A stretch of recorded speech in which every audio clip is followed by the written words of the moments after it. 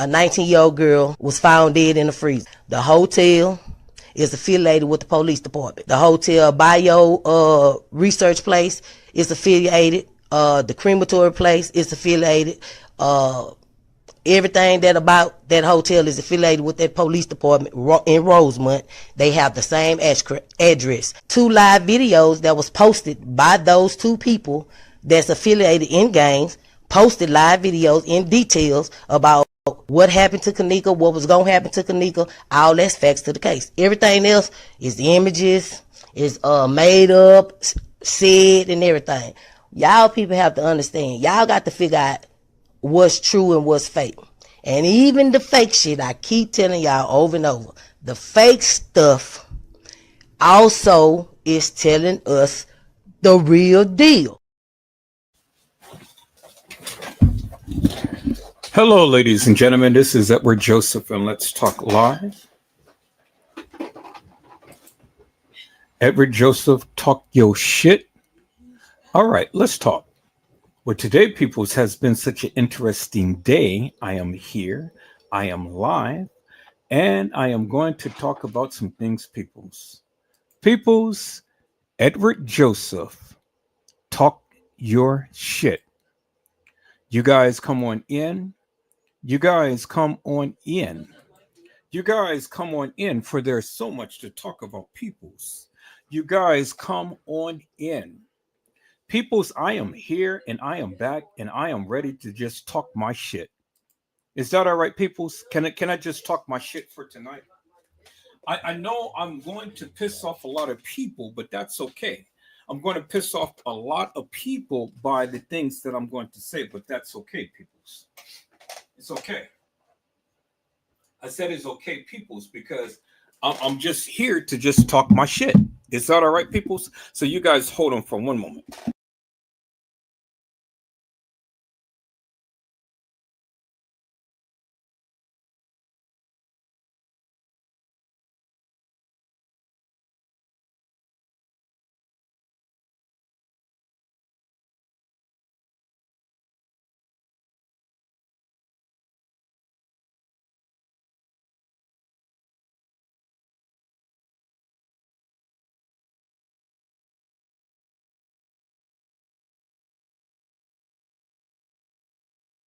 All right, people, you guys hold on for one moment. I'm fit to get me some juice right quick, and then I'm gonna talk my shit. Y'all hold on.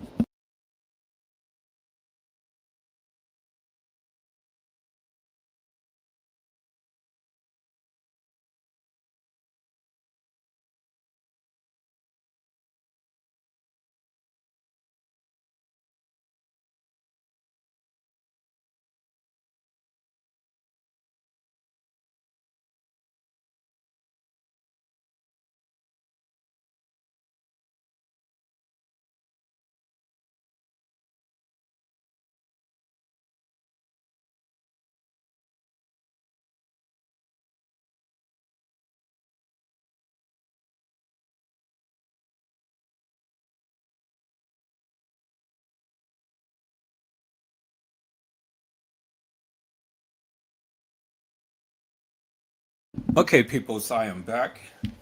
I am back, and I am back to talk my shit. Hello, Randall Robinson. How are you, my friend? It is a blessing to see you on tonight. Randall Robinson had said, "What up?" Randall, are you ready to come and talk your shit, my friend? I'm ready to talk my shit tonight. I just feel like just talking my shit tonight. I just feel in that mood to just talk my shit, you know? So you guys are ready to talk your shit. I'm ready to just talk my shit. You know, I'm just ready. I'm ready to talk my shit on tonight, peoples. You know, and talking my shit, I want to start off with this particular I want to start off with this particular post right here. And let me call this up. Let me call this up. We're gonna call up several things and stuff, peoples. Is that all right? We're gonna call up several things. First of all, what I want to do is let me share my screen because I'm going to show you an accident that I almost been into today. Let me share my screen. And you see, this is how God saved me, peoples, because I'm almost been into another accident. Because you do remember this month, 1 year ago, this month, on the 20th, last year, me and my son was in a car accident. And it almost took our lives. And so now, here it is today. I almost been in another car accident. But this time, instead of being on the city street, I was on a highway. And I didn't have my son this time. But I'm fit to show you what almost happened. Let me share my screen.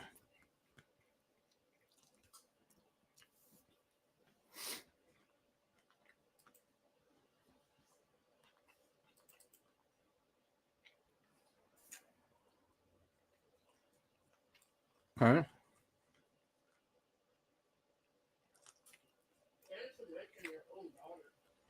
And we're going to start off with this one.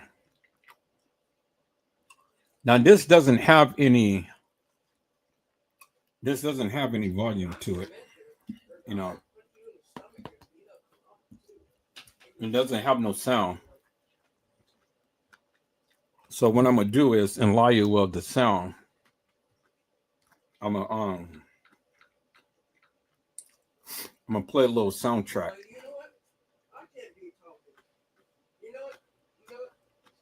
All right, let me call it up on my phone.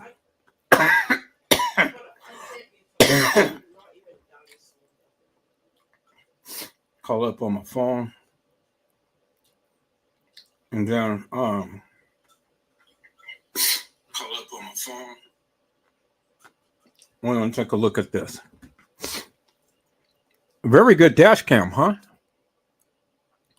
All right, so let me stop it for one moment. I'm going to call up the something to play while I'm playing this. Let me get some music going in the background. Let me see. Let's see about this. Okay, I'm gonna play that.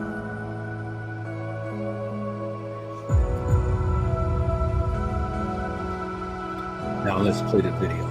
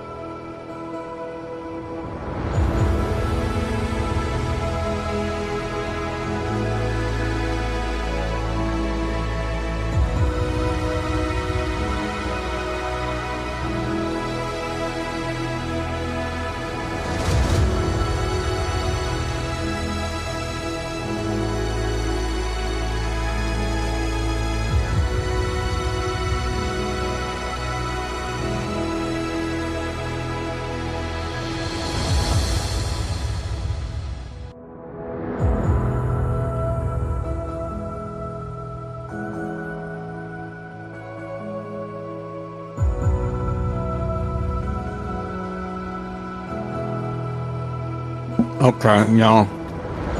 This is coming up too close to, well, almost went into an accident. Take a look.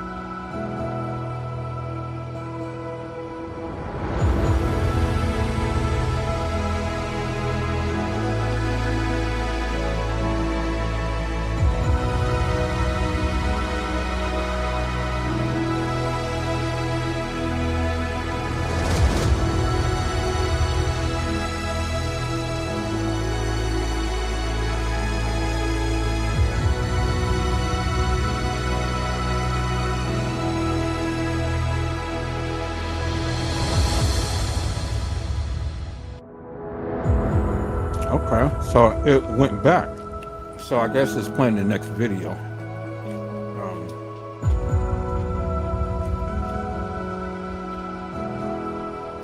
Didn't mean to play this, but hold on. Copyright here.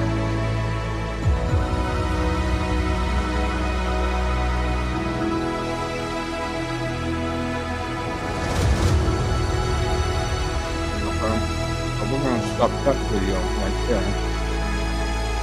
And we're going to play the next video.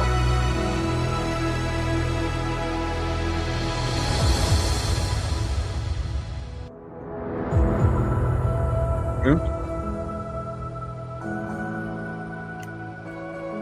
See that? See the guy blue in front of me?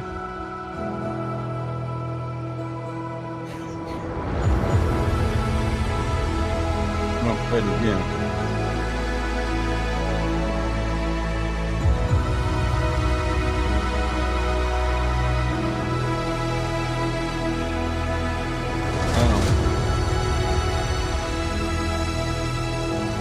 We're going to play it in slow motion.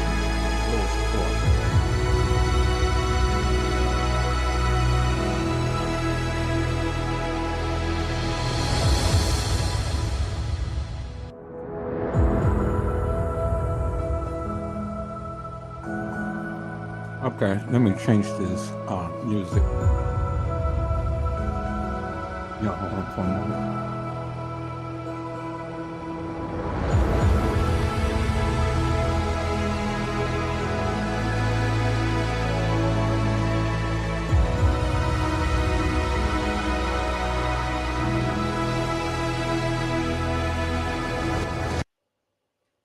All right, so let me see.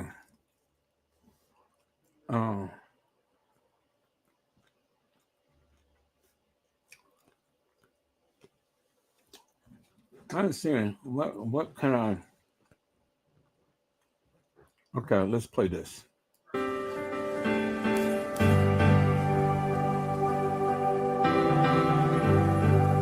right, we're gonna slow it down some.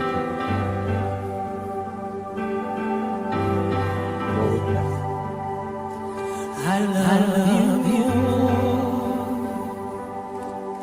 for your mercy never fails. All my days I've been held in your hand. Yeah, this has a from the moment that I wake up until I lay my head. Clear settings. Oh, I of the goodness of God. Where is the speed at? All my life you have been faithful. All right, let's go for the speed.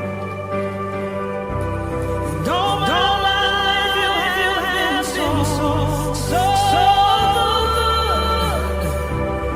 Every breath I am able. Oh, I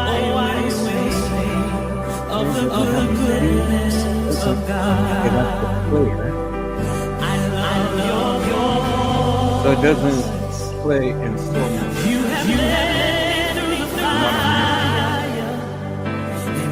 Okay, so what I'm gonna do is I'm gonna put it in my editing. Pull it down. Let me call this up.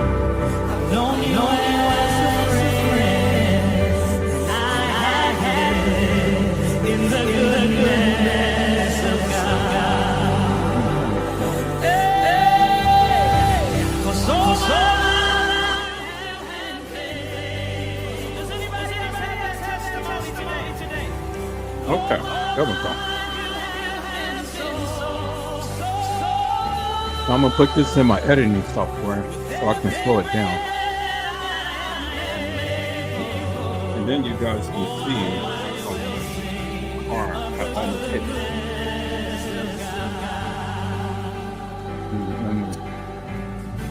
Bring that one. Yeah, I'm gonna do that right there.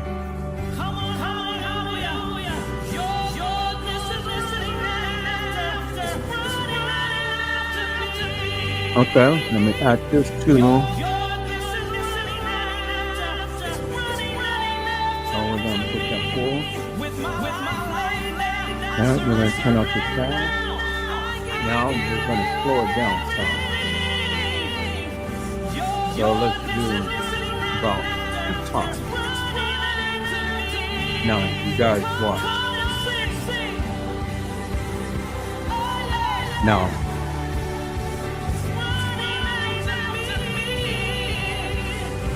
Boom, you see how he literally came right in front of me?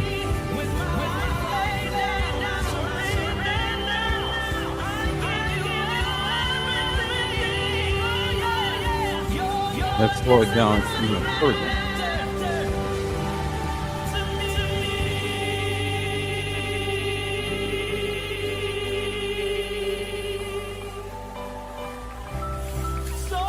Let's go a half speed.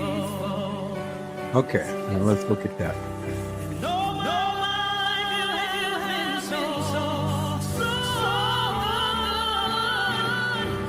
And you see, that car comes over, I'm getting over, and then boom, right there. You see how he did it right in front of me? And he spun out.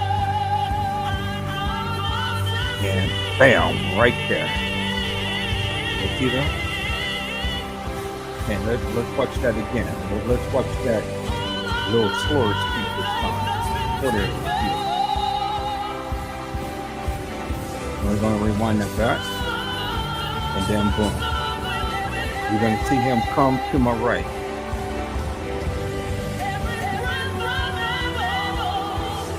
Now I'm getting over.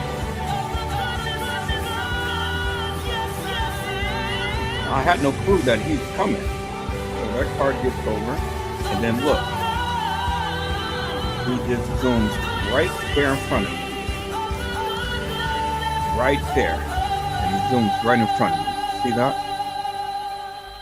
Then he slows down for trying to avoid hitting that car. He spins, avoid hitting that car.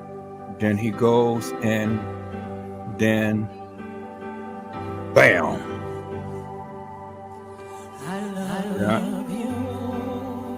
And then he goes right there in front of you guys.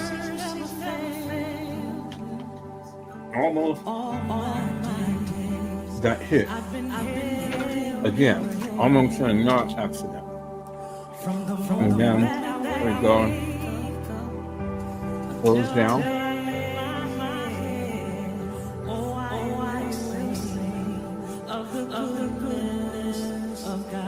And I avoid his bumper. And then I'm pulling over to the side.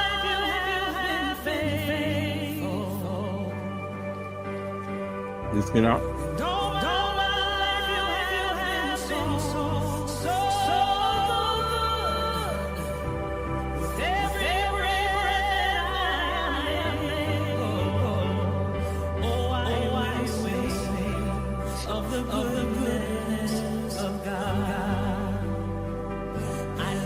we're pulling up.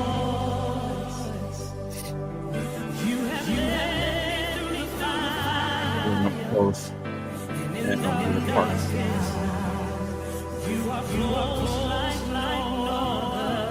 On the side of the road. He pulls up a little more, and then we go and we get to the exit. I mean, on the side of the road.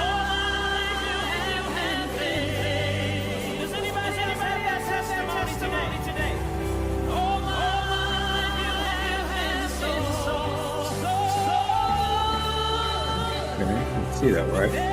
Pull up.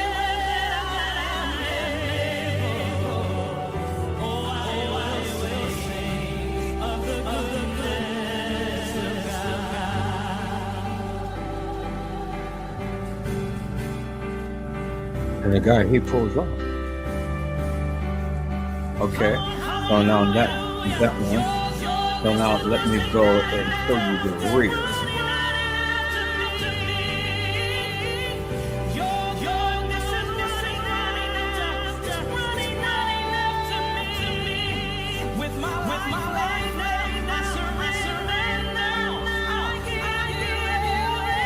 Okay, so this is when I get off the highway.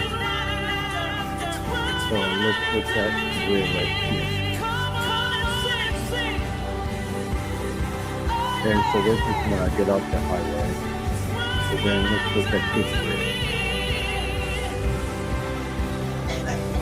Okay, now this is him coming up. And you see, he just avoids hitting. So let me add this and put it full frame.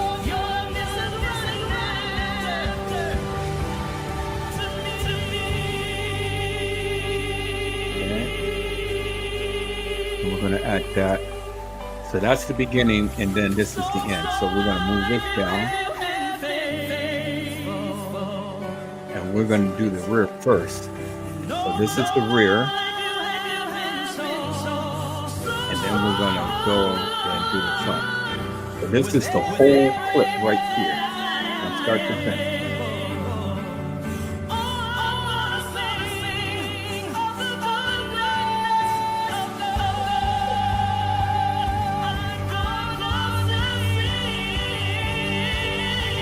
Okay, so let me put the other one in front first.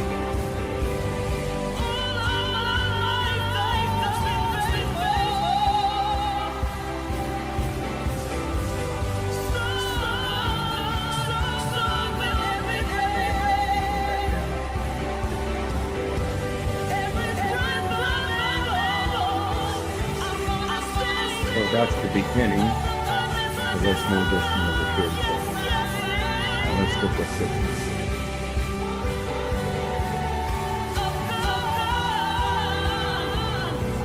Okay, so this is the rear. I think I got two beginnings. Yep. Okay, so I'm gonna delete this one. Then I'm gonna put the rear. This is the rear. So we're gonna put the rear down first. And then we're gonna look at the beginning. And you're gonna see how I almost been in an accident. This is the full video right here. So you see he's coming up, he's passing the car. Passing the car, he's coming up on me. Then I'm trying to get over.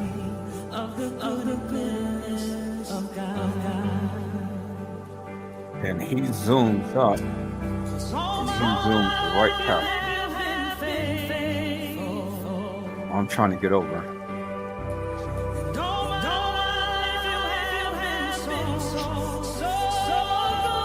Okay, so he zooms past me.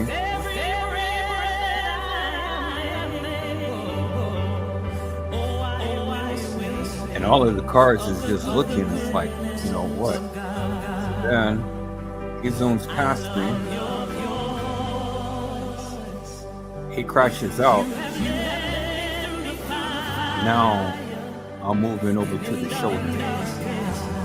Look at all of the other cars. There is all the other cars that's moving over to the shoulder.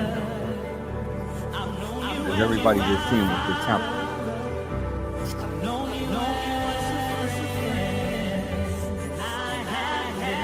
So the guy zooms up behind me and he almost runs right behind me.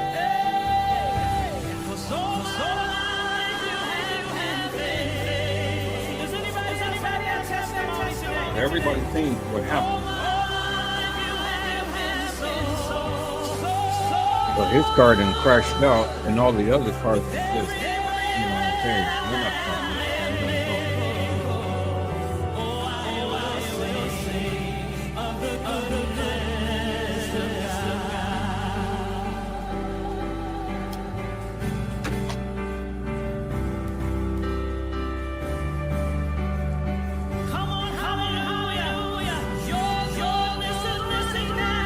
And so there's his bumper right there, right on in the front of the freeway. I mean, on the freeway. Oh.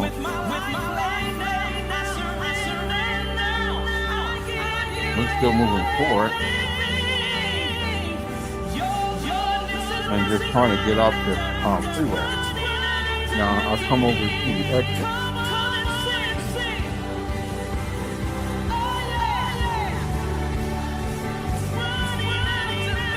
And then I'm coming to a stop.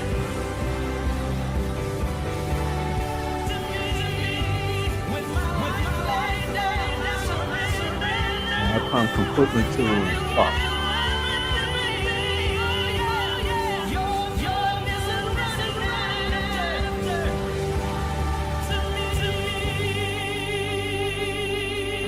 Okay.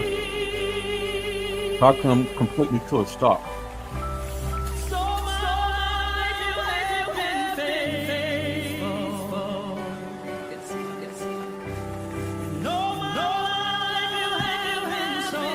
I come completely to a stop.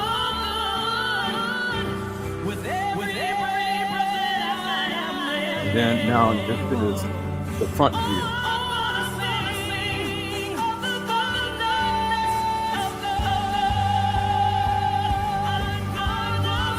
And so I'm coming down, now I'm coming over. Now right there, that car comes over and then he comes in between us. Right about there. There he is, right there. Right there. Look how close he was to me. You see how close he was to me? Look how close this man was to me from me hitting him. You see that? And look at the traffic in front. Traffic in front, everybody got their brakes on. Now, how close this guy was to my car. Had I not seen him and not brake a little bit, then it would have been over with. I would have hit him, and then it would have been all over with because I would have hit him. I would have spun out. He would have spun out, and then the people behind us would have spun out. Now look, see how close he is to me right here? It's crazy. Guy literally.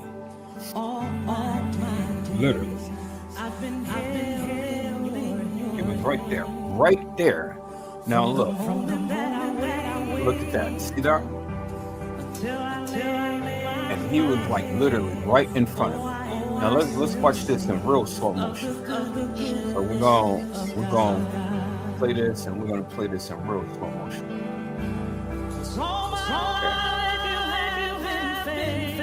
Okay. Now I'm driving down. I'm doing 71 miles per hour at that particular junction right there. I'm doing 71 miles per hour. Then I slow down to 57 to get over. So, I'm starting I got my blinkers on. Now I slow down to 63. Now I'm starting to converge over. into the other lane. Now I see the car right there. Now it's slowed down to 60. I see the car that's up in front of me. You know, now I'm in changing lanes. Now, as soon as I get almost into my full lane, I'm down to 56. And I slowed down quite a bit. Boom, right there. You see that?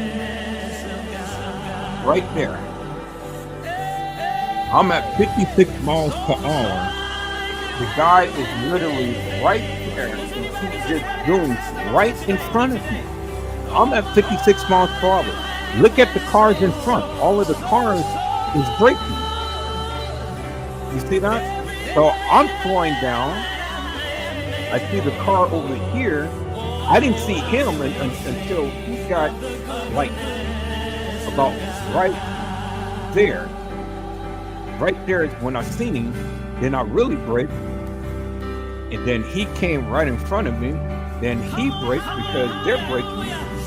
And he was about to hit him. You see how he's hitting? You see the guy braked? And then he goes and swerves out. And then look at this car. This car almost is still going full speed. Then he spins out. And then, you know, he still couldn't keep control. So the momentum literally slammed this car, bam, right there at impact. He skids out, boom, hits the side, his bumper flies off and flies over. Now look at the traffic. Traffic is still slow in front. Now I came to a crawl because I'm at 32 miles per hour. And I see that the bumper is coming, and so I'm trying to get over so I don't hit the bumper and get into an accident with the bumper.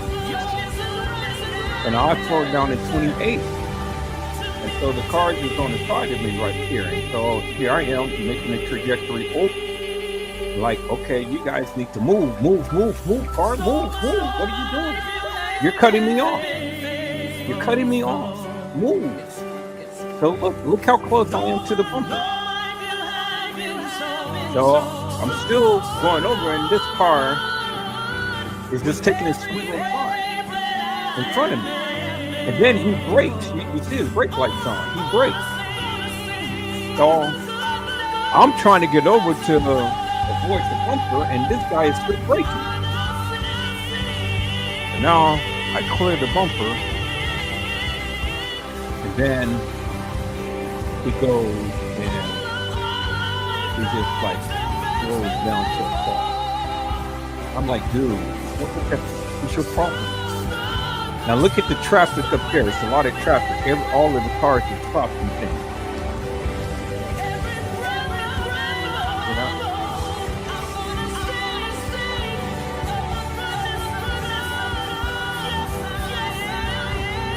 There you have it.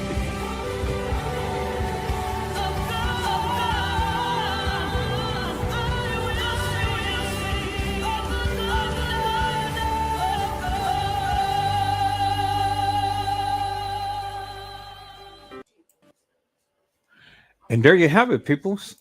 You know, the guy literally just cut me off, and almost just literally. Let's watch this again, and we're going to watch it in just kind of a little fast pace this time, so you guys can clearly see. Almost got into another accident, peoples. Almost killed me. Because had I spun out, those other cars behind me would have just came right up on me. And how fast he was going, you know, being a little Mr. Devil, thinking that he was going to blow past me and be done with, you know, just trying to show off, you know. Thank God it was only him that was in the accident and nobody else. Okay, let's look at this again.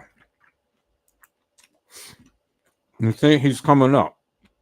He's coming up. He's coming up on me. He's coming up on me. I'm moving over, so he moves over. Boom, right there. Had I moved over just a little bit more, he would have clipped my car. I would have spun out.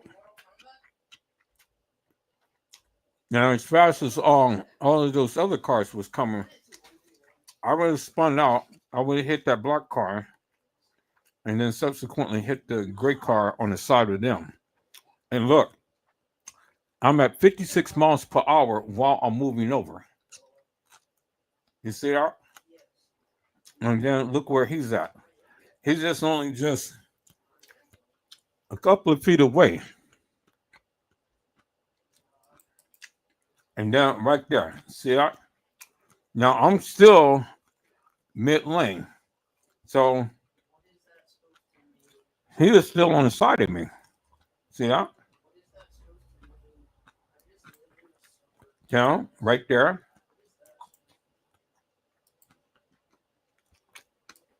At that point, he's already right here.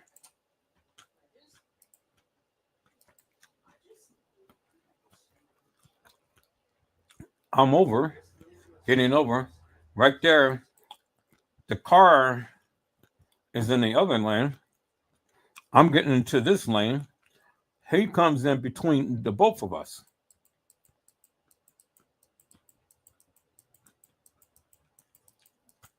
Now, I'm almost fully in this lane. And then right there, he cuts in front of me. Right there.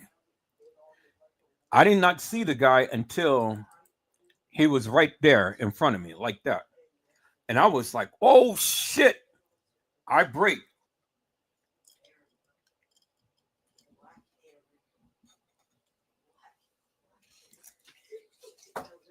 I brake.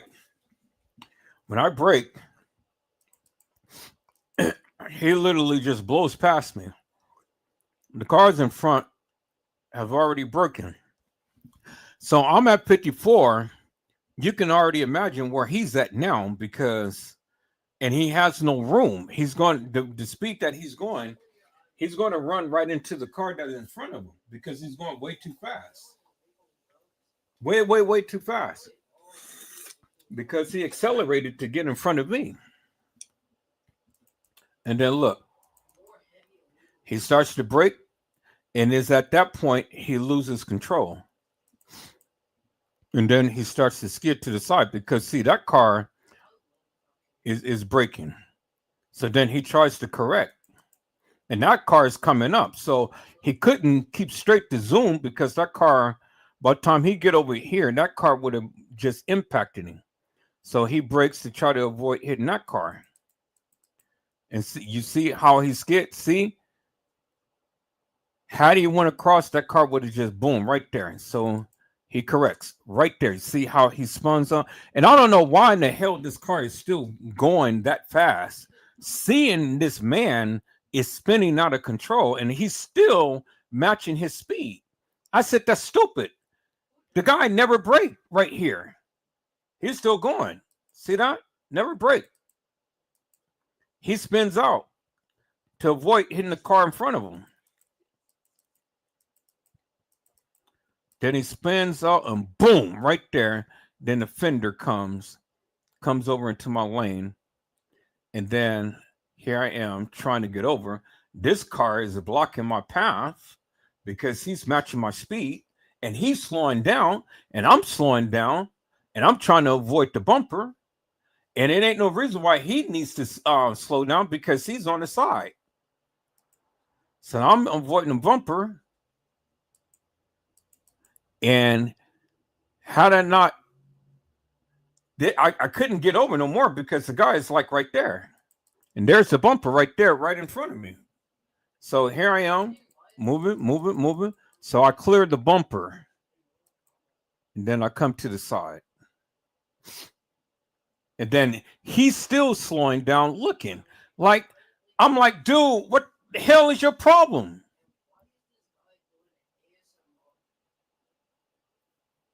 They slowed down. And I'm like, what the hell is your problem? So I'm trying to get to the side. Then I goes over to the side, then they go and pull off. Really? Like, really? I was like, oh my God.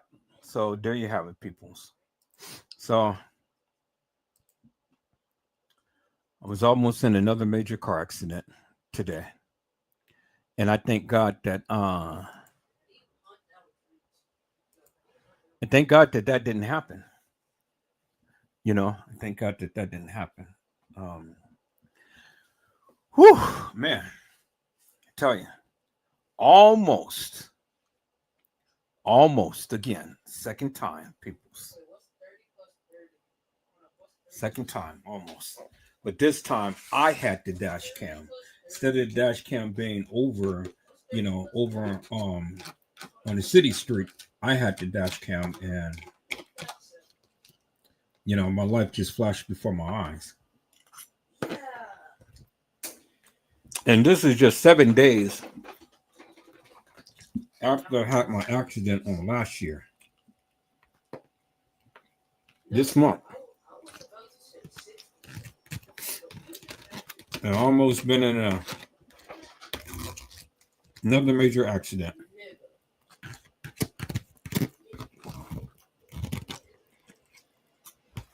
I don't know.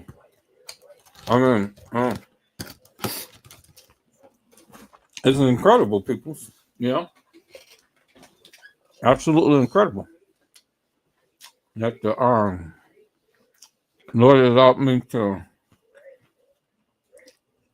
be here and to talk to you guys another day. So, especially me, I am eternally grateful and thankful because, man, I would have been it.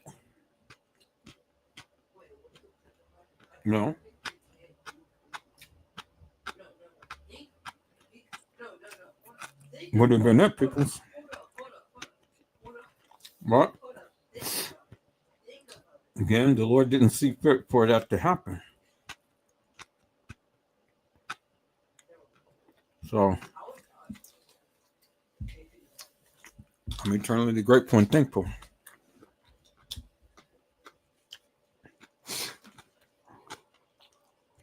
Hello, little Bo Peep. How are you, ma'am? It is a blessing to see you on tonight.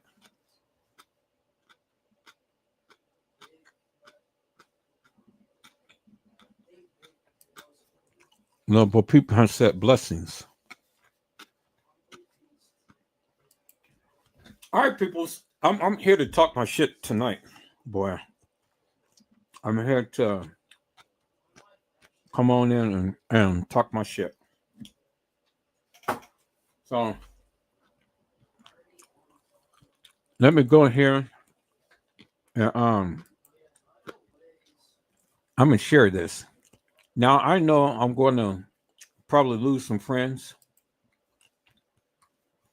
and things, but that's okay. I was expecting much anyway, but I want to put this right here. So let me share my screen, people. Let's take a look at this, and then we're going to talk about it.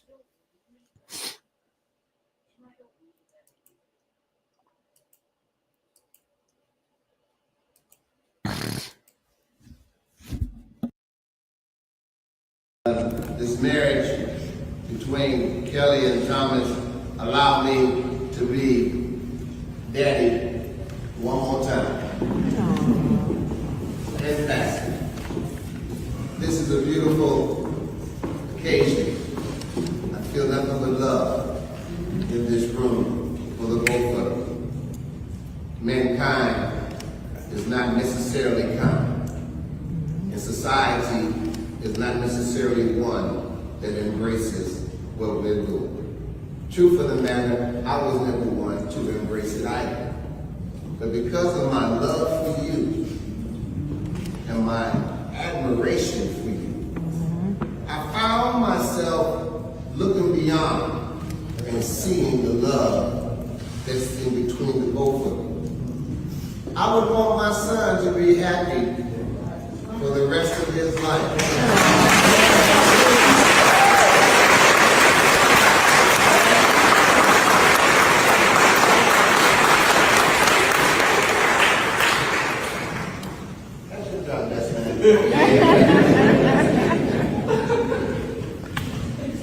So I say this, as I would say in many weddings I have performed.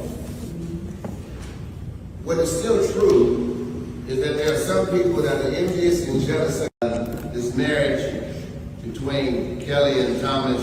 Let's listen to this one more time. Daddy, one more time.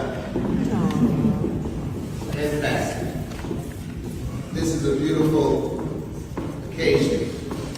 I feel nothing but love in this room for the both of them. Mankind is not necessarily kind, and society is not necessarily one that embraces what we're doing. Truth of the matter, I was never one to embrace it either. But because of my love for you and my admiration for you, I found myself looking beyond and seeing the love that's in between the both of them. I would want my son to be happy for the rest of his life.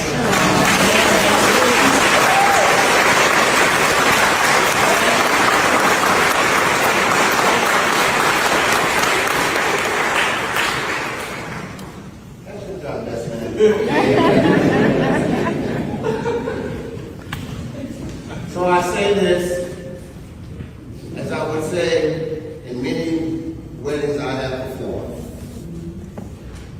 What is still true is that there are some people that are envious and jealous of. Okay, people, let's talk. So we seen the marriage taking place of this bishop's son, and instead of the bishop's son marrying a woman, the bishop's son is marrying a guy.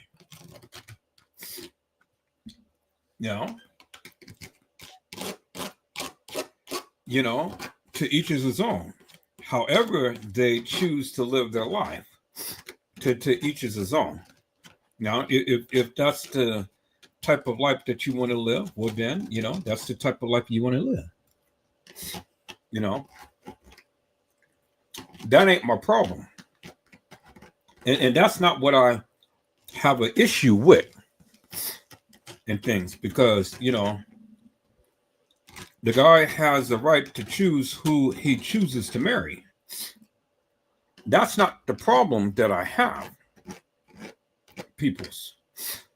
The problem that I have is that the bishop, who was supposed to be a man of God, a child of God, he knows better. And he has following. He has people who he pastors. He has people who he preaches to. And he has to preach the uncompromising gospel of Jesus Christ. Now, say what you will, peoples. Say what you will. But in the sacred vows, peoples, God never intended for man and man to marry.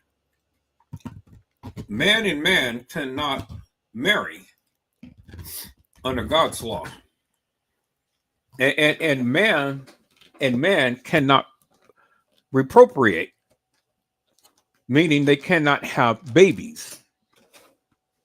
And the Lord wants the man and a woman to be able to come together and consummate the marriage and have babies and replenish the earth. That's why God made man and God made woman. He didn't make man and man to come on together to be something in God's sight. No, no, no, no, no, no. He made man and woman. Bones of my bones and flesh of my flesh.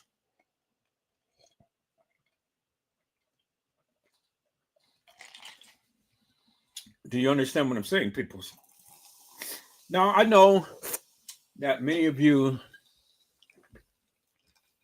probably have marriages of the same sex and things, and I didn't think that I was going to get too many views upon this, but that's okay. You guys will be back.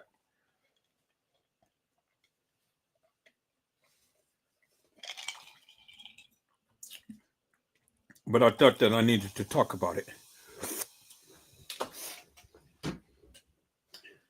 God did not make man for man. God made man for a woman, not for two men to come together to get married. People's is not biblical. It's not spiritual. It's not biblical and it's not spiritual. It is demonic. I'm just going to be frank with you. It is. It's just demonic. And I do understand that a lot of people who watches me, a lot of people who's close to me and stuff, you know, are floating this way and stuff. But see, that's your business. You know, that's your business. You have to take that up with the Lord. I don't. That is your business. But it is my business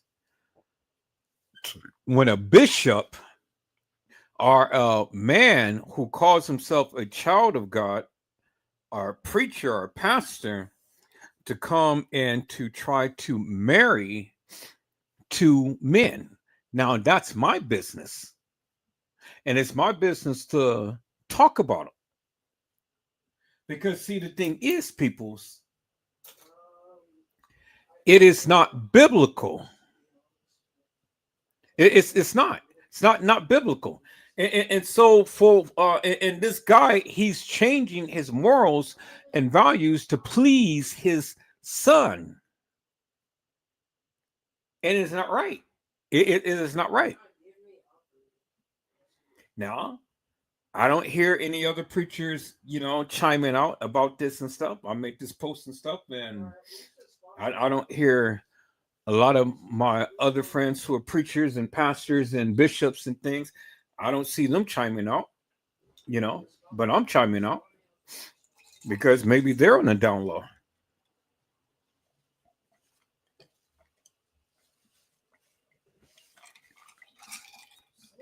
Maybe they don't want to ruffle anybody's feathers and things. Well, I am. You know,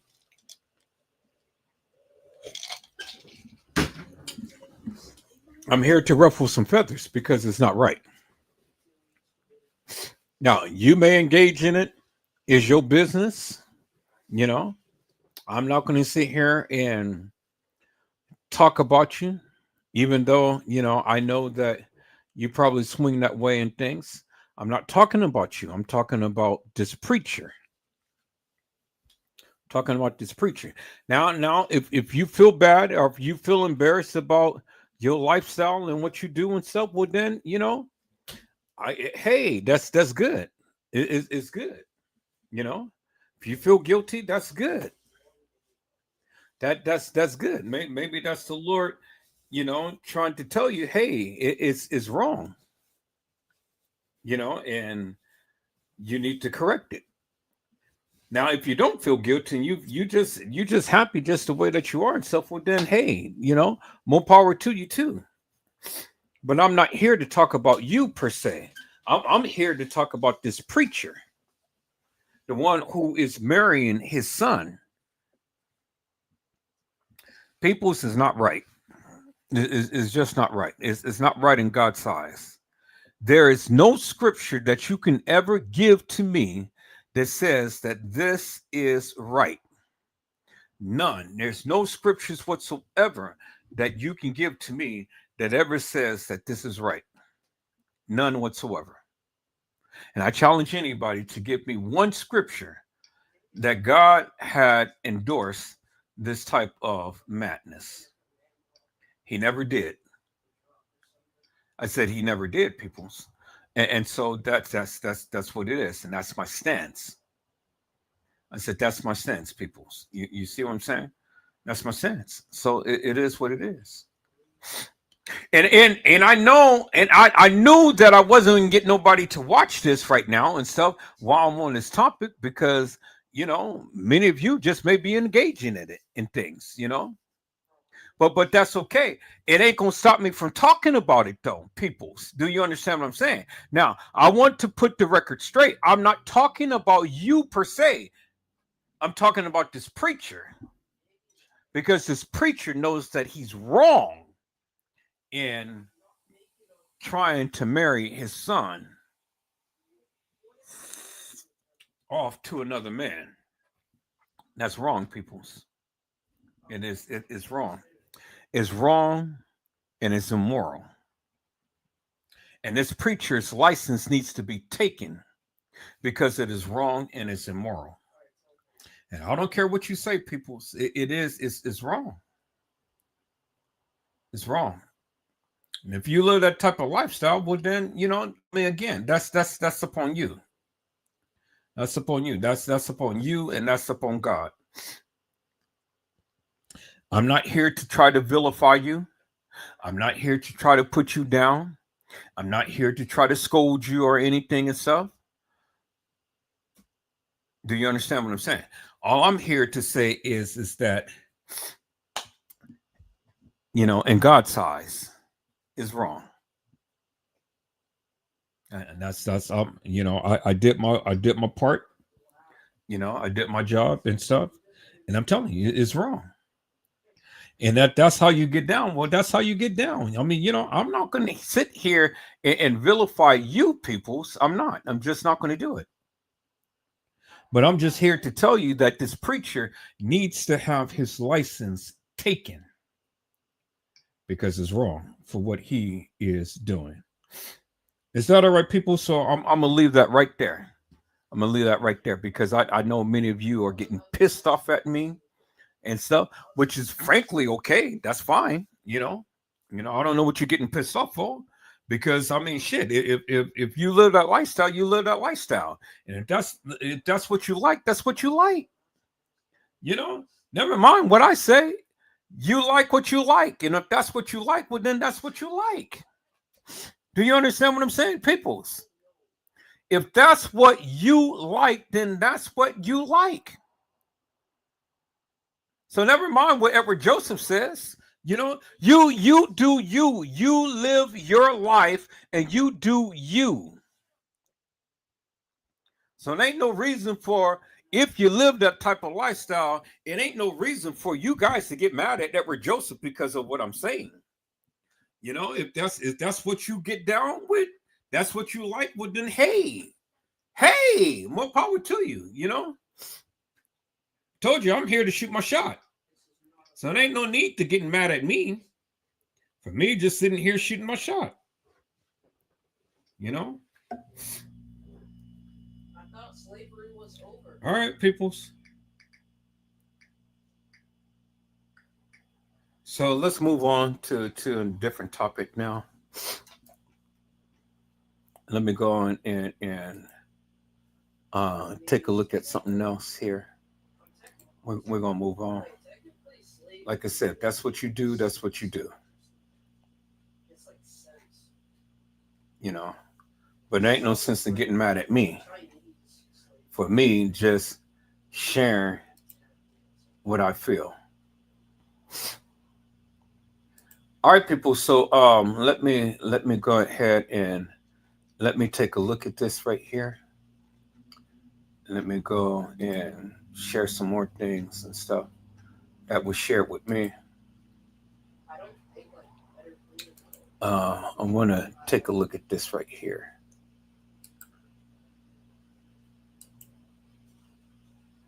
Okay, so let's take a look at this, and then Let's talk about it. So let me share my screen again. And let's look at this. So this black man with a 400-person army went toe-to-toe with the KKK, then built an entire government for black people in the South. And the U.S. government was so scared of him, they threw him in jail. So this brother name is Tunis, and he's born 1812 in New Jersey. His parents are free black people at the time, contrary to what history wants us to believe about all blacks being slaves around this time. His dad was a preacher. His mom, an educator. And at 18, he was already a Methodist preacher. But here's the thing. Campbell isn't the sit down and shut up kind of preacher. He's the you try me and I'll dismantle your whole system type. Think Nat Turner 2.0. Instead of blending in, he start preaching about abolishing slavery and colonialism. Basically anything that pissed white folks off. Then he lands a job as a fancy hotel waiter in New York. And while he's there, he writes this book, Hotel Keepers, Head Waiters, and Housekeepers Guide. Basically the first ever guidebook on how to run a high-end hotel. But here's where it gets crazy. He used the money from that book to fund black schools. And not just any schools. These schools was filled with fugitives he helped escape from the South. This man was Harriet Tubman's plug in a three-piece suit. Then the Civil War hits. The Union looking around like, yo, who can help us get some black troops together? And they like, Tunis got a crew. So they handed him a contract to raise 4,000 U.S. troops. Now it's 1865, and General Sherman drops the famous 40 acres in a mill plan. And the blacks like, yo, Tunis, what do we do with all this land? And Tunis, he don't hesitate. He like, yo, cut down all them trees. And people were like, huh? But Tunis, he was always 3 steps ahead. He knew the white folks would try to steal the land back. So he told his people to sell the timber from the trees, stack the cash, and buy the land back when the government came to take it. Straight up gangster. But Tunis didn't stop there. He brought 1,200 acres in McIntosh County, Georgia, and built his own town, complete with schools, courthouses, judges, and a 400-man militia. And the KKK tried to torch his house once, but after that, they wouldn't even step foot in his county. They knew better. And it gets even crazier. The Klan starts to terrorize black voters all over Georgia. They even poisoned the black register. And Tunis was like, oh, word? Watch this. He personally registered voters with an armed guard, and nobody was going to mess with him or his people. Now let's fast forward to 1868, and the 14th Amendment passes. And Tunis and his son both got elected. Tunis became the senator of the state, and his son became a state rep. And they were a part of the original 33, the first black legislators in Georgia. But the white folks, they pulled the oldest trick in the book. If you want to watch the full video, comment full below or check out my story for the link. Some good history right there, peoples.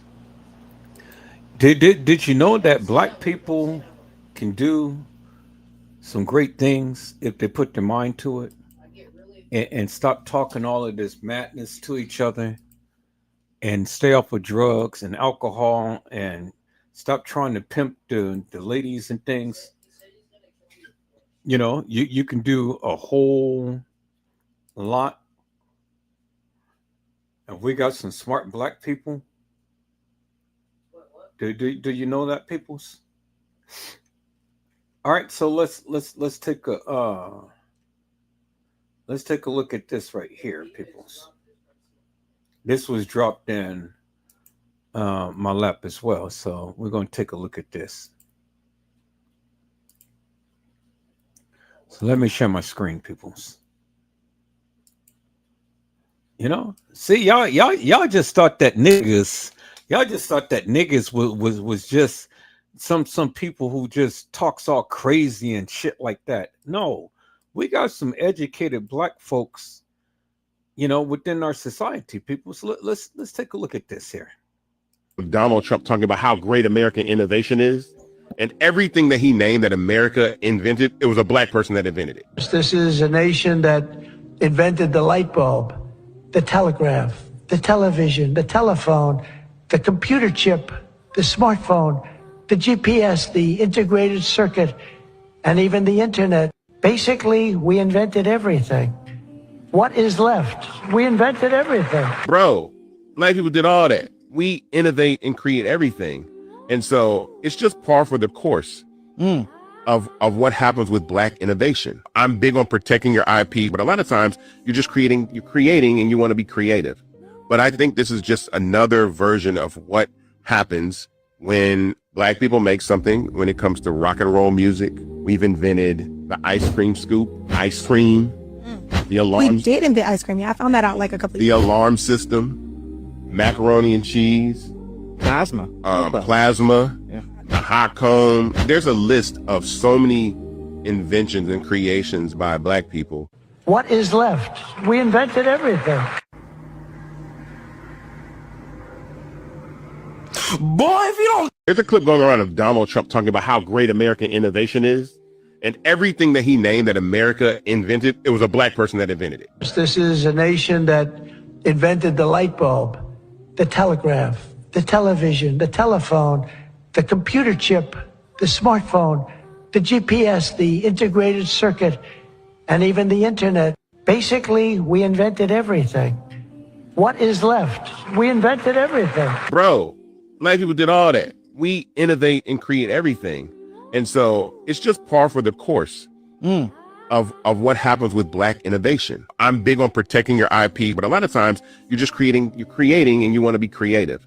But I think this is just another version of what happens when Black people make something. When it comes to rock and roll music, we've invented the ice cream scoop, ice cream, the alarm. We did invent ice cream. Yeah, I found that out like a couple of The alarm system, macaroni and cheese, Plasma. plasma, the hot comb. There's a list of so many inventions and creations by Black people. What is left? We invented everything.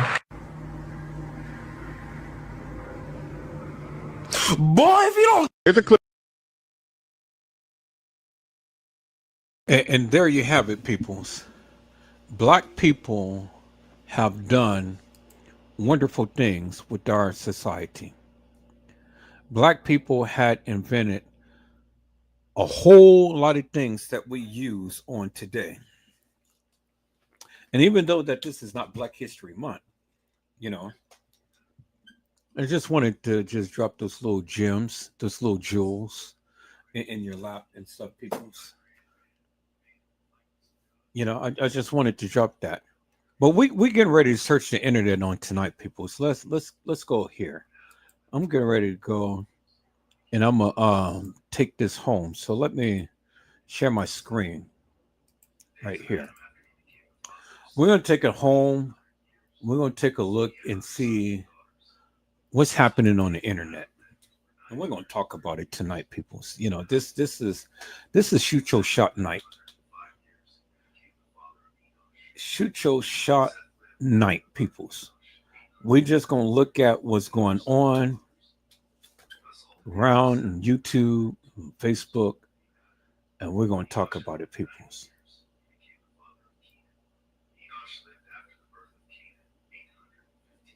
We're gonna talk about it on tonight, peoples. All we're gonna do is just shoot our shot tonight. Oh my goodness, y'all hold on for a moment.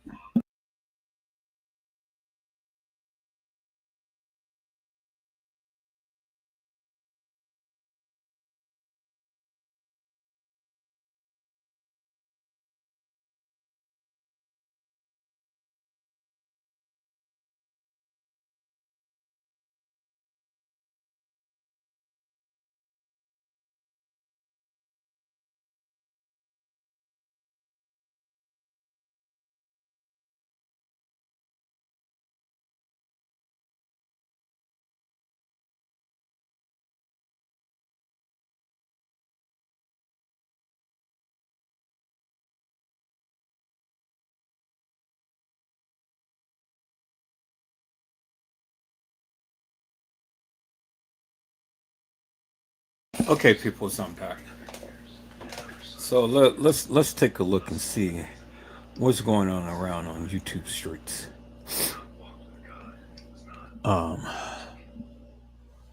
Let's see what's happening here, people. What's happening here?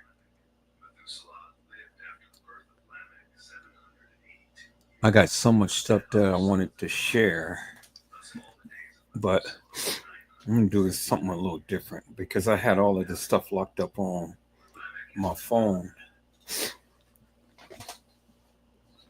Well, we're gonna look at YouTube. We're gonna look at YouTube. Okay, so I still want to do this, huh? All right. Let's see. Let's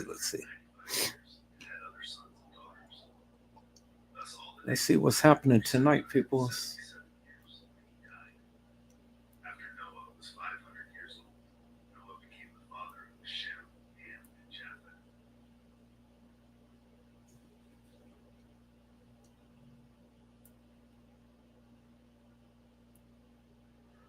All right. Oh, new suspect. What? Okay. So wait.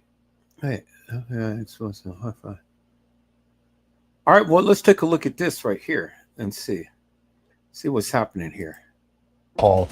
Unfortunately, tonight's update is not the one we all hoped for. Police say they found a body matching the description of Dakara Thompson. They made that discovery Sunday near Route 50 in Annapolis. Our Kelly Vaughn is at police headquarters where they made this announcement just a few hours ago. The FBI just revealed why Dakara Thompson's death was planned from the very beginning, and the details are so disturbing they'll make your blood run cold. This wasn't some random encounter gone wrong. This was a calculated murder by a predator who's been hunting for victims. Y'all, when I tell you that the details about what happened to 19-year-old Dakara Thompson just keep getting more gruesome by the day, it's absolutely insane. The evidence is pointing to something so much darker than anyone initially imagined, and the FBI's investigation is uncovering a pattern that suggests this monster has done this before. Dakara Thompson's parents just want her home. It's been hard, baby, her family said through tears, not knowing that their worst fears were about to be confirmed. But here's the kicker. What investigators found in Hugo Hernandez Mendez's bedroom suggests Dakara wasn't his first victim, and she definitely wasn't going to be his last. 19-year-old Dakara Thompson disappeared 12 days ago. She was last seen on August 22nd in Prince George's County. Surveillance video shows her parking her car the wrong direction in front of a fire hydrant on Jasmine Terrace, then walking towards Riggs Road. The surveillance footage shows Dakara leaving her white SUV at 3:06 a.m. on August 23rd, walking from Jasmine Terrace down Riggs Road toward University Boulevard in Hyattsville. Wait, it gets more chilling. The footage captured her approaching the driver's side of a black GMC Yukon Denali, speaking to the driver, then walking around to get in the passenger seat. It appears that she willfully entered a vehicle being driven by Hugo Rene Hernandez Mendez, a 35-year-old male out of Bowie, Maryland, police stated. But here's what's absolutely mind-blowing. Dakara left her purse in her parked vehicle, which was sitting in a no parking zone, meaning she planned to not stay long and told her dad she'd be back soon. Police discovered all of her personal belongings were still in her car. Her purse, credit cards, debit cards, and even $60 in cash. But check this out. What made Hugo feel comfortable enough to bring a random girl to his home where his family lives, including children? Most predators use hotels or motels to avoid being traced, but he took her straight to his house. Personally, I believe none of this is a coincidence, and the thought of what really happened makes me sick to my stomach, especially when we consider that investigators allegedly found other women's underwear in Hugo's bedroom like twisted trophies. Are we dealing with a serial killer here who's been operating under everyone's noses? Did Dakara know this man before their deadly meeting? And what exactly are the rest of his family members hiding from investigators who are digging deeper into this case? On August the 31st, we were notified that Maryland State Police located a body. That body was located just off of Route 50 in Anne Arundel County. He says since Dakara went missing, police have been working with her family, searching through security footage and looking through cell phone information. Y'all ain't ready for this part. There's been controversy about whether certain advocacy groups care about this case because the suspect isn't the right demographic for their narrative. Social media has been flooded with wild theories about Dakara's personal life. But let's focus on the facts that matter. She was first reported missing by her father just before 9 p.m. on August 23rd, after he hadn't heard from her since the night of August 22nd. He told police he called when she hadn't returned home, but she didn't answer her phone. She had texted him that night saying she was going to get gas and would be back soon, but he never heard from her again. When she didn't return home on August 24th, family members used the Find My Phone app to track her last known location. The family found her car at the intersection of Jasmine Terrace and Riggs Road in Hyattsville, and that's when they called police. Dakara was the youngest of 5 siblings, and they all shared locations through the app, which is how they discovered her phone had been turned off after reaching that specific intersection. For days after Dakara went missing, her family remained hopeful, but increasingly scared because her bank account had gone completely untouched. But here's where the story takes a devastating turn. On August 31st, around 4:50 p.m., Maryland State Police found a body on the river embankment about 30 feet below the short bridge over the South River. Shaken this Bowie community. Many just finding out this news today, this morning, this afternoon from us as we ask people questions in the community. That killing allegedly happened in the house right here behind me. On September 3rd, detectives met with Dakara's family and confirmed their worst nightmare. They were able to identify her through photos the family shared, and she had suffered skull and facial fractures. Her family identified her through her distinctive tattoos and jewelry, but the injuries told a horrific story of violence. But wait, it gets even more disturbing when you look at the timeline and evidence. When Dakara left with Hugo at 3 a.m., she abandoned her purse in a car parked illegally in front of a fire hydrant. Who leaves their purse behind at 3 a.m., especially when getting into a stranger's car? Was she planning to come right back? Was she in such a rush that she didn't think clearly? Was she kidnapped against her will? Or was she so familiar with Hugo that she felt safe enough to leave her belongings behind? And did she turn off her location tracker herself? Or did someone else do it? The timing, location, and her decision to leave everything behind just feels completely wrong. Did she willingly meet Hugo, or was this encounter prearranged through some kind of online platform? And why did they meet in that specific spot at such an odd hour? On September 3rd, detectives went to Hugo's home just before 9 p.m. and saw the black SUV parked outside. They obtained a residential search warrant, and early on September 4th, they returned to execute it. The characteristics were similar. We have not yet confirmed that this is the missing. I want to make that very clear. Dakara's family has spent the past 12 days searching for her and posting missing persons flyers. Check this out. They watched a man leave the house and get into the front seat of that same SUV. When questioned, Hugo allegedly told authorities he was at the Galaxy nightclub on University Boulevard in the early morning hours of August 23rd, which happens to be directly across the street from where Dakara was seen getting into his vehicle. He claimed he was supposed to meet his ex-girlfriend, but never did, which sounds like a convenient alibi. When investigators pressed him for more details, he denied any involvement in Dakara's disappearance and immediately asked for a lawyer. But here's where the evidence gets absolutely damning. After executing the search warrant, police found what they believed to be Dakara's blood and a missing white and pink French manicured fingernail. They also discovered hair, a wig, and other disturbing evidence in Hugo's bedroom and trash, along with multiple pairs of women's underwear and lingerie that didn't belong to anyone in the house. Y'all, that's not normal behavior. That's the calling card of a serial predator who keeps trophies from his victims. Hugo Hernandez Mendez was arrested and charged with first and second-degree murder in Dakara's gruesome death. ICE immediately issued a detainer for who they called a criminal illegal alien. Police have found a body they say matches the description of Dakara Thompson, though they have not officially confirmed that it is her just yet. Maryland State Police were the ones to find the body. They say they were called to the area of eastbound Route 50 in Annapolis, where they found a young woman's body lying in a grassy area near the highway. And promised that justice would be served for Dakara's family, but the damage was already done. Investigators believe Hugo murdered Dakara inside his bedroom in the early morning hours of August 23rd, then calmly loaded her body into his car, drove to Route 50, and threw her over the short bridge like she was disposable garbage. The level of coldness and detachment required for that act feels completely inhumane. What's even more disturbing is that there were multiple people in the house when everything was happening, and they were all questioned by police about what they heard and saw. One cousin told investigators she couldn't believe a family member would do such a thing, but admitted Hugo's behavior had changed dramatically in recent weeks. She said she rarely saw him during the last 2 weeks, and even told him to confess when the investigation started heating up. But here's the twisted part. During the investigation, her husband and a third relative were also taken in for questioning, but Hugo was the only one not released. The next morning, federal immigration agents returned to take her husband into custody, even though she insisted he had nothing to do with the alleged crime and had fully cooperated with investigators. Another roommate reported hearing Dakara and Hugo having intercourse, followed by grunting noises that made them believe someone wasn't enjoying the activity. Police have confirmed the body found along Route 50 on Sunday afternoon in Anne Arundel County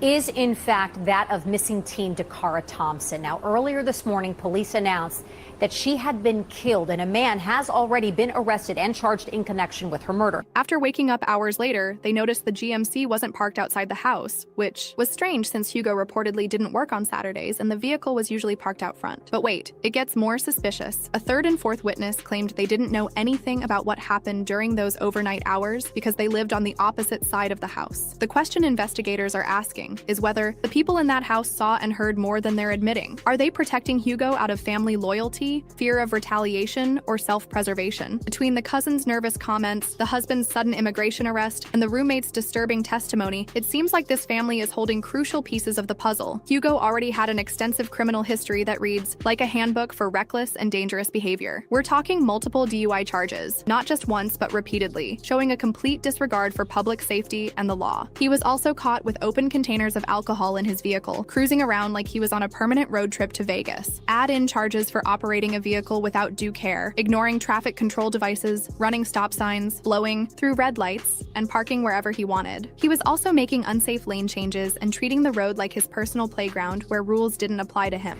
That suspect, according to Prince George's County Police, is in the United States illegally and is now subject to an ICE detainer.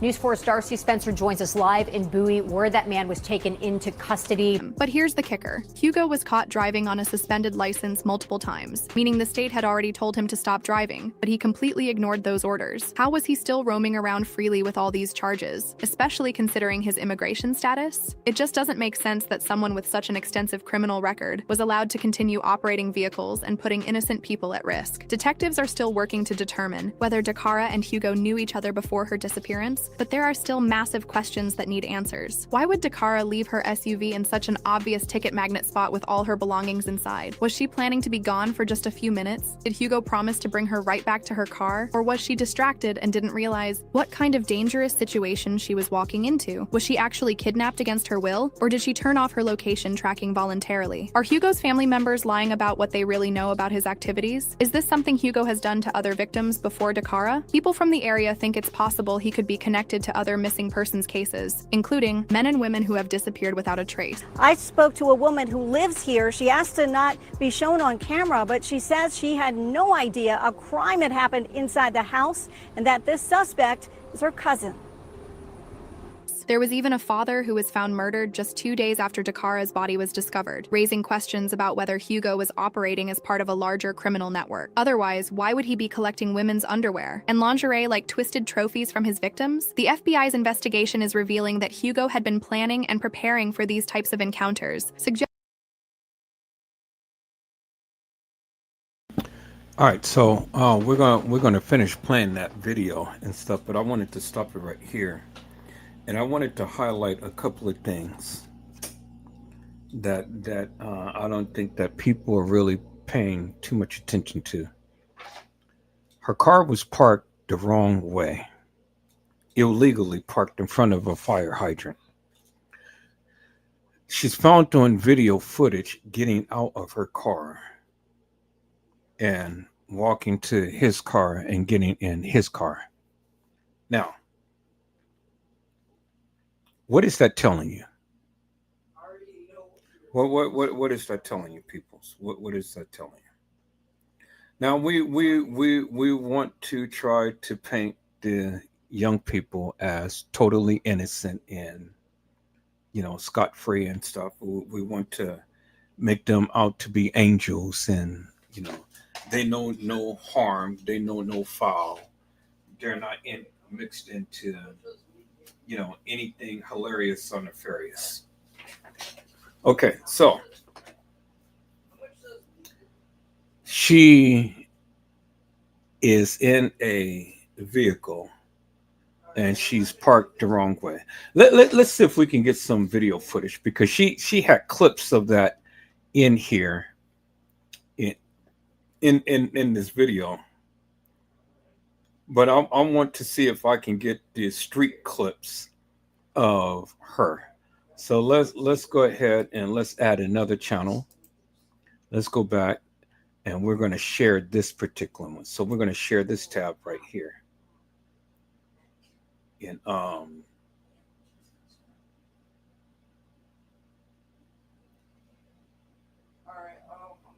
Okay, so this seems to be a little bit more. Let's take a look at this and see what we can ascertain from this. We'll come back to the other video. But let's take a look at this. That was sent at 11:47 p.m. the 22nd of August 2024. The type of message which is read and forgotten in seconds. However, the father would live to regret the rest of his life uttering these 4 words, since they were the last he would ever hear again of his 19-year-old daughter, Dakara Thompson. What came next cannot be understood. This bright young woman would be dead in a few hours, killed by a stranger in such a random and senseless way that the reality that it is a frightening thing, that safety is merely an illusion, would be revealed. This is how Dakara Thompson, a story, starts with a normal text and ends with the question that will haunt us all. How does an innocent journey to obtain gas turn into an experience with pure evil? Dakara Thompson was not expected to die at the age of 19. She was expected to transform the world. She just left St. Charles High School and had already discovered her mission here in the county of Prince George, serving a non-profit organization and spending her youth to do good. When other teenagers of her age were still in confusion of who she was and where she was heading, Dakara was sure of where she was heading and who she was. She was the daughter who used to send texts to her father when out, the young lady who had chosen to serve and not to be selfish, the type of individual who influenced everyone around her to think that there is something good. None of that was important, though, on the night of August 22nd, 2024, since evil has no discrimination. It does not give a thought to whatever your dreams are, what kind you are, or what you could be. Evil simply hunts. Next, what occurs would be examined frame by frame by the investigators, dissection by forensic experts, and replaying in the courtrooms. However, no analysis can answer the haunting question: why did Dakara go to that vehicle? And that's the question right there. You see Dakara parked illegally. She gets out the car. She's not at the gas station. She gets out the car and she's walking to the vehicle. Okay, so we're going to stop it right here. So we got Fox News Local. So let's go ahead and let's do a new tab. We're going to share this. We're going to come back to that live. And we're going to do Fox News Local. Fox News Local.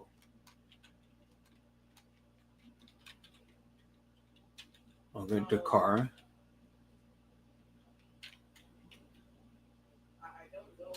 Thomas.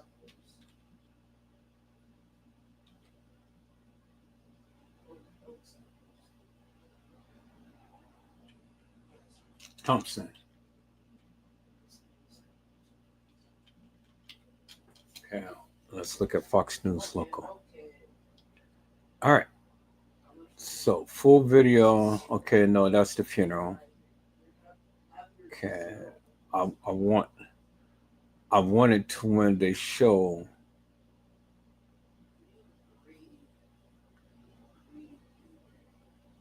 Okay, this is Fox News Local. Okay.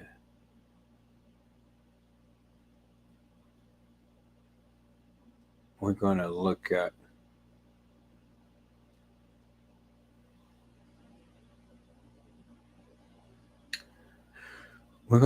the news like with people. Okay, right there.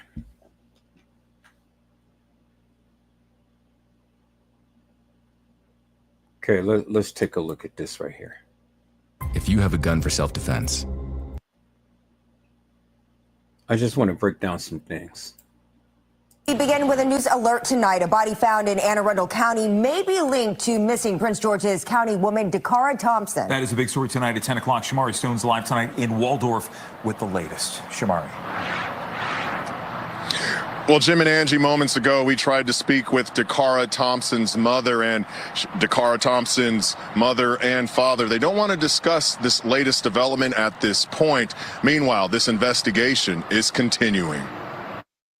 Tonight, Sky Fox hovering near a grassy area off of Route 50 in Annapolis after Maryland State Police discovered the body around 5 o'clock Sunday evening. Right now, Prince George's County Police cannot confirm the body found is 19-year-old Dakara Thompson, but say it does look like her. Investigators are waiting on an autopsy result to confirm. Fox 5 first told you about Dakara's disappearance. When we spoke to her parents last week, they told us the last time they saw Dakara was when she left home in Lanham and said she'd be back. We found Dakara abandoned, and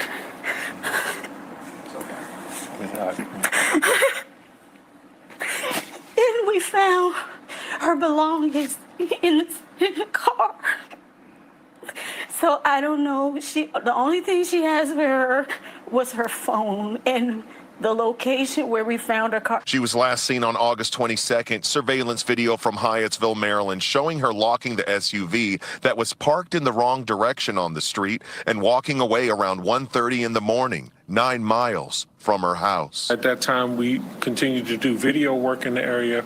We worked with the family to try to work through cell phone information to attempt to locate her. Further investigation and video was conducted. We really searched hard for Dakara. And on Sunday, Maryland State Police say they were initially called out for a broken down vehicle and troopers discovered the body when they went out there. Tonight, they say it does not seem that the disabled car is connected to the case. 19 years old. Dakara is 19 years old. And so even though technically she's an adult, she's someone's child, someone's baby. And so our heart goes out to her entire family. And call Prince George's County Police if you have any information about the Dakara Thompson disappearance. I'm Shamari Stone here in Waldorf. Back to you, Jim. Okay, so doesn't that ring a bell, people's? 19 years old. Kanika was 19 years old. Dakara was 19 years old. I want to go back to this part right here. This is the part right here I want to focus upon. That part right here. Okay, let's go right here and let's take a look at this again. Location where we found her car. She was last seen on August 22nd. Surveillance video from Hyattsville, Maryland, showing her locking the SUV that was parked in the wrong direction on the street and walking away around 1:30 in the morning. Locking her SUV parked on the wrong side of the street.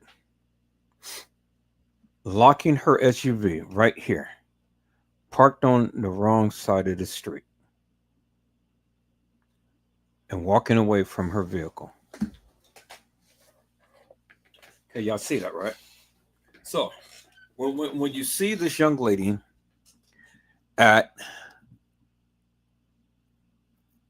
1:35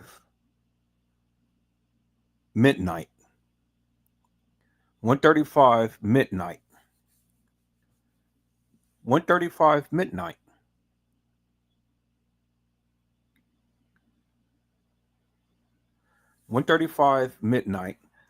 she is parked the wrong way on the street. And she's walking away from her vehicle. Okay, so what does that tell you, peoples? They said that, oh yeah, the car is getting gas. You know, the car was getting gas. Yeah, she was out, she was getting gas. And she's going to be right home. So her father and the car is up at 1:35 in the morning, going to get some gas, and I'll be right back.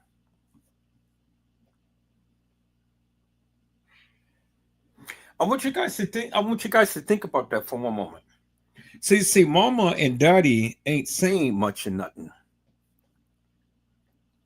You know, mama and daddy doesn't want to paint their daughter, you know, paint a back picture about their daughter.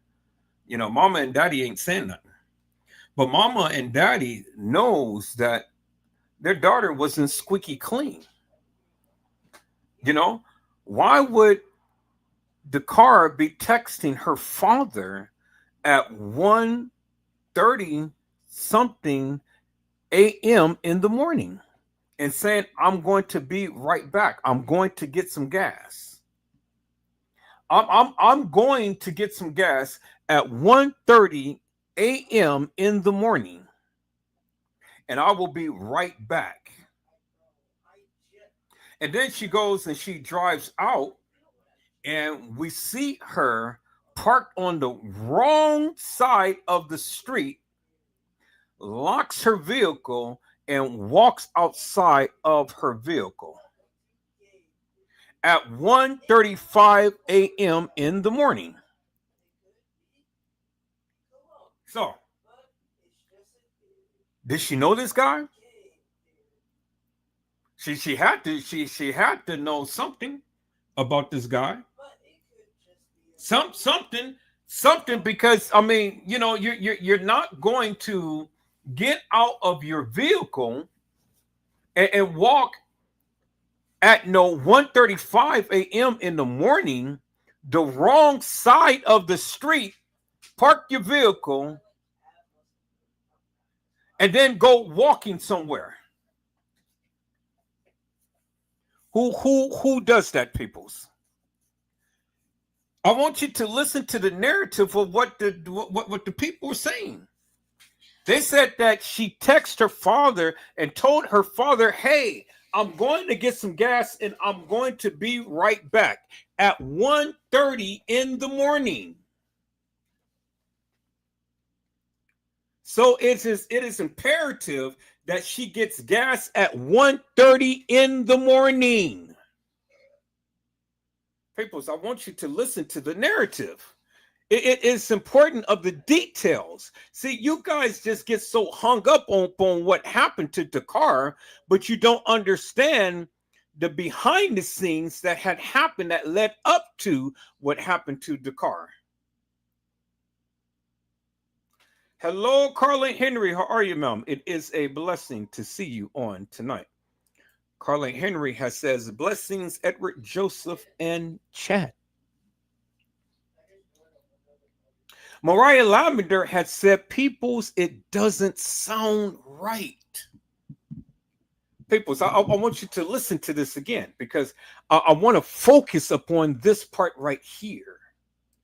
Now, let me go ahead and let me copy this and let me download this because I want to put it in my editing software because I want to focus upon just that part right there, peoples.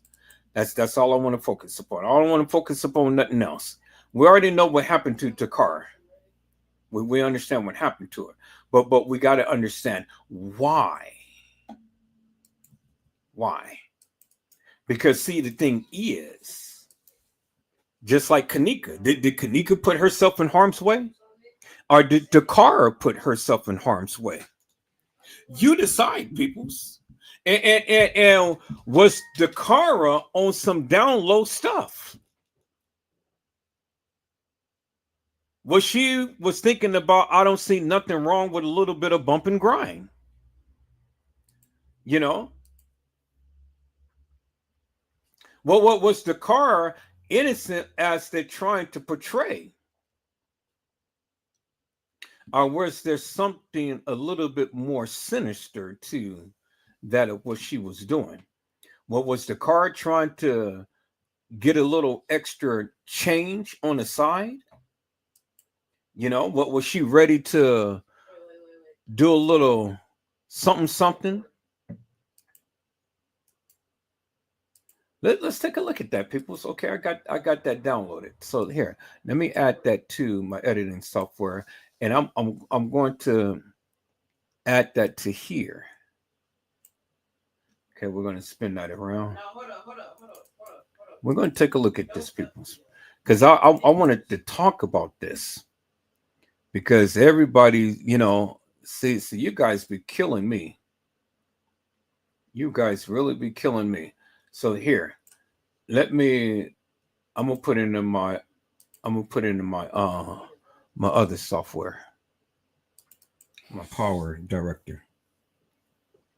You guys be killing me with these young people being so innocent in things and stuff. But, you know, we're going to see how innocent Dakara was. Now, we know that she didn't cause her own death, peoples. Now, we ain't going to go that far now. But here, let me block out the sound up on this. Because I just want to edit. I just want to get to this part, and we're going to edit down that little part right there. Because we're going to take a look at this, peoples. We're going to get to the bottom of this right here. Because was the car out doing a little something? So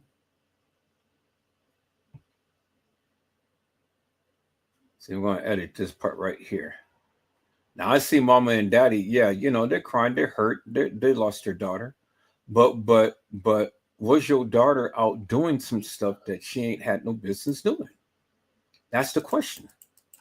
Because, see, everybody's focused upon this, that, and the other. I'm focused upon the reason why she's out in the first place, you know. So we're gonna edit this part right here. We're gonna take a look at this right here. So let me split this. Let me share my screen so you guys can see exactly what I'm doing. 9 miles from her house. 9 miles from her house.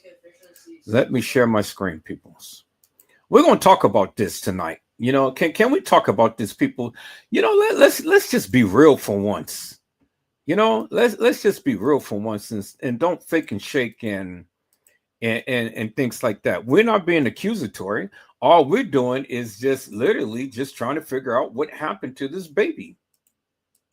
Okay, so let me split this video right here. I'm going to split it. Okay. Then we're going to exit this out because we don't need that right now. We're going to remove this video, that part. We're going to fill in the gap. And we're going to bring it all the way back to the beginning right here. And then all we're going to focus upon is just this part right here. Okay. Okay, we're going to cut out everything else. We're going to split it right there. We're going to delete that.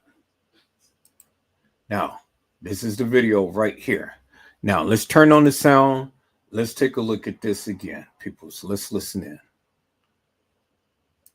She was last seen on August 22nd. Surveillance video from Hyattsville, Maryland, showing her locking the SUV that was parked in the wrong direction on the street and walking away around 1:30 in the morning, 9 miles from her house. At that time. Okay.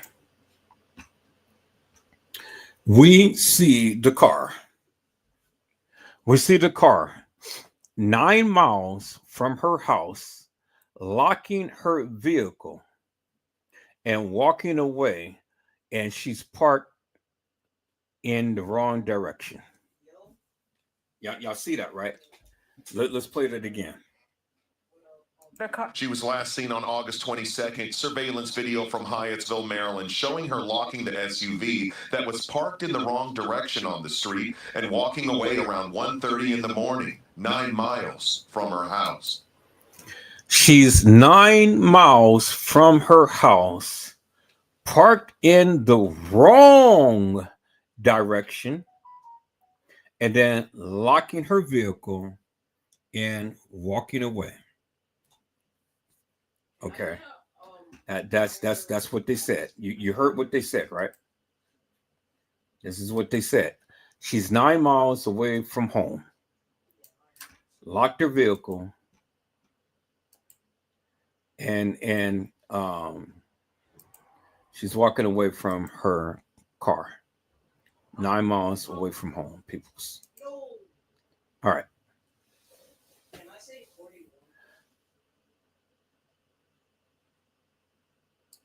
Carla Henry has said, yes, that's what I have a problem with and why. Mariah Lavenser said sneaky. Carla Henry had said, but why would she leave her pocketbook in her car and not park her car? Well, her car was parked. Car was parked. But the car was parked in the wrong direction, as we see. The car was parked. But the car was parked in the wrong direction. You heard what he said, right? The car was parked in the wrong direction. And she got out the car at 1:35, locked the car with all of her stuff in it, and walked away from the car. Now let's go back and let's see what the news had said, peoples. Because see, we're gonna edit some more stuff out this clip. So we got that part. So that's the part that I wanted. But now let's go ahead and let's add this again, because I want to hear the part about she's texting her father. Let's listen in. Hi, everybody. We begin with a news alert tonight. A body found in Anne Arundel County may be linked to missing Prince George's County woman Dakara Thompson. That is a big story tonight at 10 o'clock. Shamari Stone's live tonight in Waldorf with the latest. Shamari. Well, Jim and Angie, moments ago, we tried to speak with Dakara Thompson's mother, and Dakara Thompson's mother and father. They don't want to discuss this latest development at this point. Meanwhile, this investigation is continuing. Tonight, Sky Fox hovering near a grassy area off of Route 50 in Annapolis after Maryland State Police discovered the body around 5 o'clock Sunday evening. Right now, Prince George's County Police cannot confirm the body found is 19-year-old Dakara Thompson, but say it does look like her. Investigators are waiting on an autopsy result to confirm. Fox 5 first told you about Dakara's disappearance. When we spoke to her parents last week, they told us the last time they saw Dakara was when she left home in Lanham and said she'd be back. We found Dakara abandoned, and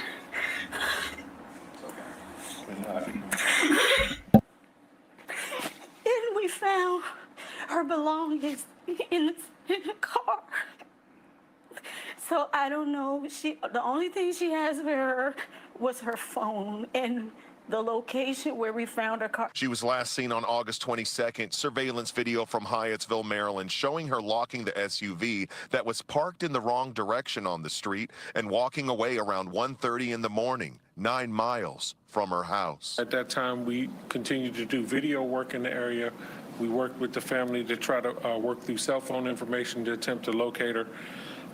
Further investigation and video was conducted. We really searched hard for Dakara. And on Sunday, Maryland State Police say they were initially called out for a broken down vehicle, and troopers discovered the body when they went out there. Tonight, they say it does not seem that the disabled car is connected to the case. 19 years old. Dakara is 19 years old. And so even though technically she's an adult, she's someone's child, someone's baby. Oh, you guys can't see? Oh, okay. I'm sorry about that. And so our heart goes yeah, hold on out for a second. to her. Okay, let me share my screen. Okay. Yeah, I gotta be aware of let me share my screen. All right, so that little part is not yielding us anything. So we're gonna go back to where the video had said that the father had reached out to her or something. Let's go back to this video right here. Because I remember them saying that the father had texted her or something to that effect. Let's take a look at this. Back here in home in Prince George's County, the man accused of murdering 19-year-old Dakara Thompson is due in court today. 4 words, a plain text message that was sent at 11:47 p.m. the 22nd of August 2024. The type of message which is read and forgotten in seconds. However, the father would live to regret the rest of his life uttering these 4 words, since they were the last he would ever hear again of his 19-year-old daughter, Dakara Thompson. What came next cannot be understood. This bright young woman would be dead in a few hours, killed by a stranger in such a random and senseless way that the reality that it is a frightening thing, that safety is merely an illusion, would be revealed. This is how Dakara Thompson's story starts with a normal text and ends with the question that will haunt us all. How does an innocent journey to obtain gas turn into an experience with pure evil? Dakara Thompson was not expected to die at the age of 19. She was expected to transform the world. She just left St. Charles High School and had already discovered her mission here in the county of Prince George, serving a non-profit organization and spending her youth to do good. When other teenagers of her age were still in confusion of who she was and where she was heading, Dakara was sure of where she was heading and who she was. She was the daughter who used to send texts to her father when out, the young lady who had chosen to serve and not to be selfish, the type of individual who influenced everyone around her to think that there is something good. None of that was important, though, on the night of August 22nd, 2024, since evil has no discrimination. It does not give a thought to whatever your dreams are, what kind you are, or what you could be. Evil simply hunts. Next, what occurs would be examined frame by the investigators, dissection by forensic experts, and replaying in the courtrooms. However, no analysis can answer the haunting question: why did Dakara go to that vehicle? In the video, she walks straight to the driver window of the car. There is a short parlay, her lips are moving, we can tell the driver is answering her. Then, in an instant that dooms her, she opens the door on the passenger side and gets into the car. The SUV drives off into the night, and Dakara Thompson is being driven to a fate that cannot be imagined. 5 minutes before she would disappear permanently, Dakara sent this last message to her father at 11:47 p.m., going to get gas. However, this is what investigators would eventually find out. There was no gas station that she was getting to. Okay, so now this is where I'm confused upon right here. There is no video that clearly shows her getting in anybody's car. Do you understand what I'm saying? There's no video that shows that she was getting to anybody's car.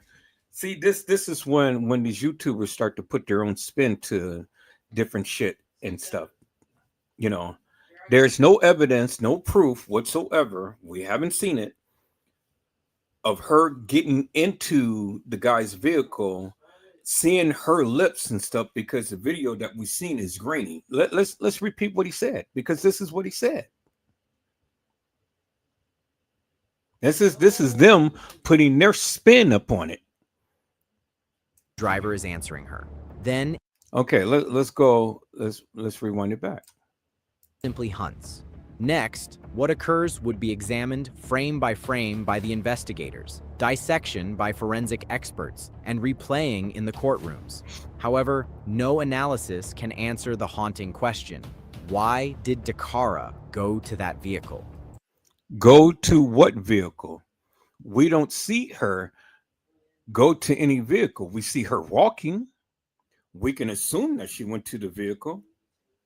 You know, we don't know. We really don't know. We don't know if she went to a vehicle. We don't know if she went walking and standing somewhere. We have absolutely no other video that clearly shows her going to any vehicle, peoples. And we can't literally see her lips because it's dark. It's at night. You see? So let's listen to this madness. In the video, she walks straight to the driver window of the car. There is a short parlay, her lips are moving, we can tell the driver is answering her. We can tell the driver is answering her. Her lips is moving. You don't see nothing in this video that clearly shows that this girl's lips is moving, that she walked up to any vehicle, and that she got into any type of car. See, this is what I'm saying. You got to be very careful when you listen to these YouTubers when they be going ahead and they be expressing all of this bullshit and stuff, because again, peoples, there is nothing that clearly shows that this girl literally walked up to anybody's car and got into a car. Or you can even see her lips moving for that. So this guy is just lining up a storm. He's putting in his own narrative. Now let's listen in to what else he said. Then, in an instant that dooms her, she opens the door on the passenger side and gets into the car. The SUV drives off into the night, and Dakara Thompson is being driven to a fate that cannot be imagined. 5 minutes before she would disappear permanently, Dakara sent this last message to her father at 11:47 p.m. At 11:47 p.m. Let's write that down.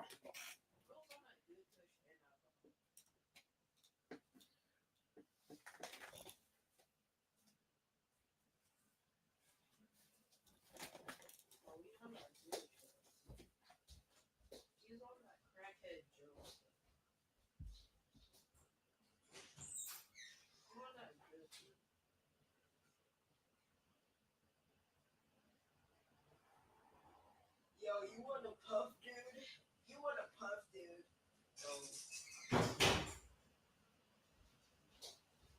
No, bro's actually eating. Noah's actually eating. Okay, so at 11:47 p.m. 11:47 p.m. she texts her father.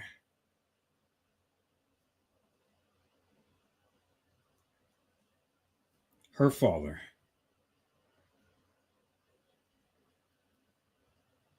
Okay, this is according to this Facebooker. All right. Going to get gas. However, this is what investigators would eventually find out. There was no gas station that she was getting to. The closest station was in the opposite direction. So where was she really going? And why was she lying to the person she loved best? The questions are like cancer cells, and everyone is more repulsive than the other. Did she know her killer? Was it an intended meeting that failed? Or did she happen to be in the wrong place at the time a monster was stalking the streets and was a mere victim of opportunity? When Dakara failed to arrive home that night, the family of Dakara was in a state of catastrophe. It was not a girl who vanished without a reason. This was not a person who had forgotten to make a call home. The report of the missing person had been filed by August 24th. Okay, so date last seen was August the 22nd, 2025. Date last seen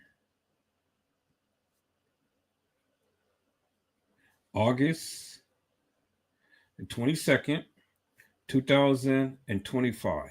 Okay, that's on the flyer. All right. Was last seen at the Shell gas station. Now that's what it says right there on the flyer. It says was last seen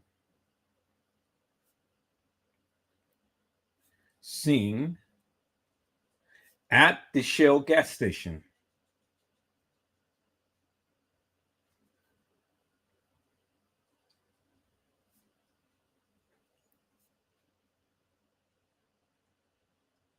Okay, so who's getting this information?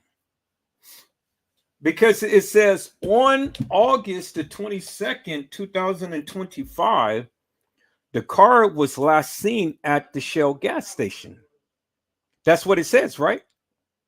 Okay, so let's go back to the news. I want to go back to the news now. Let's go back to the news. Let's see if we can be able to get a little bit more from the news instead of these YouTubers.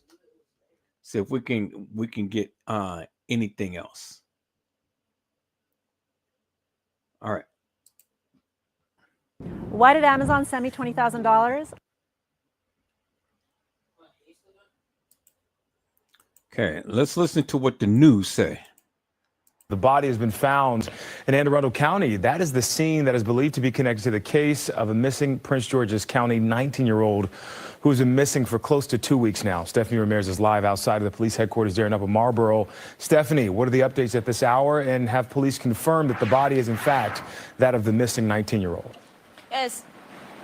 And Stephen, right now they still can't say definitively that this is connected because they're still waiting for the autopsy and other reports to come back. But yes, investigators do believe it is connected, and that is because of what they said are similar characteristics between the body found and information of the 19-year-old that was shared by her parents. 19-year-old Dakara Thompson of Lanham, Maryland, missing on August 22nd is when she was last seen. Her parents, who reported her missing the very next day, they tell Fox 5 they found surveillance video from the 22nd capturing their daughter moving around. A missing persons flyer says she was last seen at the Eastgate Shopping Center Shell gas station in Lanham, and that her car was later abandoned in Hyattsville with all of her belongings found inside. Now, that's in Prince George's County nearly 2 weeks ago. Take a look at Skyfox up over Route 50 in neighboring Anne Arundel County. Okay, so the news reported that she was last seen at a gas station, at a Shell gas station. That's what it says, right? And that the family have found video footage the very next day. Let's listen to that again. Now, I want to download this because I want to piece this thing together. So here, let me go ahead and download this. Going to download this. You guys should be able to see everything that I'm doing. All right, so let me go ahead and download this because we're gonna piece this thing together based upon what the news had said, not these YouTubers. So we got 11:47, and the family had reported her missing the very next day. All right, so I got that. Cool. So now let's listen in to this, peoples. So we know that she was found last seen by a Shell gas station, but then she's been moving around that night. So let's rewind this a little bit. Okay, so now this is where it gets very interesting. Let's listen in to what they said. Next day, they tell Fox 5 they found surveillance video. Okay, so here, let's rewind that back a little bit. And that is because of what they said are similar characteristics between the body found and information of the 19-year-old that was shared by her parents. 19-year-old Dakara Thompson of Lanham, Maryland, missing on August 22nd is when she was last seen. Her parents, who reported her missing the very next day, they tell Fox 5 they found surveillance video from the 22nd capturing their daughter moving around. A missing persons flyer says she was last seen at the Eastgate Shopping Center Shell gas station in Lanham. Okay, so nobody gave that report. It says that the flyer said that she was missing at the Shell gas station. So it never said that anybody gave a report of them seeing her at the gas station. It just said that the flyer said. So we don't know who gave that information. We don't know where that information came from because the flyer said. So the flyer really can't speak to anything because we don't know who made the flyer. But we do know that the family had made the missing persons report the very next day. The very next day. So the family made the missing person report on the 23rd. That's what the news said, right? It said that the family made the missing persons report 24 hours later. 24 hours later. Listen to what they said, peoples. Let me rewind this back right here. I'm telling you what they said. Let's listen in. 18-year-old Dakara Thompson of Lanham, Maryland, missing on August 22nd is when she was last seen. Missing on August 22nd when she was last seen. Parents who reported her missing the very next day, they tell Fox 5 they found surveillance video. Parents made the missing report missing persons report the very next day, they found surveillance video footage. How did they find the surveillance video footage? How did the family find the surveillance video footage? From the 22nd, capturing their daughter moving around. A missing persons flyer says she was last seen at the Eastgate Shopping Center Shell gas station in Lanham. Okay, so they found surveillance video footage of her daughter moving around. So the family, not the police, had found surveillance video footage of their daughter moving around at 1:35 a.m. in the morning. The family found their daughter on surveillance video footage moving around at 1:35 a.m. in the morning. The police didn't say that they found the video footage. You heard what the reporter said. The reporter said that the family found her at 1:35 a.m. in the morning moving around.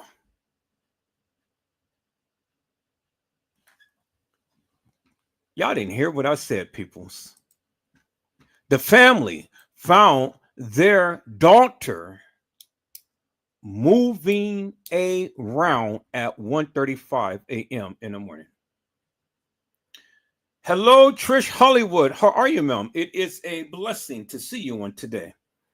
Trish Hollywood says, "Hey, Edward in chat."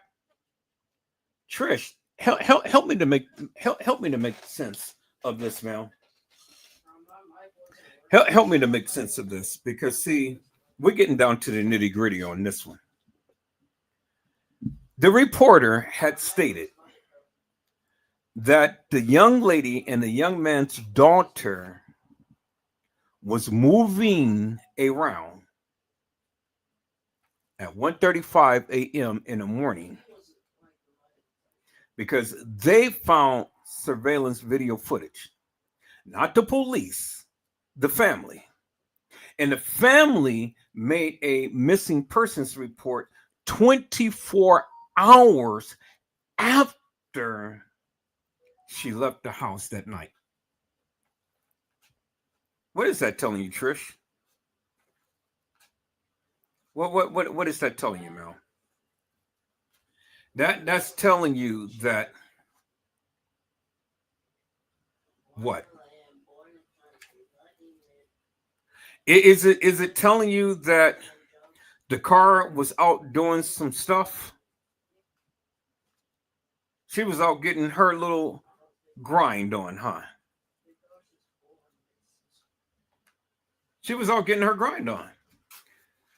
Trish Hollywood had said the family knows something. Just like the family of the perpetrator knew something, because they said that they heard moaning and it was like somebody wasn't enjoying some sex. That's what they said. Ain't what I said. Go back and listen to the videos. That's what they said. But Trish Hollywood has said the family knows something. Yeah, you damn straight that the family knows something. The family knew the car was out getting her bump and grind on. And all of this wasn't no cut and dry. It wasn't cut and dry, peoples. The car was out doing some stuff. And they're trying to make it seem like, oh, well, my daughter, she don't get out and do splits on a dick.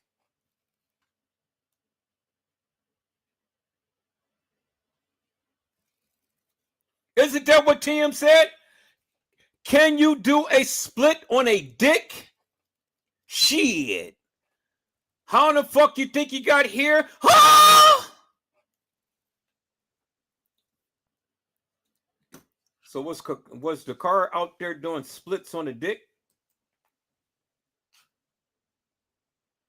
Mariah Lavender had says out making a little change.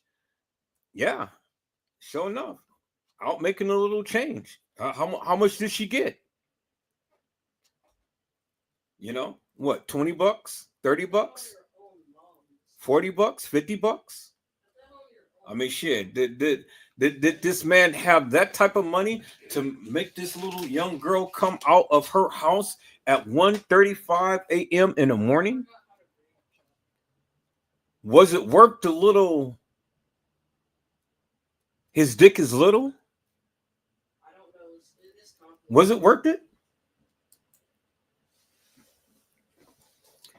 How much did it take for the young lady to come out her house at 1:35 a.m. in the morning?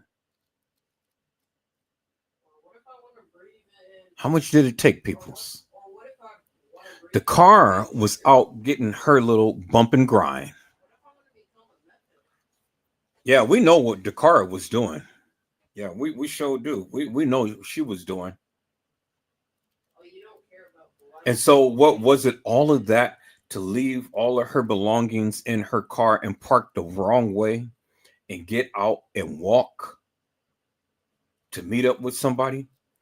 So did she know this guy? Something had to happen in order for them to be able to hook up at 1:35 in the morning, peoples.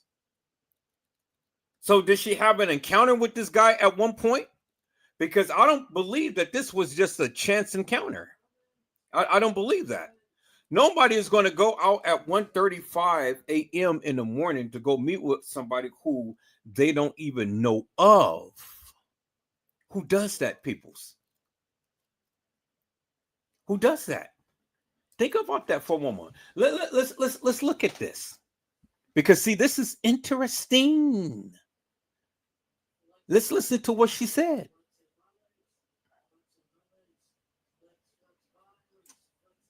19-year-old Dakara Thompson of Lanham, Maryland, missing on August 22nd is when she was last seen. Her parents, who reported her missing the very next day, they tell Fox 5 they found surveillance video from the 22nd capturing their daughter moving around and missing. They found surveillance video footage of their daughter moving around. Moving around where? Moving around doing what? You heard what the reporter said. They found surveillance video footage of their daughter moving around.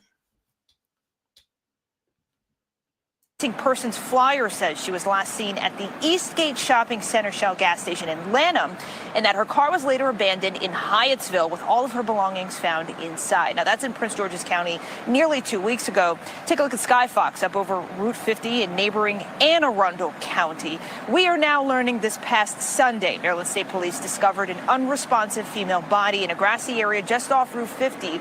We don't know what condition the body was found in. Troopers tell us they do not believe that a broken down vehicle had anything to do with it because they were responding to that broken down vehicle at the time.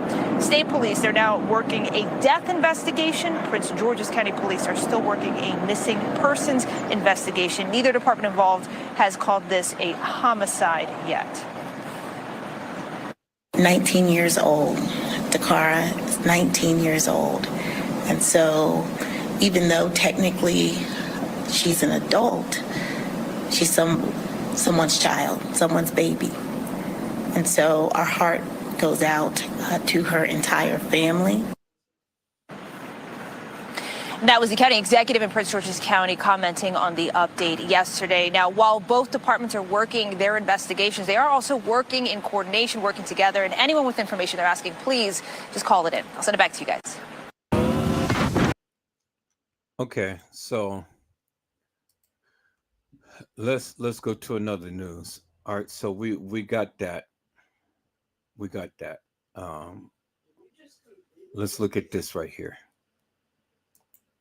Now, the News 4i team has been digging into details about Hernandez Mendez's prior arrest by federal authorities and why he was let go. We're going to bring in investigative reporter Tracy Wilkins, who has also learned about questions here about Prince George's County's police's sort of initial handling of the case and her report as a missing person. Yeah, there are a lot of questions in this case. Let's start with what we know about Hugo Hernandez Mendez and his past interactions with the law. An ICE official tells us he is from Guatemala and entered the country in an unknown date. But we know when he crossed the radar, federal officials, just as recently as this past spring, he was not kept in custody. Today at the press conference announcing murder charges, state and county officials said he had been arrested by the U.S. Park Police last April and charged with a DUI, but was released.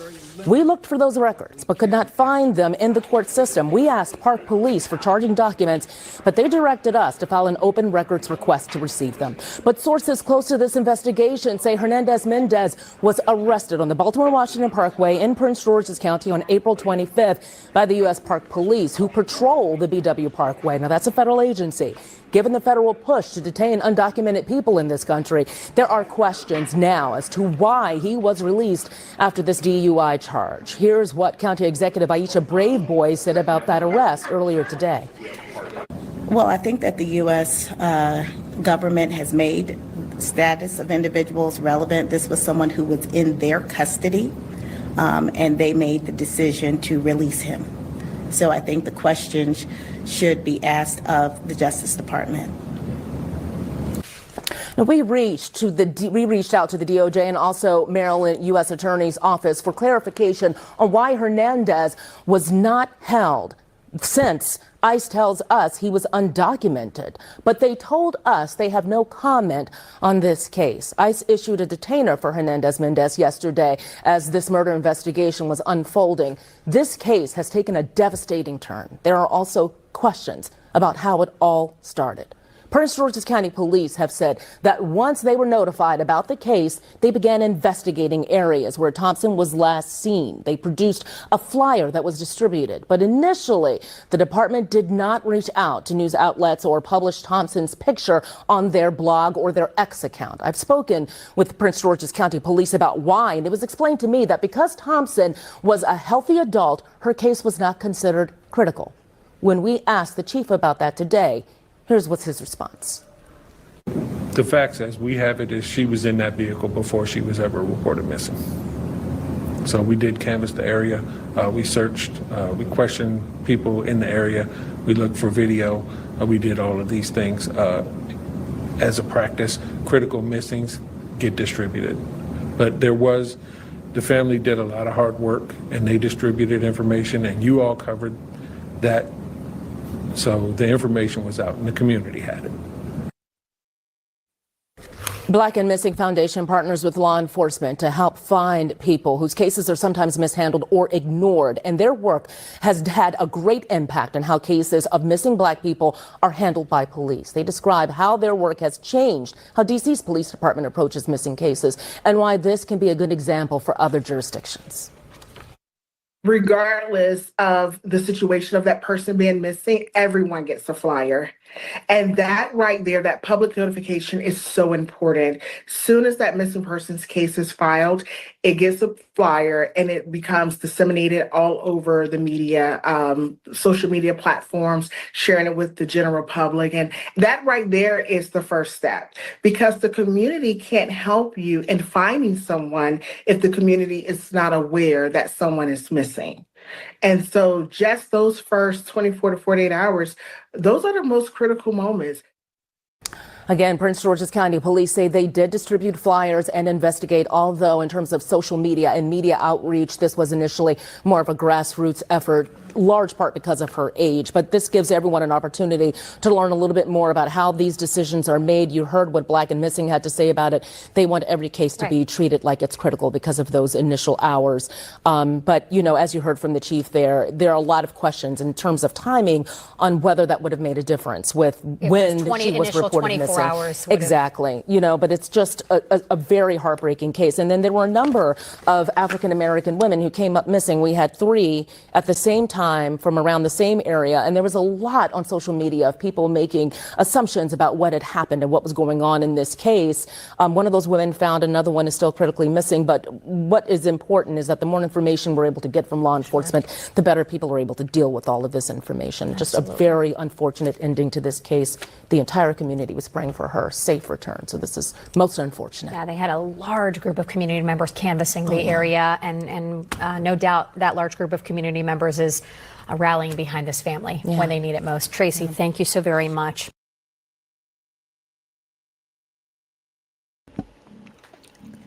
All right, listen, people. This is just total bullshit. You know, it is total bullshit. Mariah Lavender said, what do they mean moving around? Did they have an air tag on the car?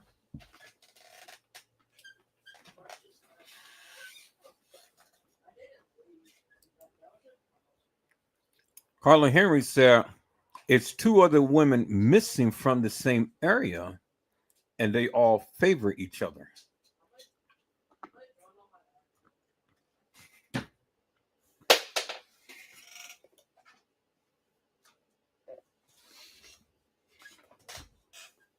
Listen, people. Listen.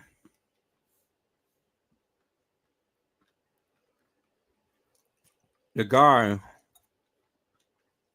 was arrested, undocumented, and then let go.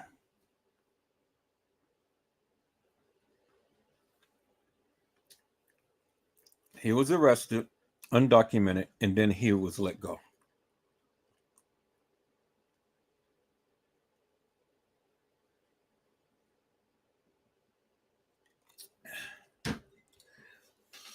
Why was he let go? Why was he let go? He was arrested, he was charged, and then they let him go.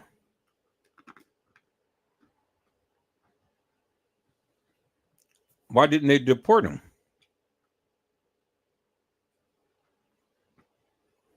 At the point in time to when they knew that he was undocumented.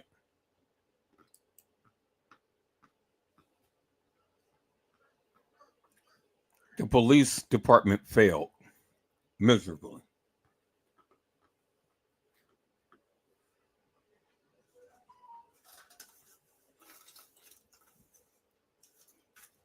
A young lady is dead all because they dropped the ball.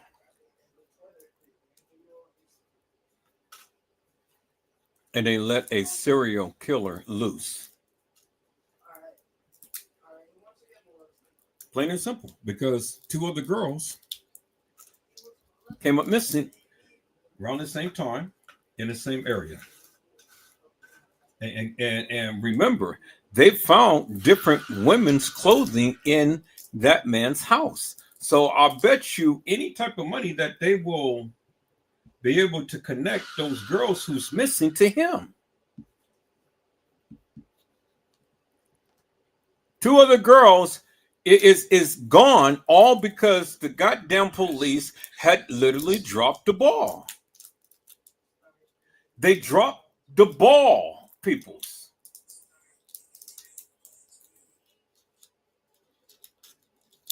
They dropped the ball. And all of these people are dead because they let this man out of jail. Undocumented. And they could have deported him to save some lives. People in the house listening to him having sex.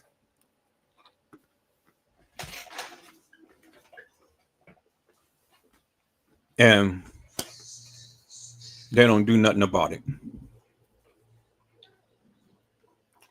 Carla Henry had asked, when did they let him out of jail?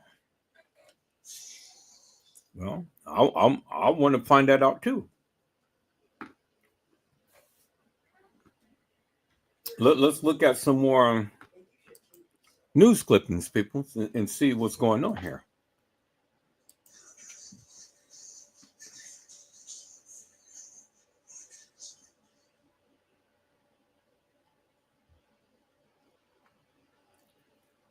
You know, because the more and more that we listen to this stuff, the more and more that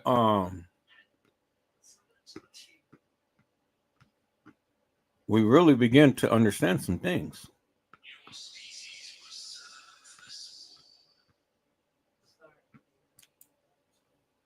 Tired of expensive real estate?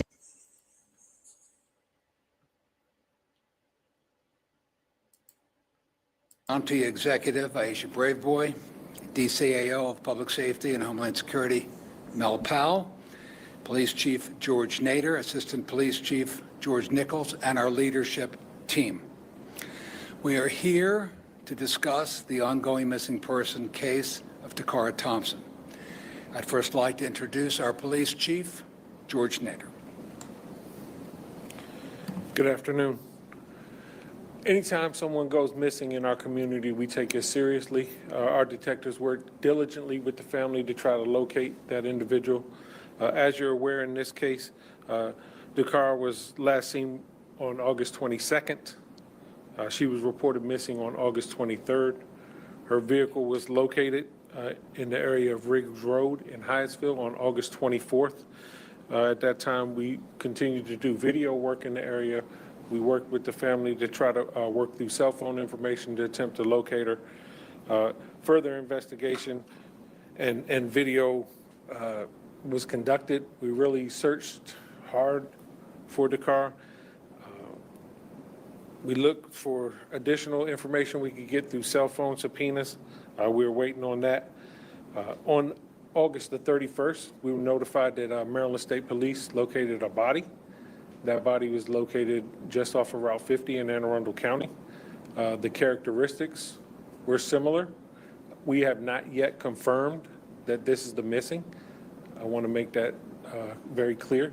At this point, there has not been a confirmation, but the characteristics are similar, so we're exploring that. We're working hand in hand with the Maryland State Police Department. They're going to be handling the death investigation. We are still working our missing person case. We are asking that anyone with information about this case contact the Prince George's County Police Department at 1-866-411-TIPS. This investigation is ongoing for us, and out of respect for the family, we are going to ask that we give them some privacy as we process and attempt to confirm whether or not this is our person. And at this point, I'll turn it over to the county executive. Thank you so much. Thank you so much, Chief, and the entire Prince George's County Police Department, as well as MSP, who are our partners. You know, anytime someone goes missing, it is sad. It's tragic because for a family, you don't know where your loved one is. And so we take that very seriously here. And I know that we have been in touch with the family. They are aware. I think it's so important to keep families involved, keep them up to date with information as you process or investigate something involving their loved one, so that they know that we're doing everything we can to find their loved one. 19 years old. Takara is 19 years old. And so even though technically she's an adult, she's someone's child, someone's baby. And so our heart goes out to her entire family. And we will, again, continue to work diligently to bring some resolution and information to her family as well as to the public. Thank you. And we do not have more information than that to share with you, so we appreciate everybody coming out. As far as if you had questions, and I know you probably do, but further than what we've told you, we don't have any other responses. So Look for a response to go out from us, and I believe Maryland State Police will issue a immediate response shortly. So other than that, we don't have any additional information. So we'd like to thank you all for coming out. We appreciate it. It was in Anne Arundel County, just off of Route 50.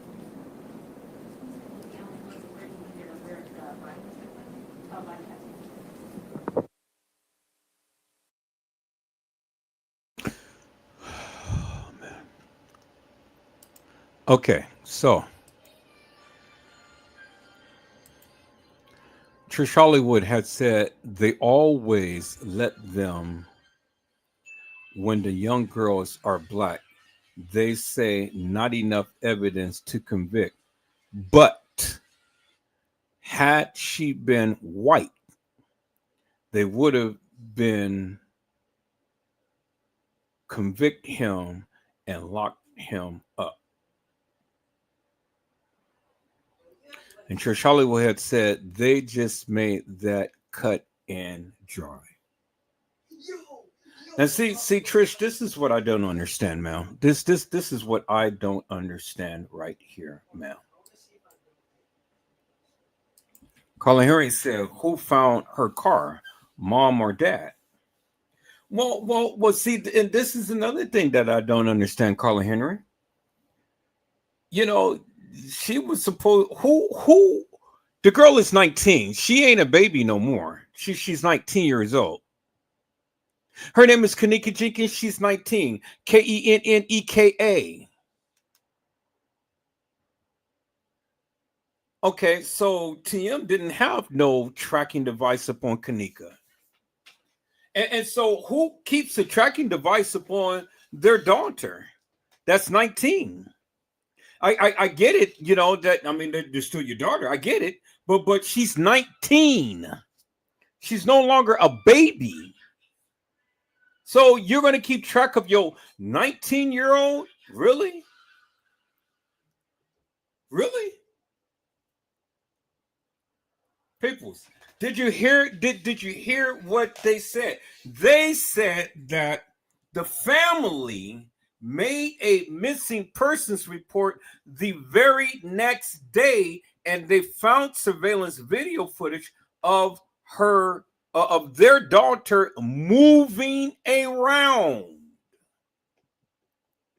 What do they mean by moving around? Well, God damn it, it doesn't take a rocket scientist to figure this shit out, peoples. The family knew what Dakara was out there doing. They knew. Because it didn't say that the police had found the surveillance video footage. It said that the family had found surveillance video footage of Dakara moving around. That's what it said, right? That's what they said. So the family already knew Dakara was out there doing some stuff that she ain't had no business doing. But then let me be careful when I say that, because again, she's grown. She's 19. She's no longer have to listen to what they say. She's 19. You know, she can make her own decision. She can do whatever she wants. She is 19. She's no longer under the rule of mama and daddy. She can make her own decisions. She can do whatever she wants. She was 19. So let's get that straight once and for all, people.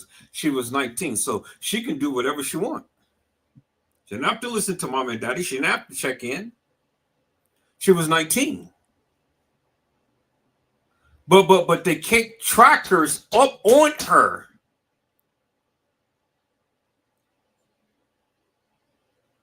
They kept trackers up on her. Trish Hollywood said, "I keep track of mines. You won't find mines dead in the woods. Live in my house, my rules." Yeah, okay. And there you have it. Yeah, well, when she's under your roof, and you supplying room and board, yeah, well, okay. Well, then you have every right to keep trackers and markers and pens and pencils and scratch pads and everything and stuff. You know? But my thing is, hey, I'm not against it because again, she's 19. That girl was able to do whatever she wanted, and that's exactly what she did. She went out and she did whatever she wanted to do. She was 19. And so regardless of whether she was under mama and daddy's roof, she went out and she did what she wanted to do. She wanted a little bit of bump and grind, and she wanted a little bit of change in her pocket, and that's exactly what she thought that she was going to get. But she got a little bit more than what she bargained for. Peoples is what I'm saying. Don't get me twisted here. Look, the girl was 19 years old. And the family knew exactly what she was out doing because they didn't make the missing persons report the same night. They made the missing persons report the next day. Isn't that what TM had asked? TM had asked the dispatcher, should I make a missing persons report now or should I wait 24 hours? And then the dispatcher said, well, wait 24 hours. She could be sleeping over a friend's house or something like that. Okay, well, I'm going to come back tomorrow and make a missing persons report. But peoples, she's already made the missing persons report well before the night. Because you do remember the post that Lenora had made. Lenora had said that we will be out there tomorrow because Lenora made the post on the 8th saying that you mess with the wrong family. We will be out there tomorrow on the night to protest. That's what Lenora said. That's the post that Lenora had made. Y'all remember that, right?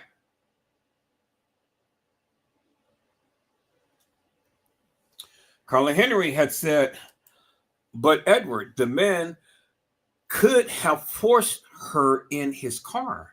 Well, see, Carla Henry, I'm not saying that didn't happen, and I'm not saying that it did happen. Well, what I'm saying is that at the time to when we see her walking from her car and with her key fob locking her car, we didn't see her by no car. We didn't see her by nobody. We just seen her walking. So we really don't know if she was looking for somebody else or whether she was actually meeting up with him. We don't know. That is in question. See, we can assume that she came to meet him, but for all we know, she could have been meeting some other little young dude out there. We don't know. We don't have no video footage whatsoever to state that that Dakara had literally was going to meet up with this man. And then Carla Henry had said, why would she leave her pocketbook and money in the car parked the wrong way? And that's exactly what I'm saying. Because see, it doesn't make no sense, Carla, unless we had some type of evidence that she was going to meet up with this guy. We can only assume, but we don't know.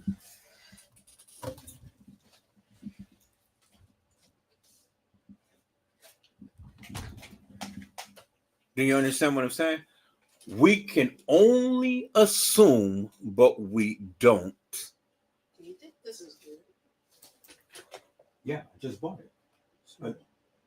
Mike, I just bought it. I just ate some cereal the other day.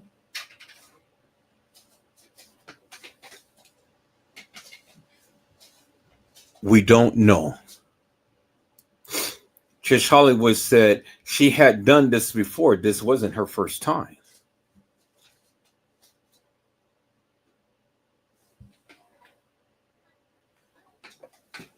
Micah, it is good. I just bought it. I just ate some cereal last night. You want me to eat some cereal?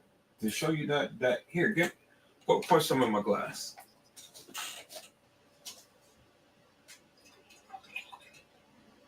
Give me a little bit of chocolate milk. Chocolate. Y'all hold on for a moment.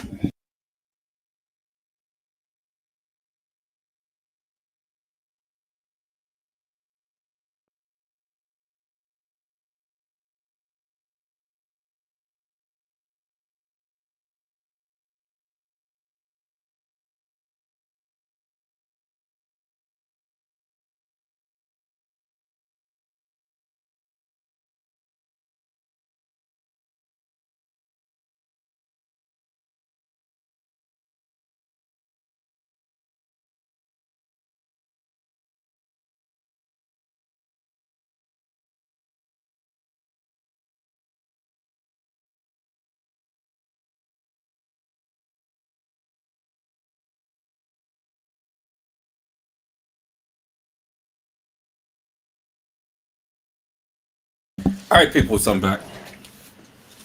So, we don't know, peoples, who she went out to go see. And just like Trish Hollywood had said, yeah, this wasn't this wasn't her first time. This wasn't her first time, people. Mariah Lavender had said, right, Trish, she met the wrong person that night. And then Trish Hollywood had said, exactly, Mariah. She called herself hitting a lick and got licked. We don't know who she was meeting up with, peoples. We don't know. We do not know, peoples. We do not know who she was meeting up with. All we know is that she left her car. She left her keys, and when she didn't leave her keys, but she left her stuff in her car. So now, did he come and abduct her while she was going to meet somebody? That could possibly be. Could have forced her into his car while she was walking and stuff, and you know, told her to get into the car and things, and you know, driven off with her and whatnot. But obviously, she felt comfortable, whoever she was meeting at that particular time of the morning, to leave her stuff in the car and to go and park the wrong way on the wrong side of the street. So obviously, yeah, she was hyped up to see somebody. So to assume that she went to go see him, there's no evidence of that. Until we can see some video evidence that she literally walked to his car, got in his car, and drove off, well, then she was anxious to see whoever it was that she was out there seeing that time of the morning. Carla Henry had said, wouldn't you think she would have parked her car right knowing her car would get towed? Well, that's exactly my point. You know, these youngsters, they don't think when they do stuff. They don't think.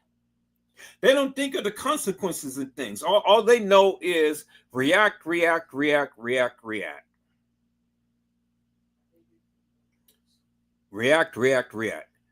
Trish Hollywood has said, sounds like to me he has somebody she met online.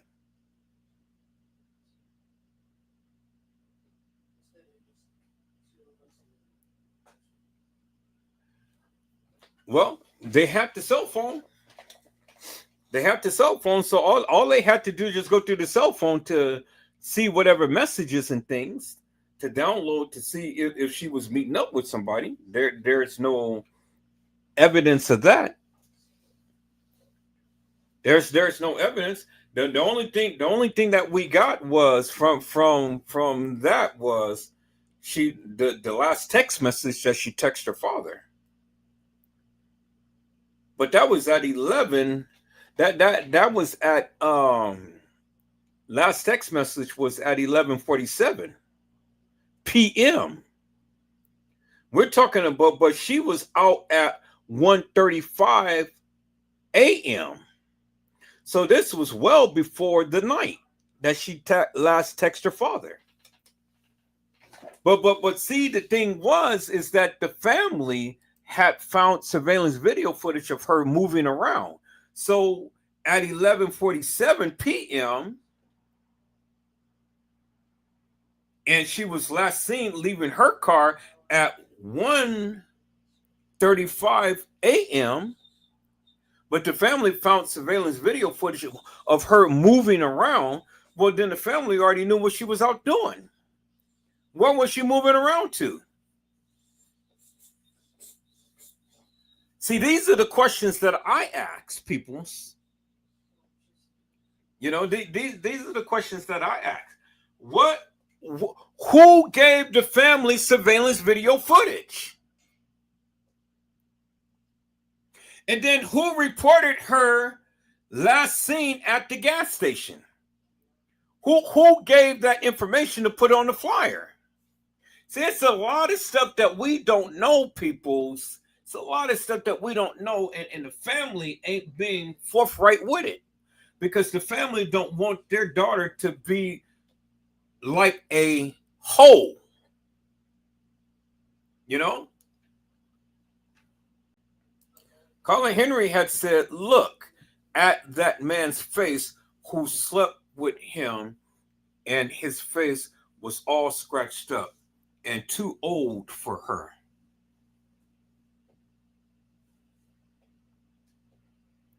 That family don't want to give up no information, people, because they knew that their daughter was a hoe.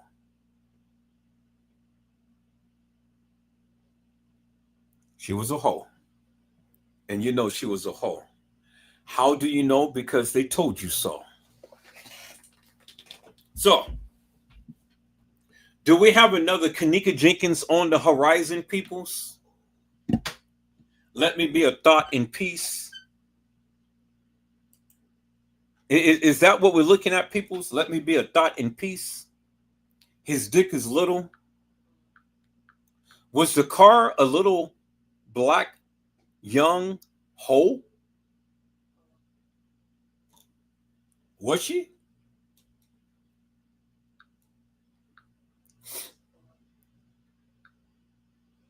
I just want to know, peoples, what is your take upon it? Was Dakara a young black hoe?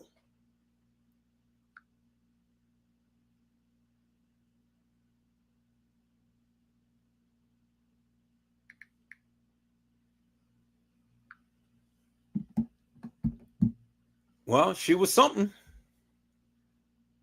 Let's look at the news, people. Let's look and see if we can find something. Because our answers is going to be answered, people.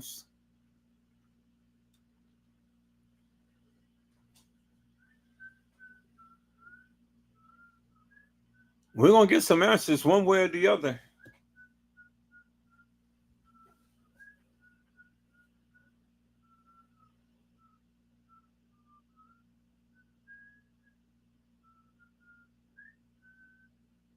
Looks like little Woody got his ass beat.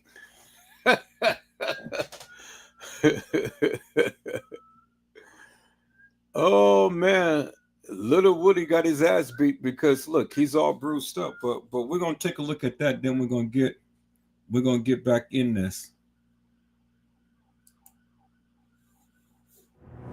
Life moves fast. It's what you get, sucker.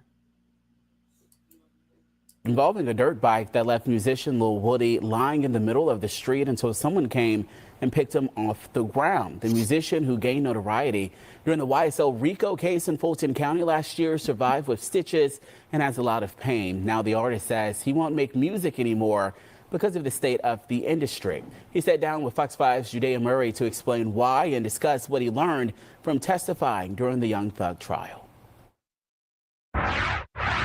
From taking the stand in the YSL trial to silly dances on TikTok, rapper Lil Woody has grown his following since 2024 to over 1 million people.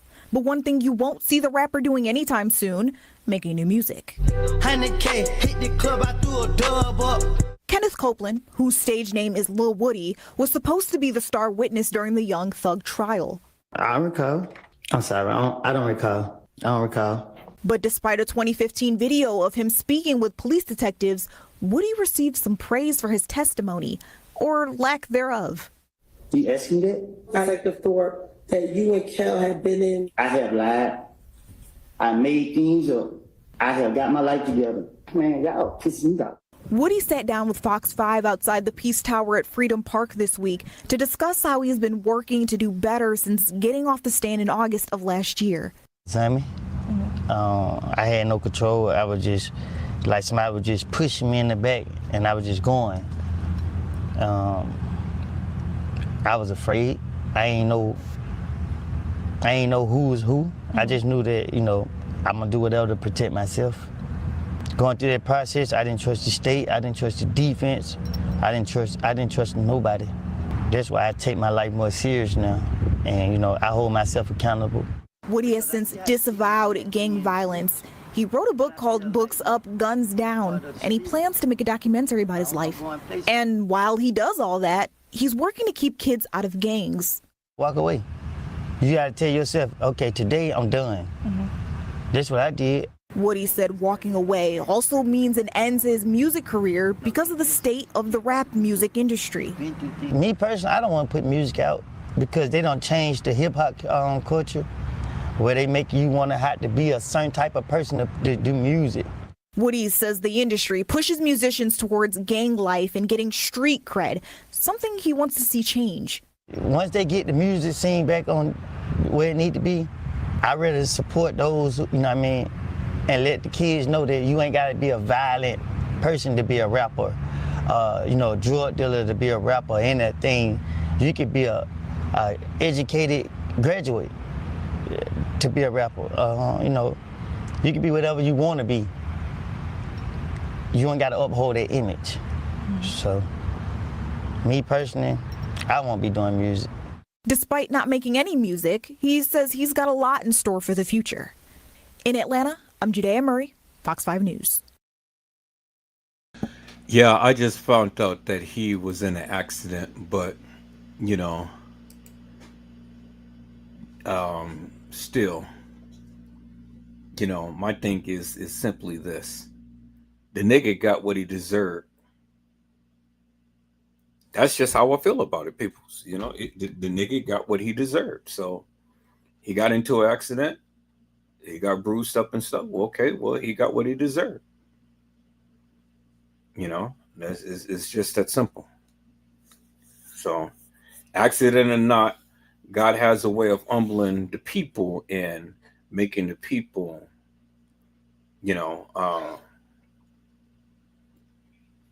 humbling the people and making the people be aware of what they had did, reminding the people what they did and things, So let's get back up on this here, peoples. Let's get back up on this. Listen.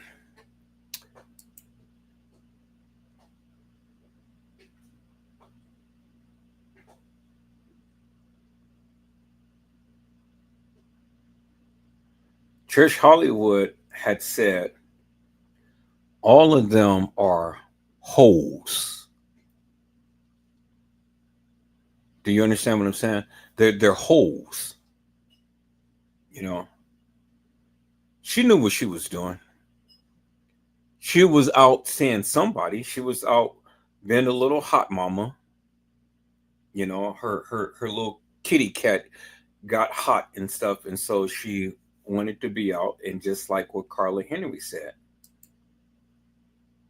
I mean, about Mariah Lavender said, by the way, they putting it, yes, she was selling ass. So she was out a little hot mama. She was been a hoe. Pretty much. The family said that they got surveillance video footage of her moving around. She was a little hoe. What, y'all getting mad because I'm calling her a hoe? Well, I mean, she was out selling kitty cat.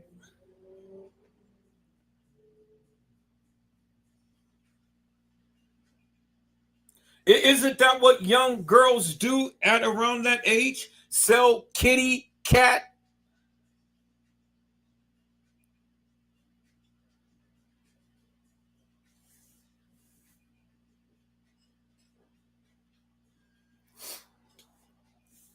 All right. Let's take a look at this, people. See, y'all getting mad at me. I told you I'm going to talk my shit.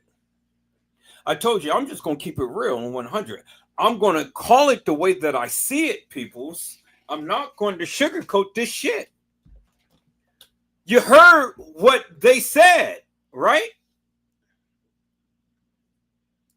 Trish Hollywood has said at 19, she's still a baby. She had no business out there that time of the night, and her mama needs to be held responsible. Just like TM, just like Kanika, just like Shamaya, just like Monifa, just like Irene, just like Bree.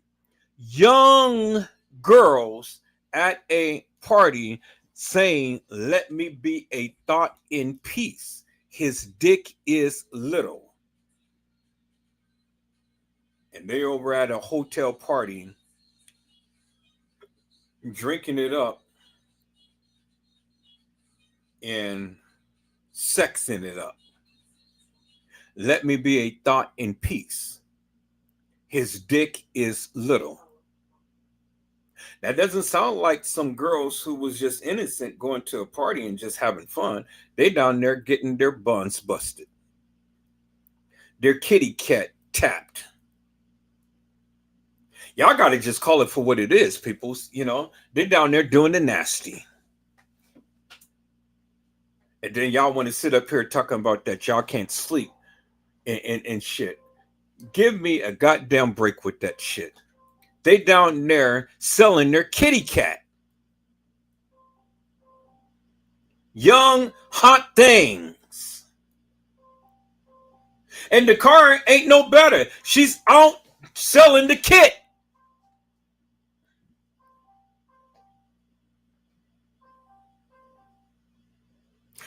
See, y'all just don't want to keep it real. Y'all just think that these little young hot things and stuff, you know, is just totally innocent. See, if you would have kept your little hot little tail in the house, you know, and not put yourself in harm's way.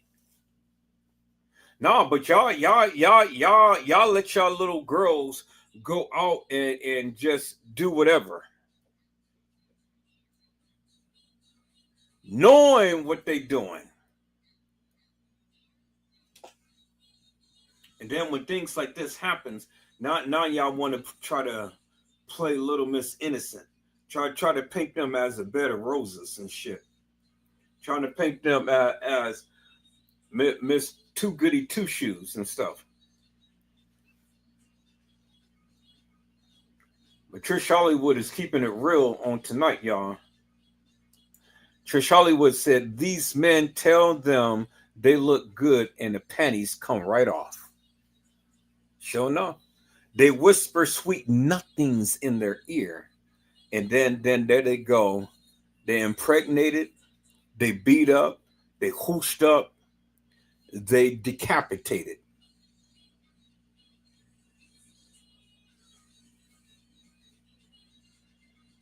all because they spoke a little sweet nothings in their ear. And this is what happens all too often. What happened to the other girls whose clothing was found in this man's house? And the family knew what he was doing. They need to be held accountable. Accessory to the crime. See, you guys didn't listen to that, right? They found other young people's clothing in his house, and he is undocumented. That man's got scratches on his faces and stuff. Whoever he had did whatever to had scratched him up. He had a DUI. Undocumented, and they let his ass back out on the street. And several girls in the same neighborhood came up missing. So who do you think is to blame? You know he did it. You know he did it, peoples. Come on now. Don't play with me.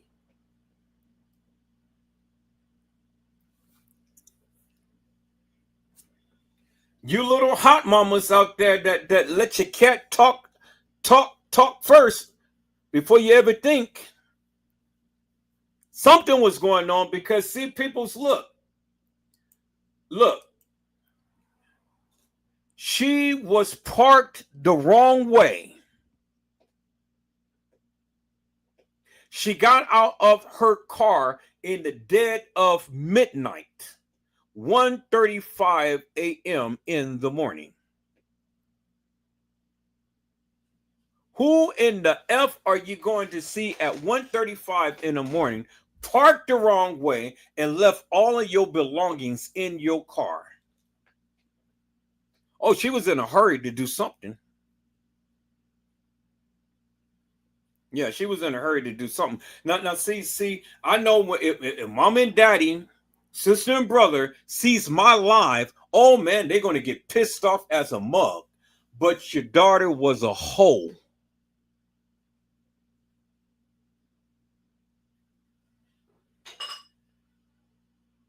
Now, did I just make it plain and clear?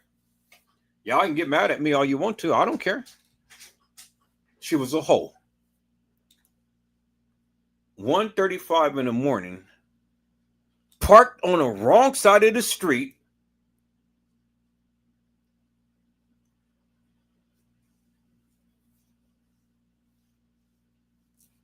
See, I'm not saying that what happened to her was what she got. No, that was wrong. But what I'm saying is that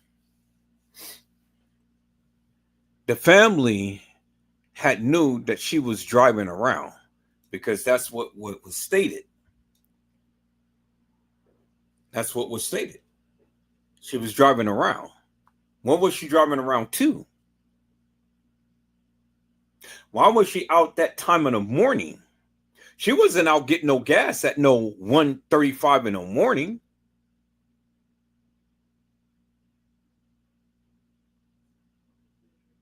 See, the family already knew, because they made the missing persons report the very next day. They didn't make it the same night. They knew that she was a hot little mama. They knew that cat was on fire. And she had to soothe that desire. Yeah, they knew the cat was on fire. And she went out parking on the wrong side of the street. Got out of her car, locked it. She didn't run nowhere. She wasn't in no hurry. She was walking. Who did she go to see?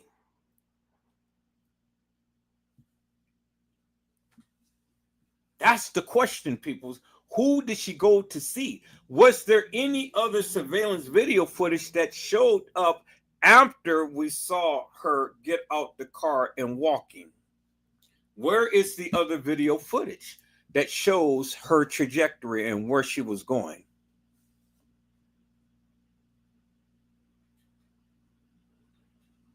because I'm still not convinced that she got out the car to meet up with him.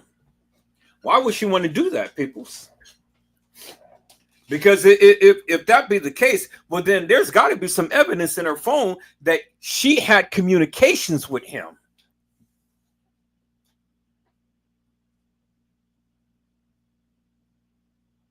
Did she get commandeered right after she got out that car? That is the question. That's another Kenneka Jenkins case, because y'all say that Kenneka walked herself into the freezer. But you saw some girl walk in the trajectory of the freezer, but it wasn't Kenneka. So if it wasn't Kenneka, how in the hell did Kenneka get into the freezer? If you never seen her walk into the freezer.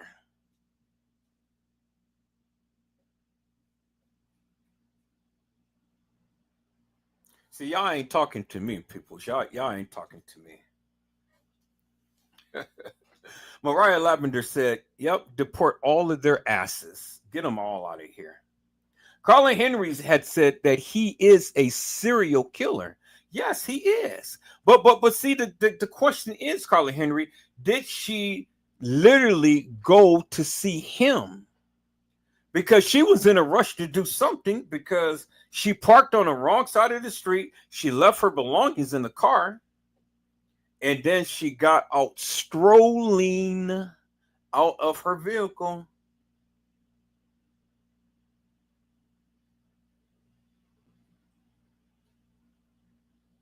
So my question is, if her vehicle was found somewhere else, who moved the car? Because somebody had to move her car. Remember that, right? They said that the car was found somewhere, right? 9 miles away from home, right? And her body was found, right? But where was her car found? That's the question. And if her car was found, who moved the car? So it means that it had to be more than just one person that's involved in this. Because if he abducted her, then how did and where did they find the car? Because was the car found where the body was?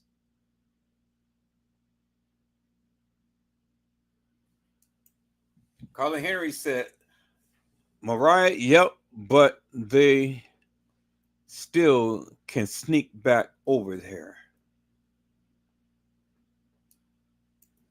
And Mariah said, right. But Mariah had said, I think the daddy did. But wait a minute, Mariah. How could the daddy move the car? Where was the car found for the daddy to move the car? Did the daddy find the car turned around on the street?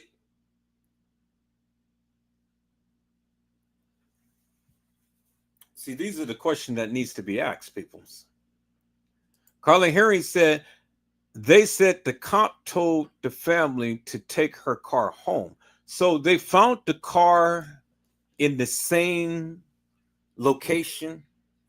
So okay, so wait a minute, y'all. Y'all, come on now, look, listen to me. So if they found the car on the same street, then that means that she had to be abducted at that particular point in time. So now, I'm asking the question. Do you think that she went to go see and meet up with him, or was she abducted? Because look, if she went to go meet with him, well, then where is the information that was in her phone that clearly states that she went to go purposely meet up with him personally? There's no evidence of that. At least I haven't heard any.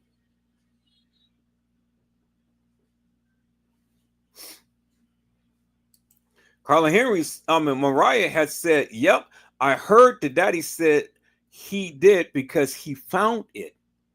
Okay, so then my question is again, did she go and purposely meet up with this guy, or was she abducted?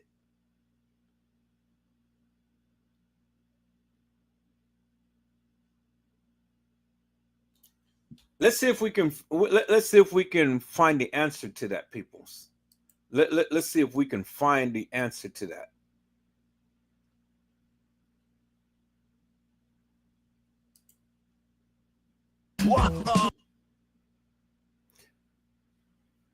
Because that's crucial right there. Let's see what they got to say. Dakara Thompson's parents just want her home. It's been hard.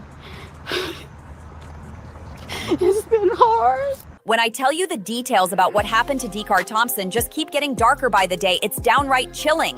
Right now, it looks like we may never hear the full truth from the main suspect, Go EZ Mendez. Still under investigation.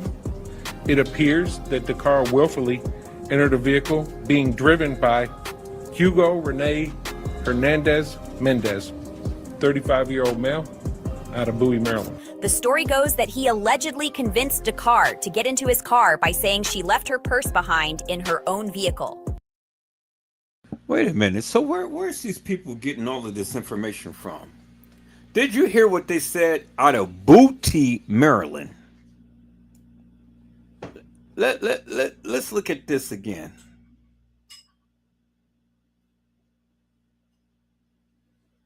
Let's listen to this. Out of Bowie, Maryland. Booty. It's been hard. When I tell you the details about what happened to Dakara Thompson just keep getting darker by the day, it's downright chilling. Right now, it looks like we may never hear the full truth from the main suspect, Go EZ Mendez. Still under investigation.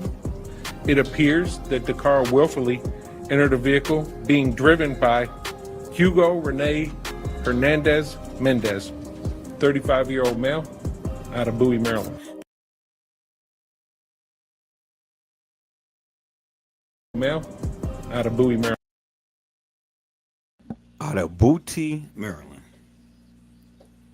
So what he's saying is it looks like Dakara willfully entered into his vehicle.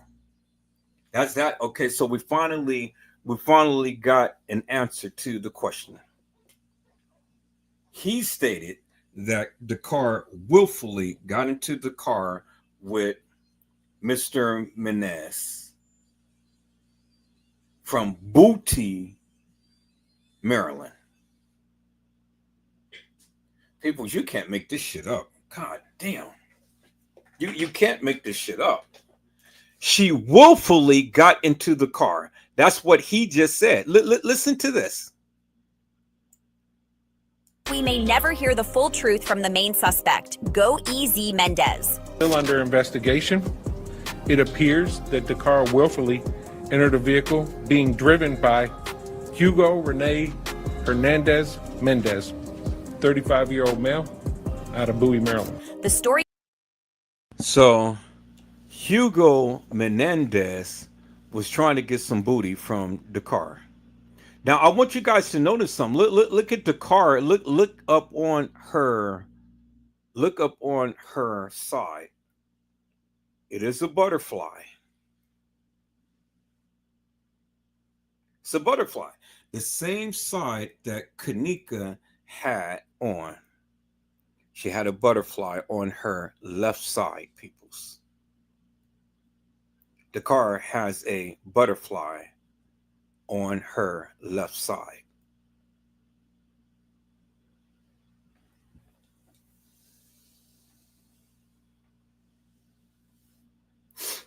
Y'all see that?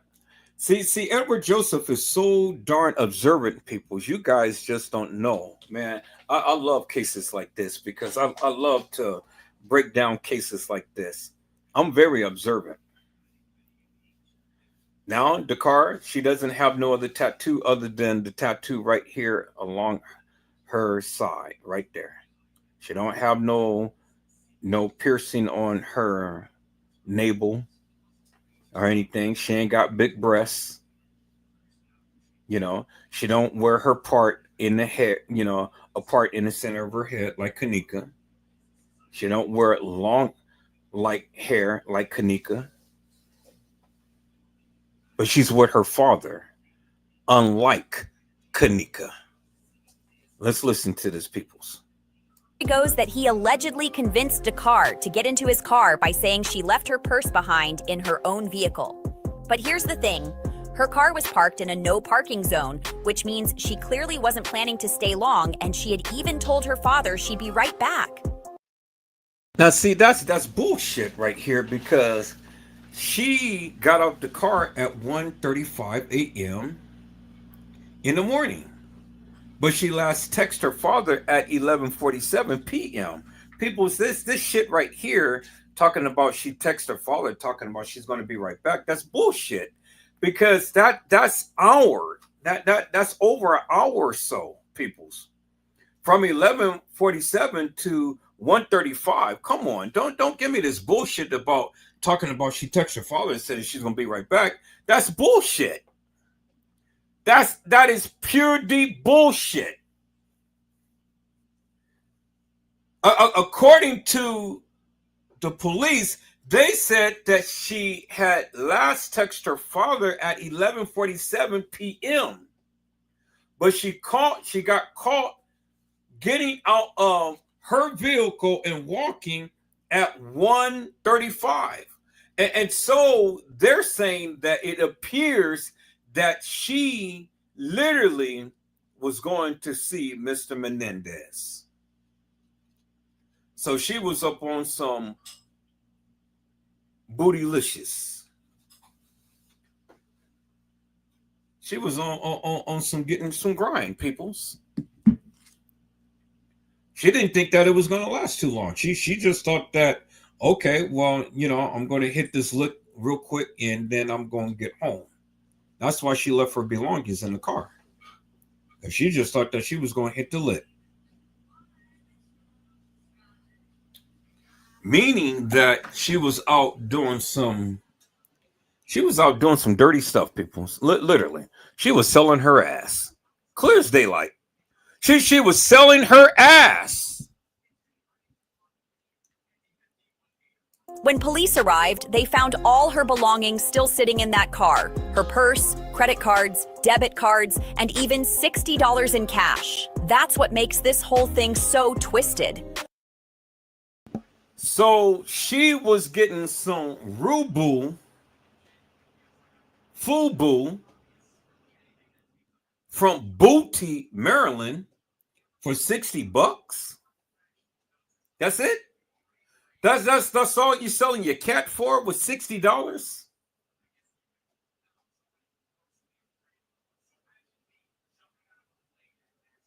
Wow. Wow.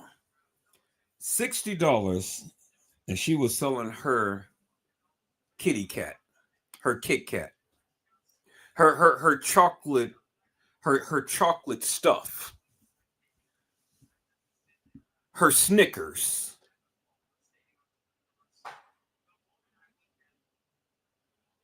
her butter finger, her Mars bar, the ooey gooey nougat. She was selling her stuff for $60, peoples, man. Look at here. That's a crying shame.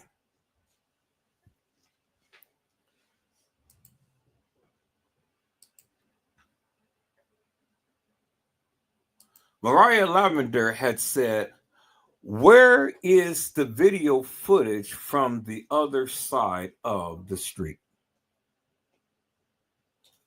That's what I'm looking for. They ain't giving us everything. Trish Hollywood had said, and her father sat back now how these streets are. I mean, sat back and know how these streets are and didn't say nothing. The nigga knew his daughter was out there selling cat. And they're trying to make it seem like she just texted her father, but keep it in perspective, peoples. Keep it in perspective. She last texted her father at 11:47 p.m. And she was out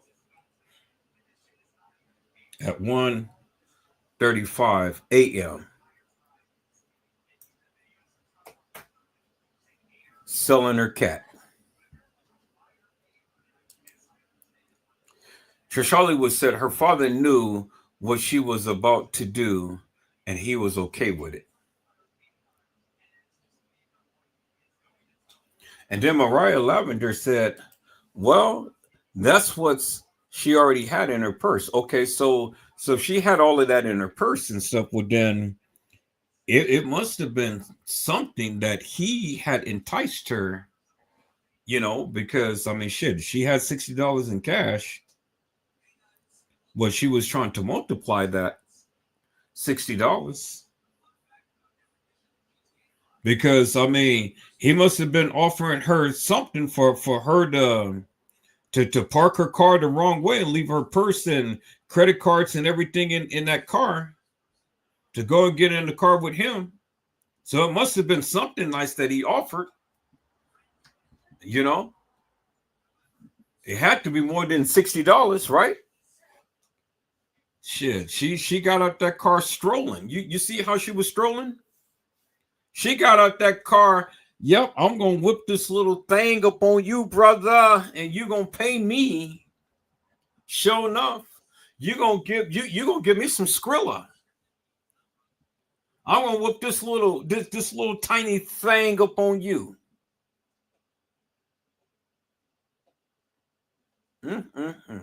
So that means that she had met this person at some point in time for her to be out this time in the morning.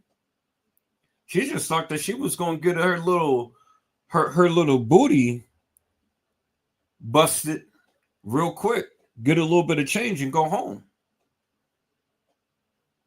But the man had other plans. He took her to the house and busted her up. Because according to the family, they heard moaning and groaning, and somebody wasn't even enjoying it.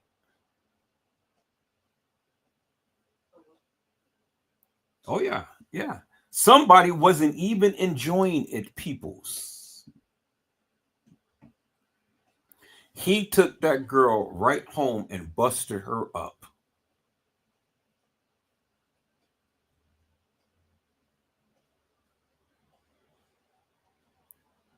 I want you guys to think about that for one moment.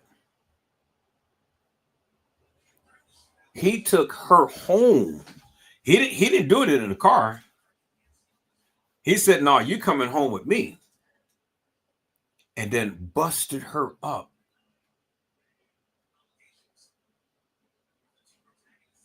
Because the family said that they heard moaning like somebody wasn't enjoying themselves.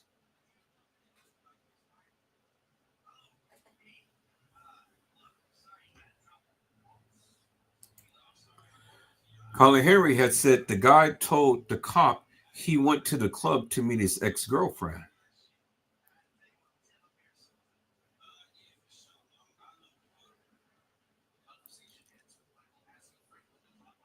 I'm just surprised that this guy had a DUI and he's undocumented and they let him go. Now, that's what I'm really surprised for. You know, the police, they dropped the ball. They literally dropped the ball. If anybody to blame, it's the police. They dropped the ball, peoples. They dropped the ball. Let's listen to this, peoples.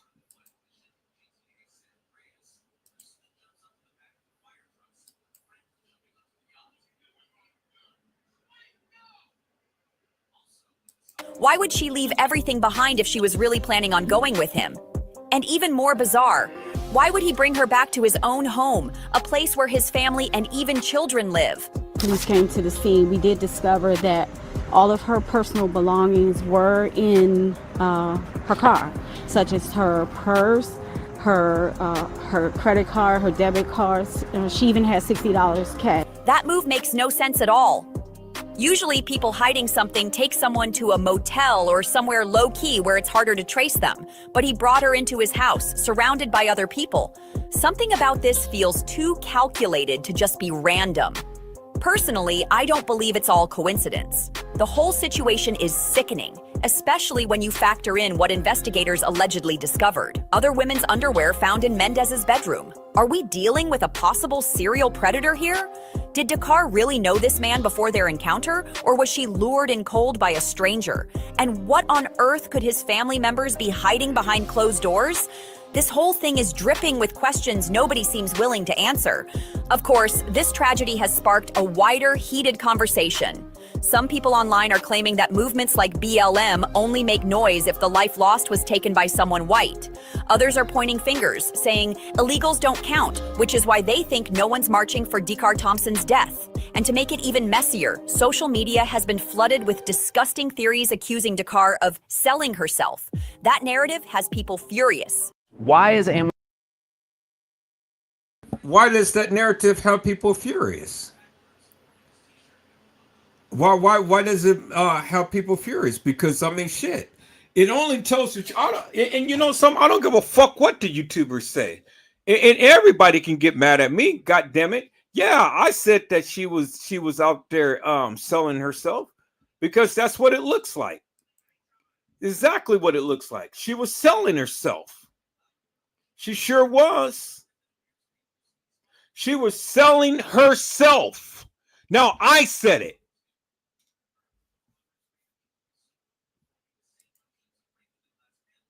Carla Henry has said they took his license also for DUI, so she was driving around with no license. He was supposed to be driving. And then Carla Henry said, is her family talking about getting justice? Well, okay, so who out there is getting mad at Edward Joseph for me saying that she was out there selling herself? Because what girl is going to be out there at 1:35 a.m. in the morning? So this commentator, this person, this YouTuber who's getting mad and stuff about people saying that she was out there selling herself. I want that bitch to say something to me. Say something to me.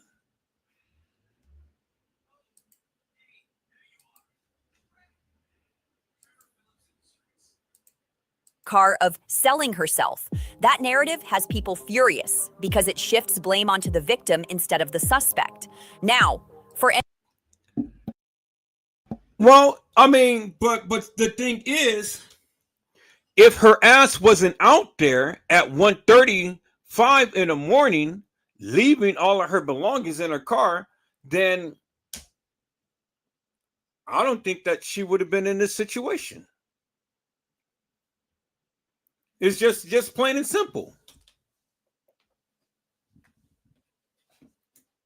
It's her fault for going out and being out at 1:35 in the morning. It's her fault. It ain't his fault that she was out at 1:35 in the morning, but it's his fault for killing her. But it's her fault for being out. Do you understand the difference, peoples? It is her fault for being out, but it's his fault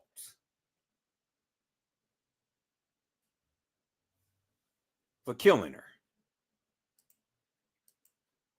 It's his fault for killing her, but it's her fault for being out.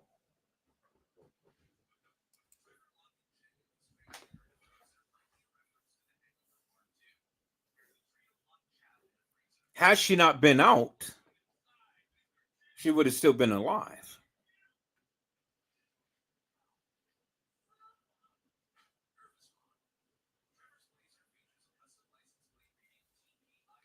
Colin Henry said, lots of people said that that's what she was doing. Colin Henry had said, why would she want to go and get gas that late? She could have got gas the next day because she was out wanting to do a split on a dick.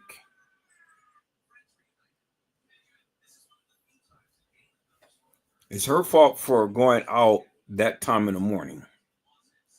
And it's his fault for killing her. I know she didn't expect that. I know she didn't want that. But that's what happens. That's what happens, people, is when you go out at 1:30 in the morning and meeting these Mexicanos, these Taco Bells, trying to get into your enchilada, your tostada, your margarita, because you're the senorita. You put yourself in harm's way by going out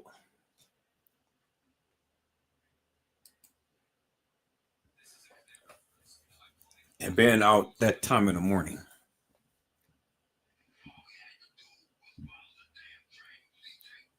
You put yourself in harm's way. And then what happens to you is what happens to you. Because it would have never happened had she never went out.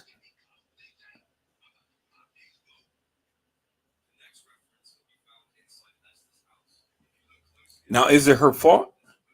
It's her fault for going out and putting herself in that situation. But it's his fault for going ahead and killing her.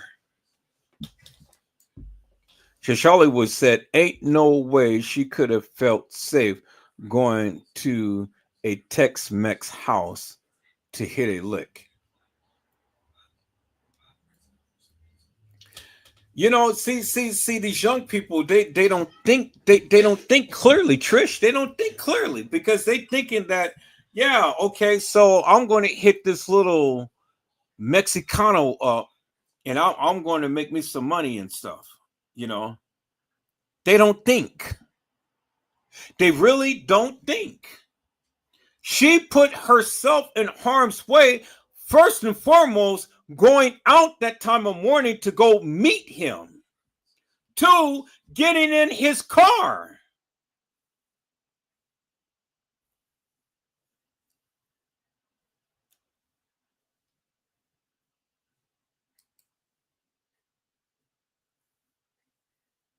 She went to go see Chevy's Fresh Mex tortilla style. He wanted some salsa. People, you know, I'm just trying to make light of this and stuff. You know, I'm not trying to be funny, but yes, I am trying to be funny but it ain't nothing funny about it, you know. But I'm just trying to be funny. It really ain't. But see, the thing is, it's simply this. You know, you young people, y'all need to start learning, you know, what to do and what not to do. You can't do this shit in this day and age. You can't. You better meet that man, that boy, or whoever that you're going to do in daylight to where people can see you. Stop going and meeting up with people you don't know and putting yourself in harm's way like this. You guys got to start thinking. You young people, you can't do this shit nowadays. You see the shit that's going on around you and stuff. Stop putting yourself in harm's way.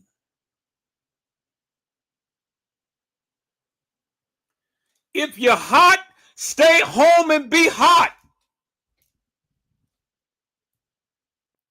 But don't be a thought going out and putting yourself in harm's way. Meeting up with fresh Max.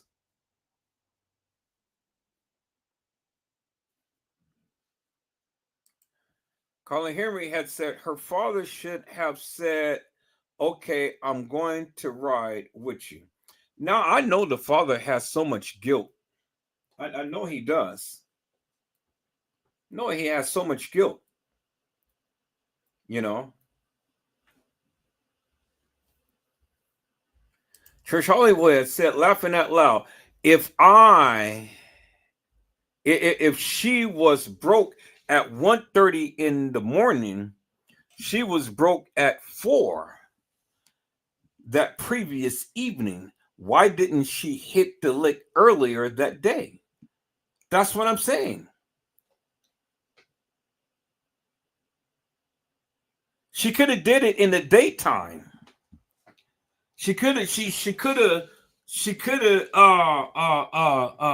well, you know, I mean, you guys going to do what you're going to do and stuff. You know, I can't tell you what to do. But what I'm saying is y'all got to start thinking, because this shit ain't safe. Y'all want to get out here and y'all want to spread your legs to all of these different people and stuff. You never know what you're going to come encounter with. You may get AIDS, you may get gonorrhea, you may get syphilis, you may get whatever type of manner of disease and stuff. And then y'all just can't be effing around with just anybody. Y'all got to leave this pimping, prostitution, this hoeing alone. It ain't worth it, people. It's not worth it. It's not worth you going out there, spreading your legs to all of these people and things and stuff. It ain't safe. It ain't safe. You got to understand, people are missing. Those days is over with, people.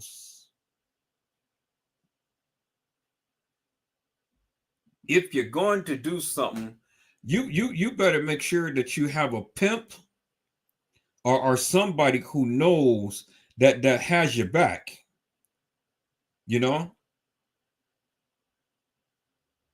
Not the nigga. It not now if you're going to be going out and you're going to be working with somebody and stuff, well, you know that the nigga is going to have your back. So you better get with somebody who's going to have your back. So if that nigga is going to have your back, well, make sure the nigga have your back. Make sure that you'll be able to come home.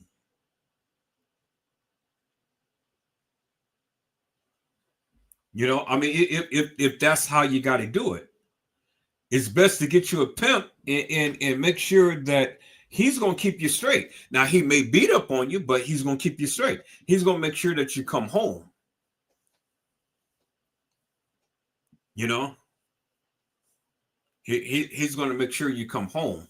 But if you guys, if you girls got to go out there and do that type of stuff, you know, ladies, please, don't do it in the dead of night. And you out there by yourself. You have no protection whatsoever. And don't be getting in car with strangers.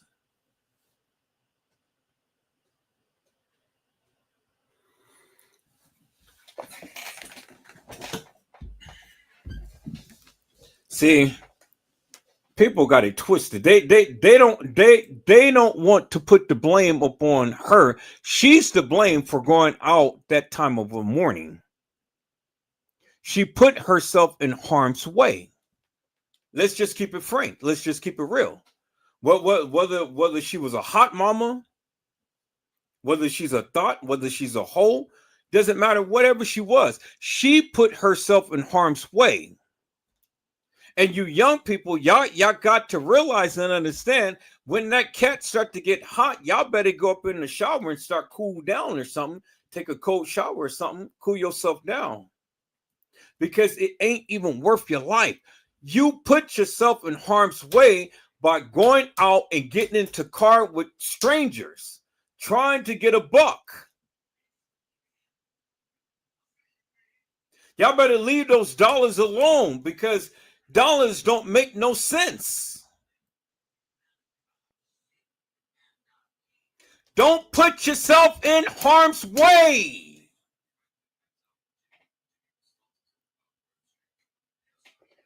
Don't put yourself in harm's way, peoples.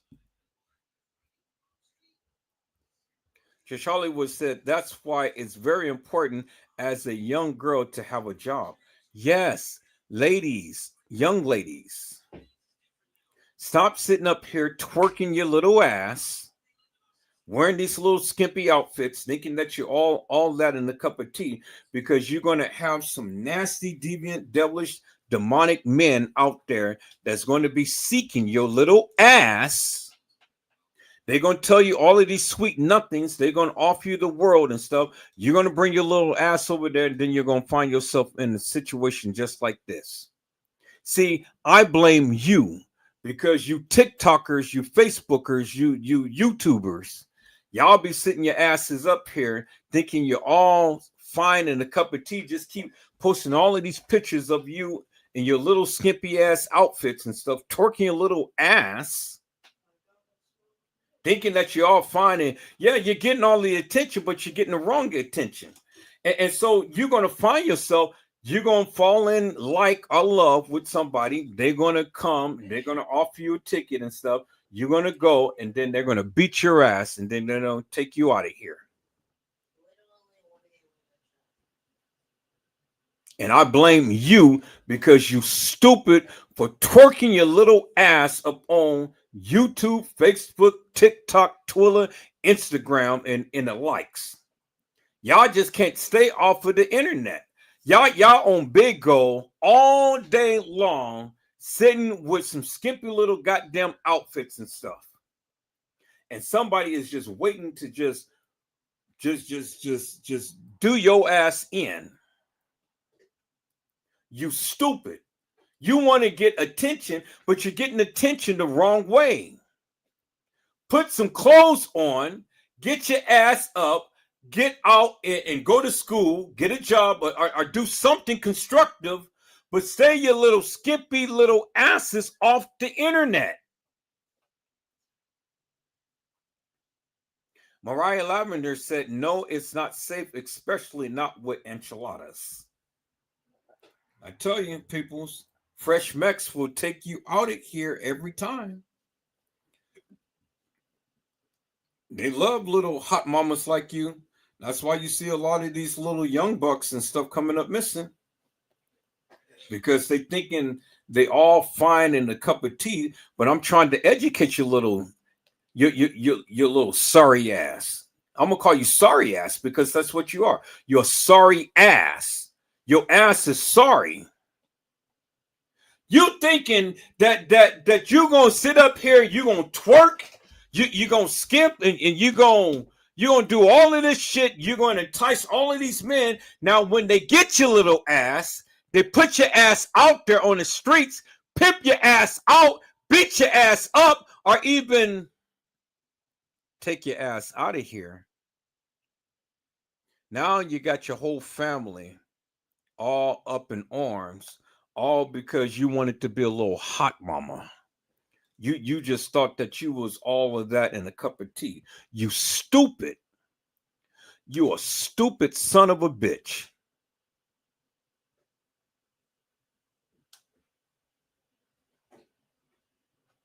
Man, I'll be damned if my daughter ever sit her ass up here and twerk.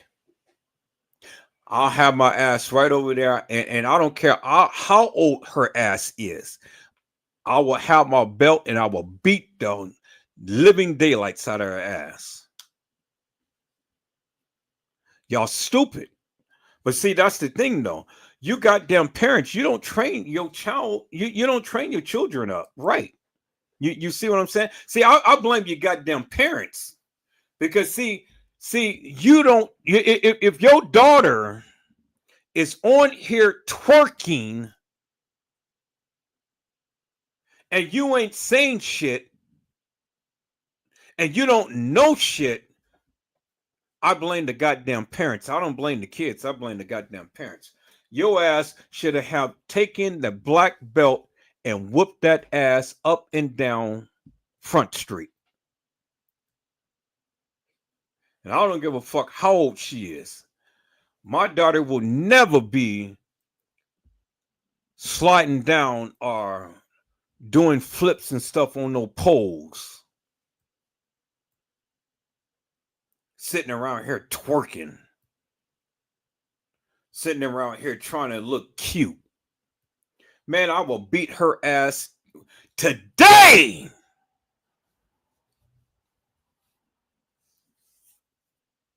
That's why these kids are in the situation that they're in now. That's why these kids are being trafficked, being pimped out, being prostituted.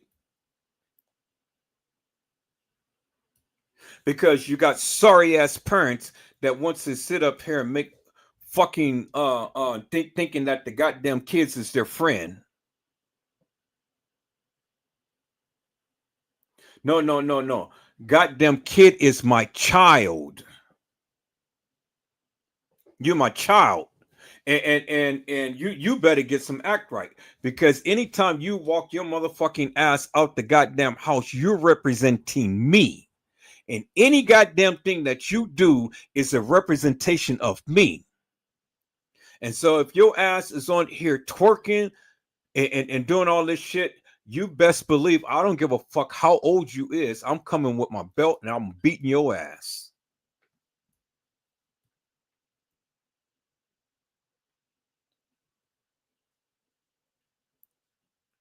It's the parents, peoples. You motherfucking parents are hoes, bitches, and motherfuckers. You're sorry son of a bitches that don't even train your child up. The Bible tells us, train your child up in the way they should go, for when they get old, they shall not depart from it. But you're not training your child.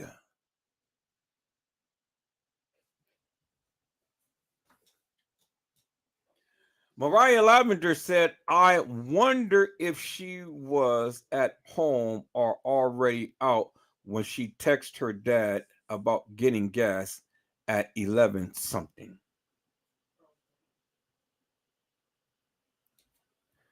Man, see, we got to put the blame where the blame needs to be put at. That is the goddamn parents, and that is the kids. The kids is hard-headed, they're rebellious, son of a bitches.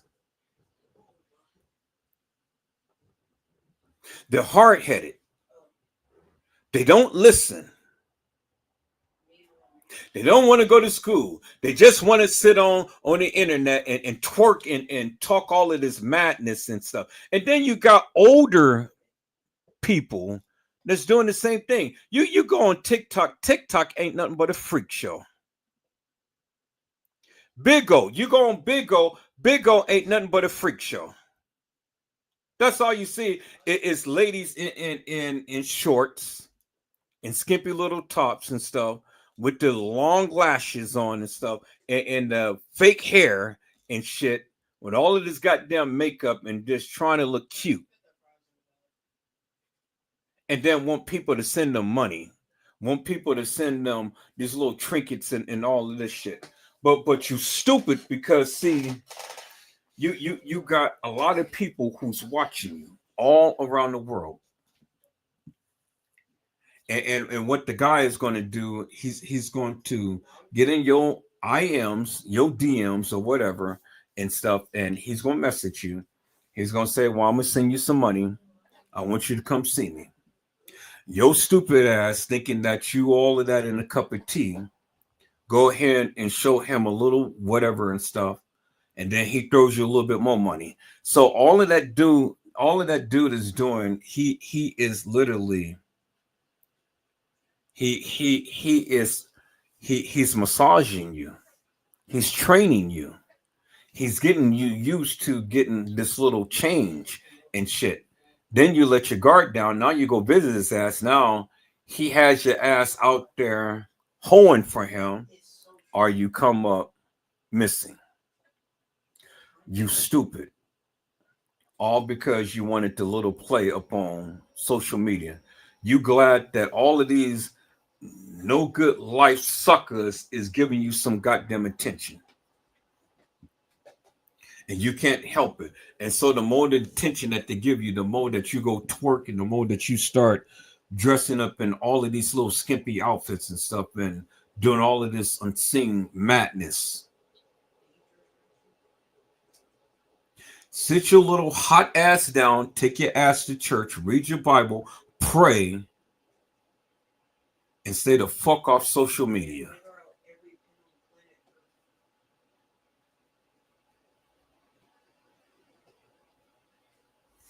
You put yourself in harm's way.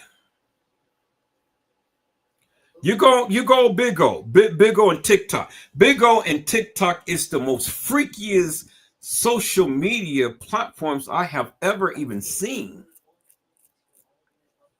Big O. Now, it ain't nothing but low life freaks, low life women, low life girls, low life suckers that sit up there and sit in skimpy outfits and stuff and talk all crazy and try to look all cute with their fake fucking hair.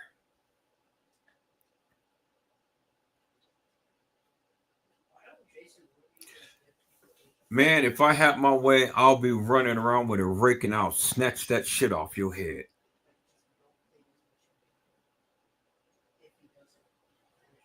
Y'all want to be blondies and stuff. God didn't make you no blondie. God made you a black hair, jet black hair. Kinkerbuds and naps. Y'all want it long and straight like white women. When did you ever know a black woman's hair to be long and straight? The fuck? Send me that bullshit, peoples.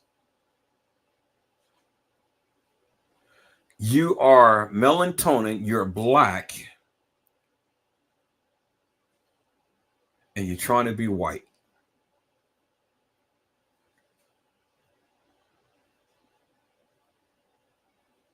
When did you ever see a real black woman with long, silky black hair? People be happy that the color skin that you're in. God damn. Stop trying to be white. Take off that fake shit and go ahead and comb your goddamn nappy hair and live life.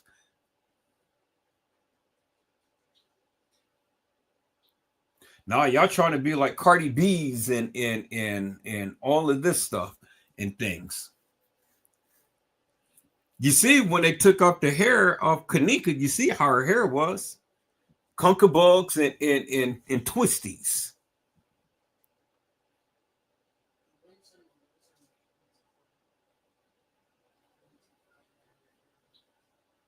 So is that how you guys' hair is? Conker bugs and twisties?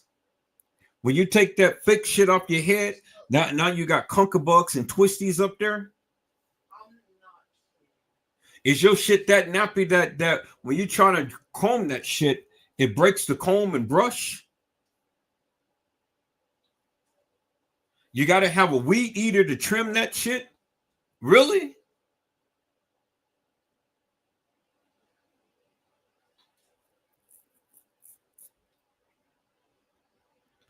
Told you people I was going to talk my shit tonight.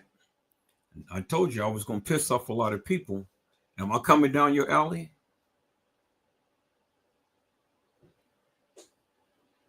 Y'all need to take off that fake shit and wear your hair. Wear your hair.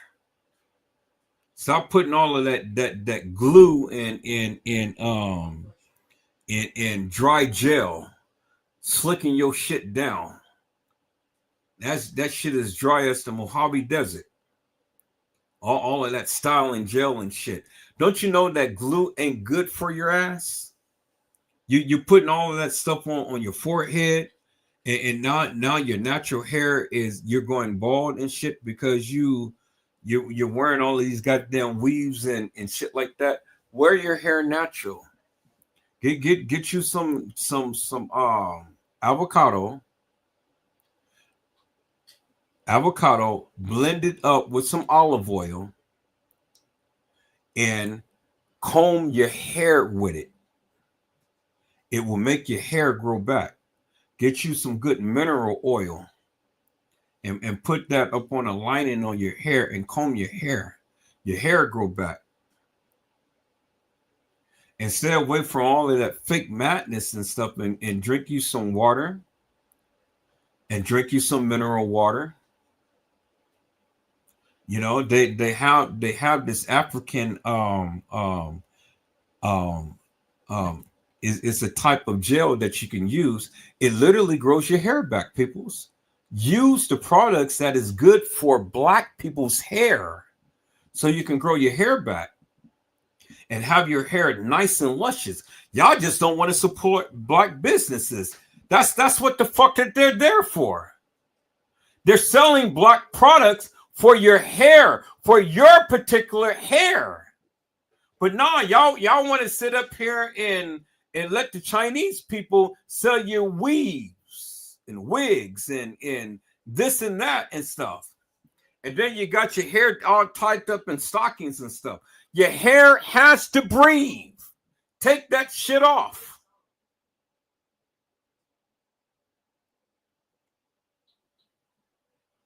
Now I can go promote some good black products, peoples. That is specifically designed for black people, for black people's hair. Grow your shit back. If you take that shit off and grow your shit back and do it the right way, then you will have nice, luscious hair.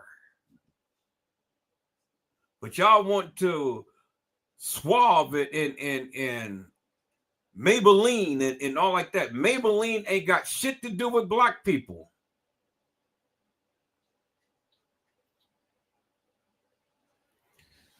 Oh my God, peoples, man! Look at here. Let me go on with this. Trish Hollywood had said, peoples, young black girls bringing raised by thoughts.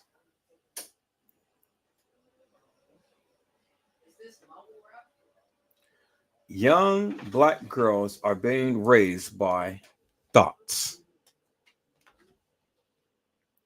Trish Hollywood has says, minds know what it is. I bet not catch my daughters or granddaughters out there and bet nobody ever come and tell me that. Now, see, that's a mother and that's a grandmother. And that's a mother and grandmother that don't play. She lays down the law. She will never catch her daughters,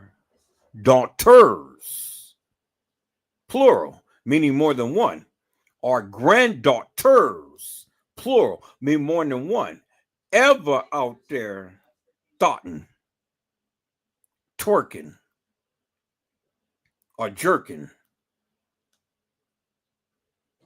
She'll beat that ass. Don't care how old they are. She'll beat that ass. And that's how a mother and a grandmother should be, peoples. But a lot of you women out there that be all skimped up in these little shorts and stuff and these little skimpy outfits and stuff.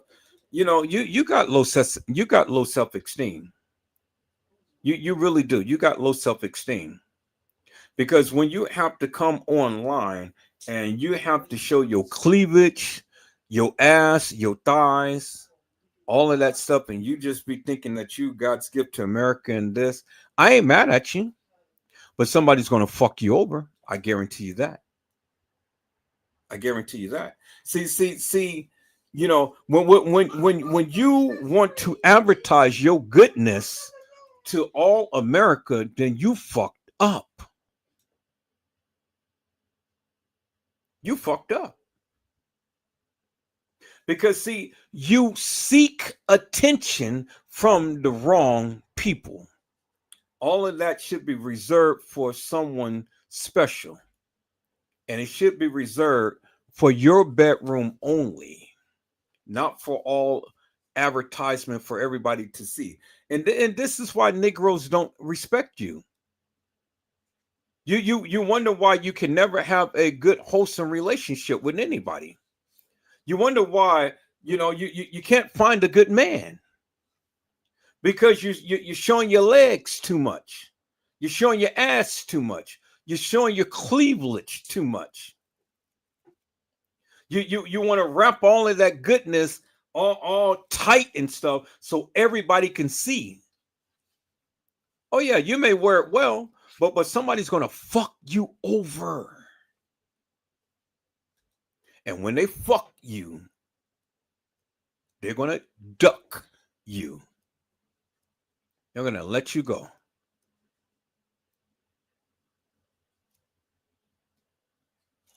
It sure is.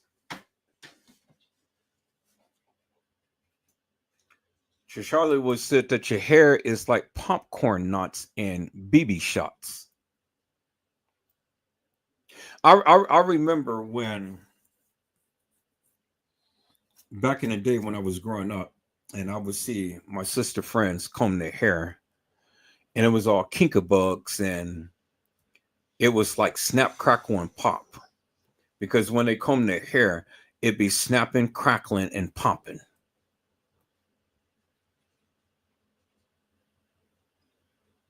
And I always thought that black girl's hair was like snap, crackle, and pop, because that's all you heard was snap, crackle, and pop.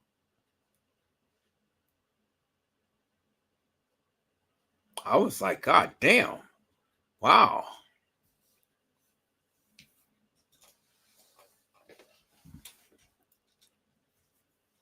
But that's how I grew up, people. Snap, crackle, and pop. You know? That's all you heard. Every time they comb their hair, snap, crackle, pop, snap, crackle, pop. But now, girls comb their hair, you don't hear the snap, crackle, and pop. You don't hear shit. Because it ain't their hair that they're combing.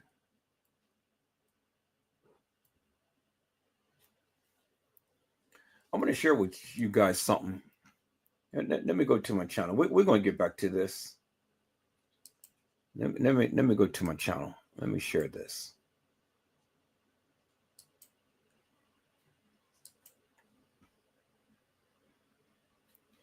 Let me go to my channel, people.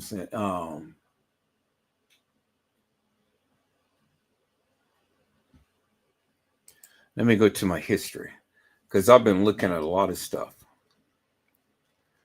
I'm going to share a few little things with you guys.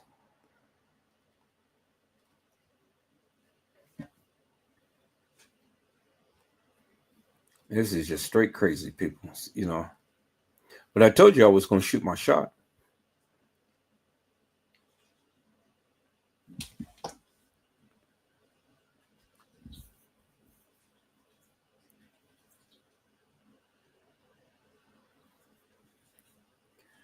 I'm gonna I was looking at something right here.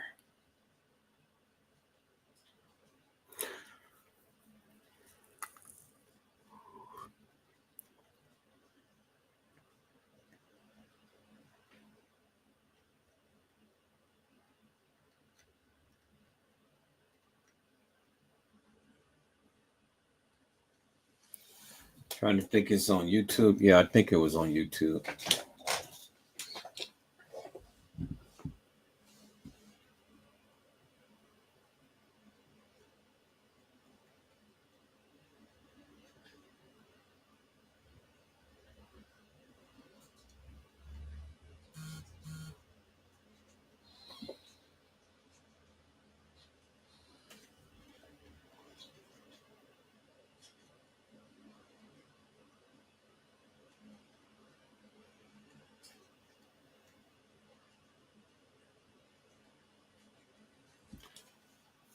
Okay. Trying to.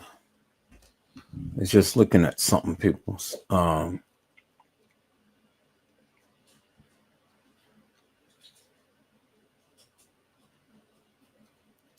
Okay. I don't think it was. Was it on YouTube? Had to be on YouTube. Okay, so I'm gonna go back into my history and I'm gonna call it up because there was some things I was watching.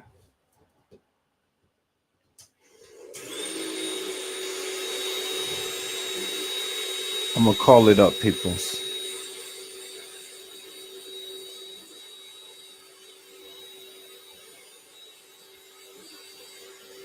Yeah, I don't see it here, so I'm gonna call it up and then I'm gonna show you guys. But I can't. It's not on here. I thought it was gonna be on my history, but it's not.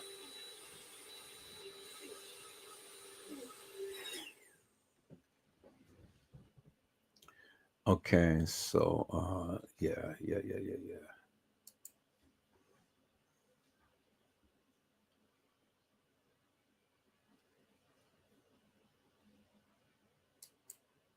Hey y'all, so let's play a game. Who fuck Fuck? What do you mean what am I doing? You know what the fuck I'm talking about. Stop acting slow.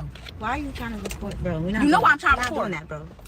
Take the phone. We're not doing that. You take the Now she want to change the topic, y'all. Am I tripping? This was just texting my last night. I'm with him. She know I talked to him. I've been talking to him. She been knowing I was talking to him. Fuck are we talking about? Now you don't have nothing to say. What are you talking Now you don't have nothing to say.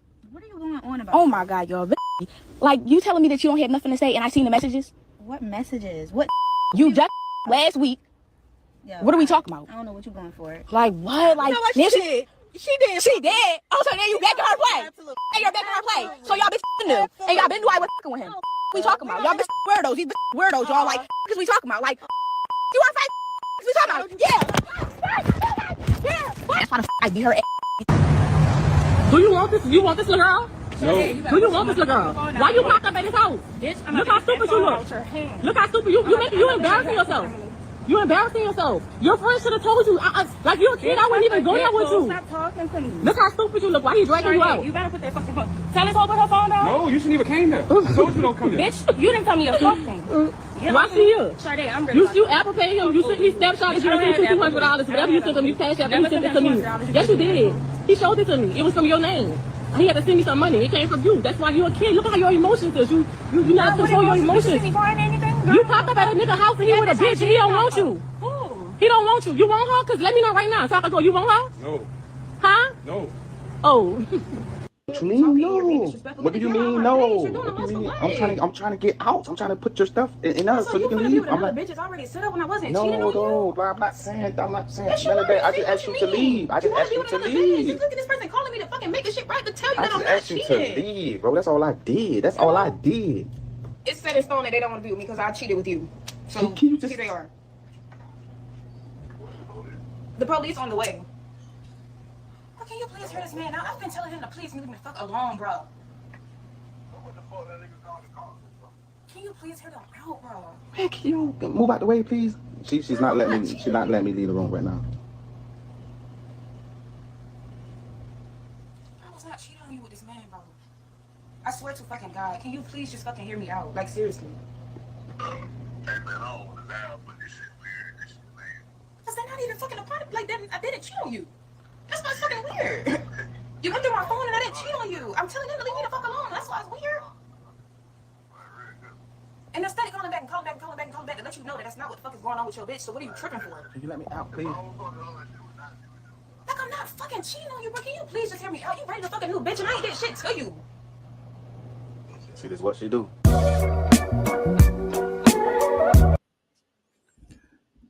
And you see, people, this is the shit that I'm talking about. This is a woman. This. It's What kind of? This is the one. If you cry. Good night. I love you. What are you doing with that? I'm about to go sleep on the couch. No. You're not about to go sleep on the couch. What? What you mean what? Since when do you sleep on the couch? Today. No, it's not gonna be no today. It's not gonna be no tomorrow. It's not gonna be no never. So I need you to put that pillow right back where you got it and come lay over here with me. because I need you to cuddle with me every single night. I cannot go to sleep unless I'm with you. Well, tonight's gonna be the night that you do. Tonight will never be the night. So put the pillow back immediately. Good night. Immediately. Good night. Immediately. Put the pillow back. Whatever you got going on, if you sad, mad, or whatever you got going on, we can pray on it, we can talk about it, but what I need you to do is put the pillow back and come lay next to me. Thank you very much. Come lay down and cuddle with me right now. Good night. Come on. You gotta run, stay low. Man, you gotta run, stay low. All right. Yeah. It was just last week when... This is proof that no matter how crazy you... You okay? We're getting... Barely. Hey, I was wondering if you guys could... This isn't magic. A man and his friend... For ice. You freedom. Hey, you know better. Keep your hands to your... Hey, you're not gonna be putting your hands on my baby. Man, as you said, man, he was up there fighting, punched a little boy. It don't matter. His dad only put his hands on him. Alright, well, she is stealing from the stove. Hey! I done told you stop putting your hands on him. Alright. Alright. Hey, where you about to go? I'm out, man. I'm cool. This ain't working out. And I'll be sitting for the rest of my stuff Monday. By the way, your son got caught with a gun. He at the police station.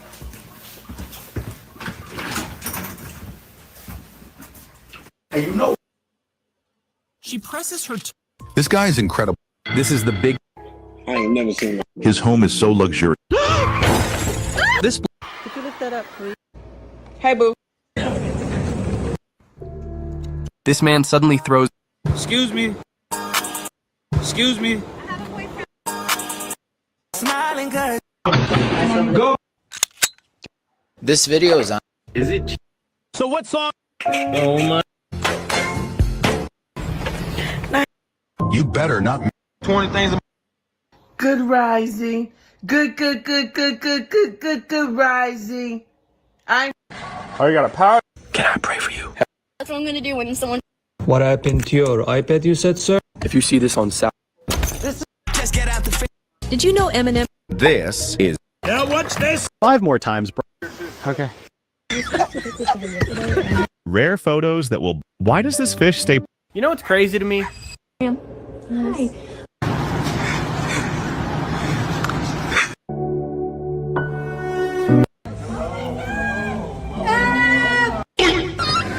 Parents need to stop doing. A girl accidentally... I am so appalled. I think y'all getting away with... This guy was just goofing. Oh my... This girl... My first time... All these start with ass. Hello. At first, everyone laughed. Can't you just take... She came expecting... Don't ever think some... Would you cook for me? This jail security... These animals caused... I learned this trick from a...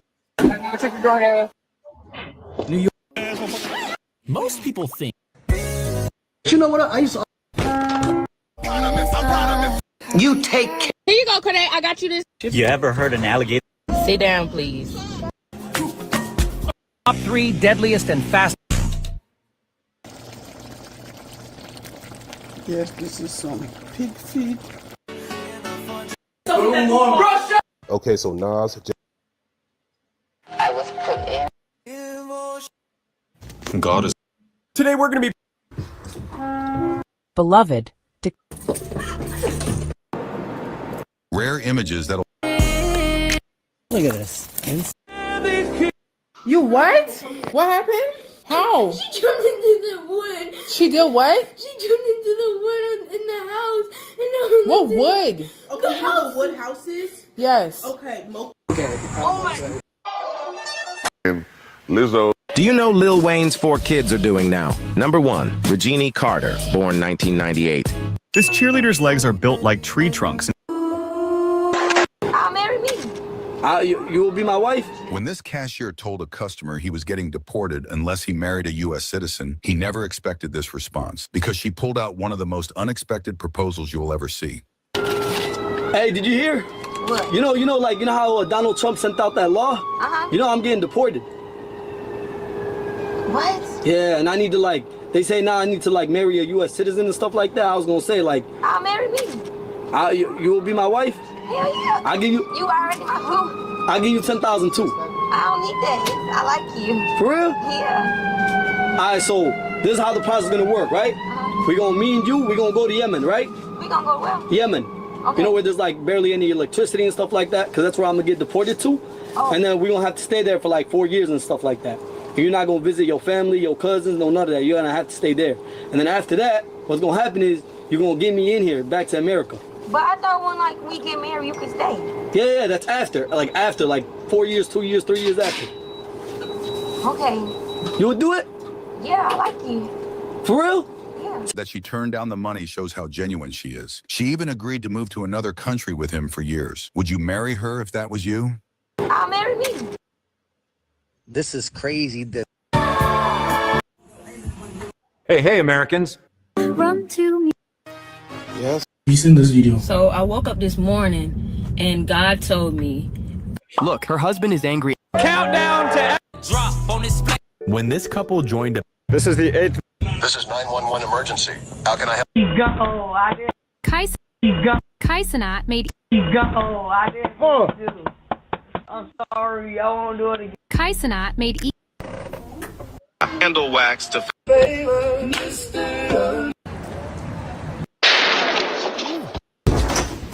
I just want all of you to know. You won't believe when this girl saw her mom making coffee. She came. Donald Trump is now. She pretended to fall. Yeah, bro. This dog used to. My friend, I like. You don't hit me. Hey Jade. Hey. A plum tree. I'm really sorry. Do you know how I feel? You're really good. You want to see breakthrough? Start worshiping like The top 3. Say what? The problem is you think you need expensive clothes. Hey, what's up, man? All right, listen. How you doing? She thought I had to do it again. A scene out of Queens, New York. Residents say their own apartment building turned into a war zone. No. Okay. No. All right, move. I'm getting a knife. No, call! Neighbors say the NYPD eventually showed up, but reportedly did nothing. Nicole, run! A scene out of Queens, New York. Residents say I beat you up.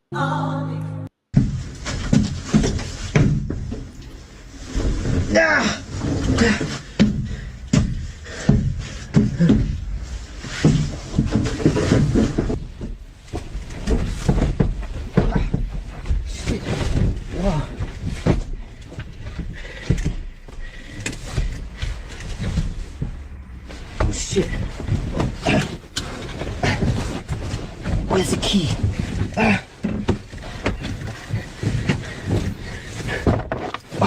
Oh, it's sweet. All right.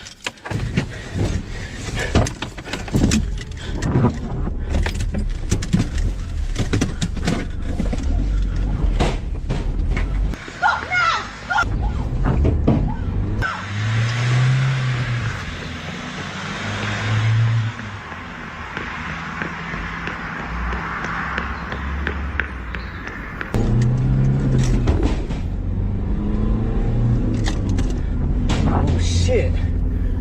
You know, man. Whoa.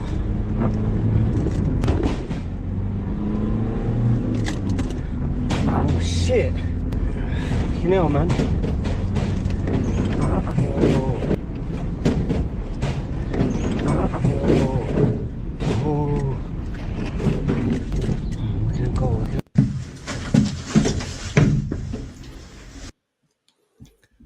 All right, so I tried to find a video. I tried to find a video of these girls and things. I got to go on to my TikTok thing. I'm going to go into my TikTok thing. I'm going to save it to my Facebook, and then I'm going to go ahead and play it and stuff, because you guys need to see this shit. You guys need to see, you know, the stupid shit that these people be doing. Let me do this. Let me see if I can go to Big O. Yeah, hold on for a moment. I'm gonna go to Big O.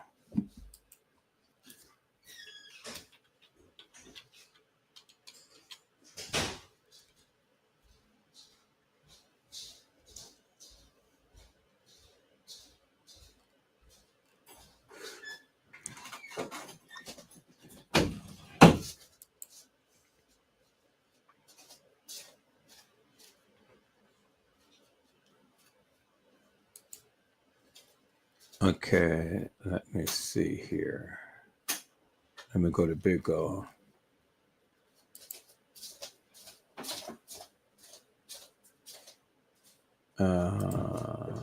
Sign in.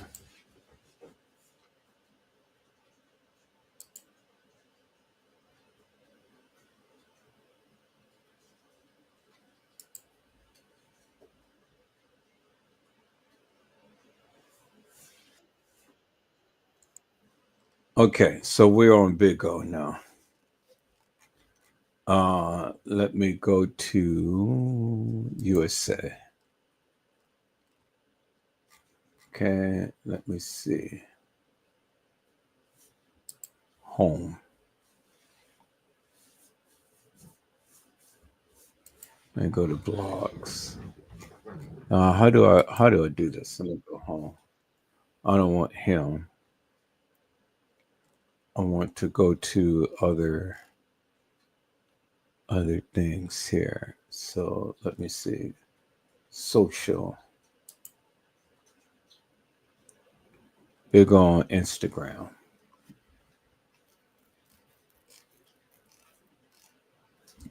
Okay, so let me go right here.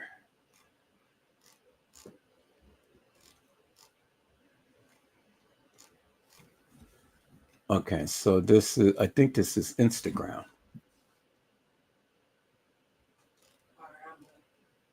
All right, so y'all hold on for a second. I'm just searching something here right quick.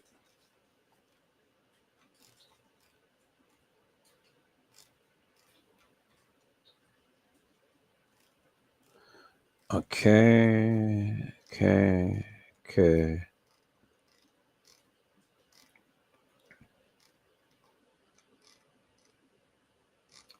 Okay, so this is not going to give me what I'm looking for. All right, so I'm not going to share this. All right, I'm not going to share that. And here. You seen this video? Okay, would you like? This kid's father found out. Man, I thought this was jerk. Do you understand if you get out of the vehicle, you will be arrested for disobeying a lawful order? Watch how this 200 IQ lawyer handles this tyrant cop. So the reason I pulled you. Okay. Hey, babe, did you?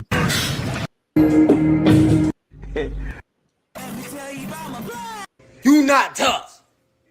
Where's the wire? Where's the wire? Where's the? Right there, Come here.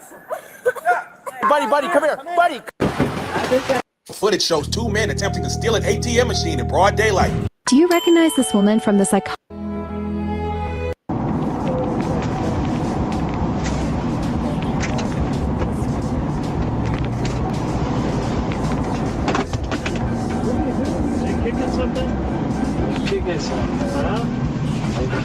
Stop kicking stuff. Alright, my bad. Uh-huh. My bad. I just don't know what the hell I did wrong.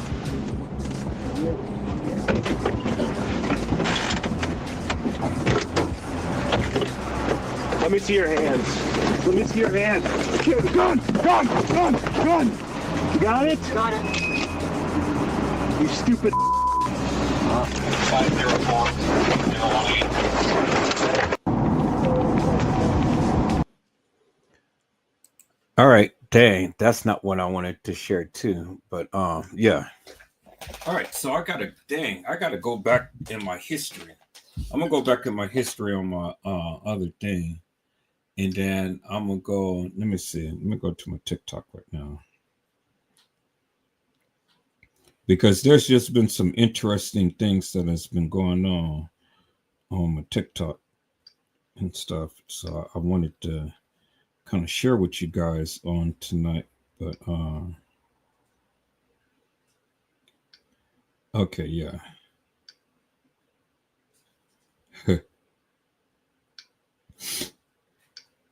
There's some things on TikTok that I want to share with you guys and stuff. So let me go to my TikTok right quick.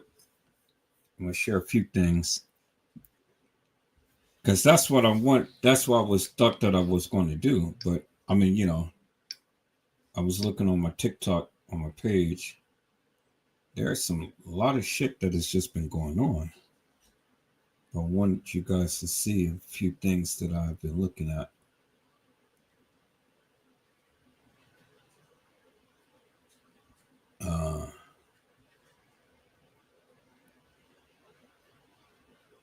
Okay. When I go and see those stories again, then I'm gonna share it. But right now, I can't find it. Cannot find what I was looking for.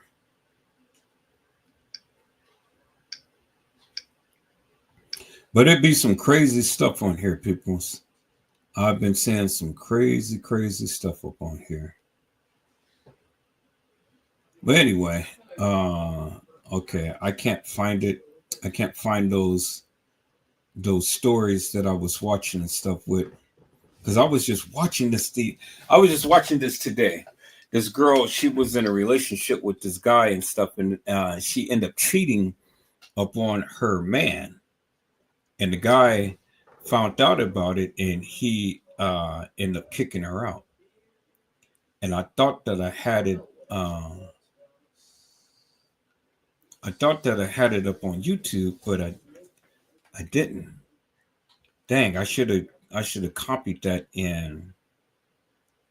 I should have sent it to my channel, but I didn't.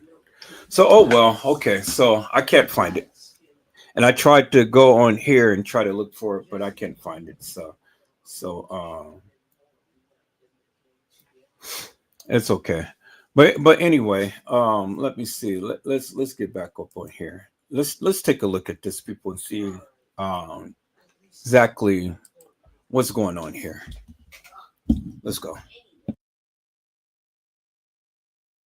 Anyone who hasn't heard the timeline, let's break it down. Dekar was first reported missing by her father just before 9 p.m. on August 23rd. He told police the last time he saw her was the night of August 22nd. When she didn't come home like she promised, he called her, but she never picked up. She had texted him earlier saying she was just going to grab gas and then be back soon. But after that, silence. By August 24th, her family took matters into their own hands. Using the Find My Phone app, they tracked her last known location. The signal led them straight to the intersection of Jasmine Terrace and Riggs Road in Hyattsville. That's where they found her car and quickly called the police. But here's the chilling part. Dekar's phone was turned off after that, and the last ping was right there at that intersection. And let's not forget, she was the youngest of 5 siblings, and they all shared their locations. That app ended up being their only clue in a terrifying search. Up until just a couple days after Dekar went missing, her family was still clinging to hope, but deep down, they were terrified. The biggest red flag was that her bank account hadn't been touched at all. Sadly, on August 31st, at about 4:50 p.m., Maryland State Police got a call to Route 50 near Annapolis about a disabled vehicle on the bridge over the South River. When troopers showed up, they spotted something horrifying. There was a body lying on the embankment about 30 feet below.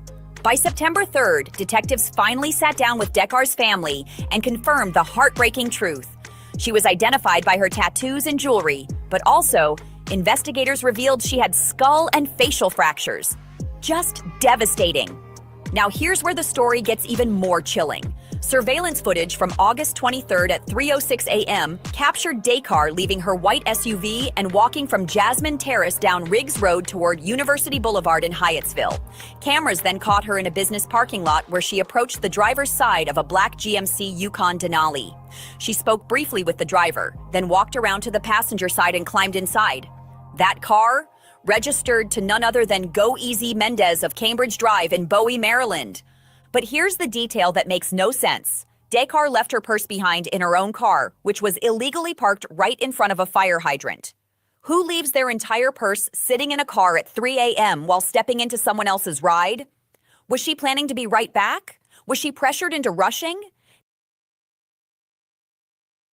Okay, so I'm tending to wonder what type of information that this woman has and things, because see, now the timeline just doesn't fit.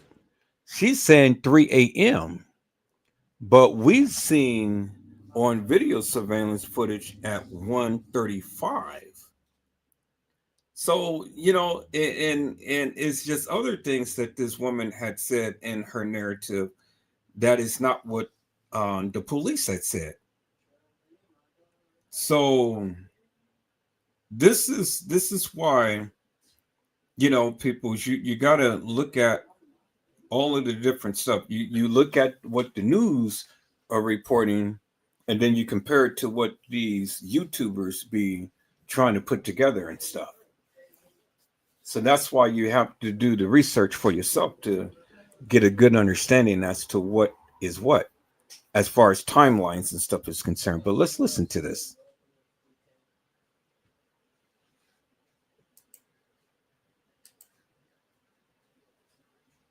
Did she trust Mendez enough to not think twice? Or, yo, look, this man is called Mike. His wife Sarah had mysteriously vanished inside the school. Oh my God, are these zombies? Run. Was this not her choice at all? And another burning question, who turned off her location tracker? Did she do it herself to keep her moves secret, or did someone else have a hand in that? The timing, the location, the decision to leave her purse, all of it screams that something is way off. Was this a planned link-up, or did Mendez catch her off guard and pull her in? On September 3rd, just before 9 p.m., detectives rolled up to Mendez's house. Parked right out front was that same black SUV seen on the footage. Authorities immediately applied for a residential search warrant, and by the early hours of September 4th, investigators were tearing through his home looking for answers. Detectives came back to Mendez's home before serving the warrant, and that's when things really started moving. Court documents reveal they saw a man step out of the house and climb into the front seat of the black SUV. Once police stopped him, Mendez allegedly spun a story, claiming that in the early morning hours of August 23rd, he was at the Galaxy nightclub on University Boulevard. Now, here's the kicker. That club is literally across the street from where Dakar was last seen getting into the very same SUV. He told officers he was supposed to meet his ex-girlfriend there, but that never happened. When investigators pressed him harder, he flat out denied any role in Dakar's disappearance and quickly asked for a lawyer. But once the search warrant was executed, the truth began spilling out in the ugliest way. Inside the home, police discovered what they believed to be Dakar's blood, one of her missing French manicured fingernails, strands of hair, a wig, and more disturbing evidence scattered between the bedroom and trash. Even more incriminating, multiple pairs of women's underwear and lingerie were also found. That was enough to put him in cuffs. Hugo Easy Mendez was arrested and charged with first and second-degree murder in the horrifying death of 19-year-old Dakar Thompson.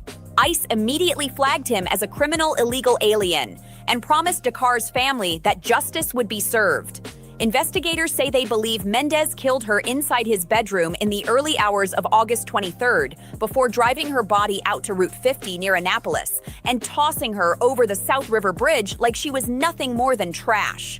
Can you even imagine the kind of coldness it takes to carry a body into a car, cruise down Route 50, and then dump it over a bridge without a second thought? That level of detachment is beyond disturbing. It's inhumane.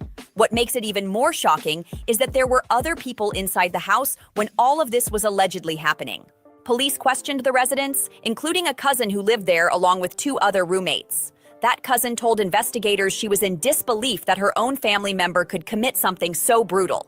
But she also admitted that in the last 2 weeks before the arrest, she barely saw Mendez at all and noticed his whole vibe had changed.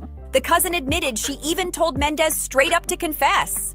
She revealed that during the investigation, her husband, Hernandez Mendez, along with another relative, were all taken in for questioning. But here's the twist. Hernandez Mendez was the only one who wasn't released. The very next morning, federal immigration agents showed up again, this time hauling her husband into custody. She swears her husband had nothing to do with the crime and insists he fully cooperated with investigators. She said she couldn't wrap her head around how her cousin's criminal case somehow spiraled into an immigration case against her husband. But that wasn't the only strange testimony police gathered. Another roommate told detectives they heard Dekar and Hugo having intercourse, followed by a disturbing grunting sound that made them believe it wasn't consensual. Hours later, when that same roommate woke up and stepped outside, they noticed something odd. The GMC wasn't parked outside. That was strange because according to them, Mendez never worked Saturdays and his black SUV was usually always right there in front of the house. As for the third and fourth witnesses, they claimed to know nothing about what happened that night. They told investigators they were on the opposite side of the house from Mendez's room and didn't hear a thing. But come on, are we really buying that? The bigger question is, did the people inside that house see or hear more than they're admitting? Are they staying quiet out of family loyalty, fear, or even self-preservation? Because between the cousin's uneasy comments, the sudden immigration arrest of her husband, and the roommate's eerie account of what they overheard, it's hard not to wonder if this family is sitting on pieces of the puzzle that could blow this case wide open. Investigators are still piecing this nightmare together, but one thing is clear. Hugo's history with the law is nothing short of a cautionary tale. Long before Dekar's name ever got tied to his, Mendez had already built himself a rap sheet that reads like a manual on reckless, out-of-control behavior. We're talking DUI charges, not once, but multiple times. Then there's the open container issue, cruising around with booze in the car like he's on some wild Vegas trip. That alone screams irresponsibility, but stacked together, it paints a picture of a man who never took the law seriously. Add in reckless driving, blowing through red lights, running stop signs, parking wherever he wanted, basically treating the streets like his own personal playground. And let's not forget unsafe lane changes that could have easily cost lives. On top of all that, Hugo was also caught driving on a suspended license. The state told him to sit down, but he basically said, "Nah, I'll drive anyway." The real question is, how was he still roaming the streets free with all these charges, especially since he was already flagged as undocumented? It just doesn't make sense. Now, detectives are trying to figure out whether Dekar and Hugo actually knew each other before she disappeared. But the questions keep piling up. Why would she leave her SUV parked in such an obvious ticket trap, right by a hydrant and all? Did she think she'd only be gone a few minutes? Did Hugo convince her he'd bring her right back? Or was she distracted, not realizing the danger she was stepping into? Did she willingly turn off her phone's location? Are Hugo's family members hiding more than they're saying? Could this be something he's done before? Locals believe it's possible. Some are even whispering that he could be tied to other missing cases in the area, including a father found dead just 2 days after Dekar's body was discovered. And honestly, what's with the stash of women's underwear and lingerie? Was he keeping them like twisted trophies? This whole case is beyond chilling, and it leaves more questions than answers. But what do you think? Drop your thoughts in the comments, hit that like button, share this video, and of course, subscribe so you don't miss the next update.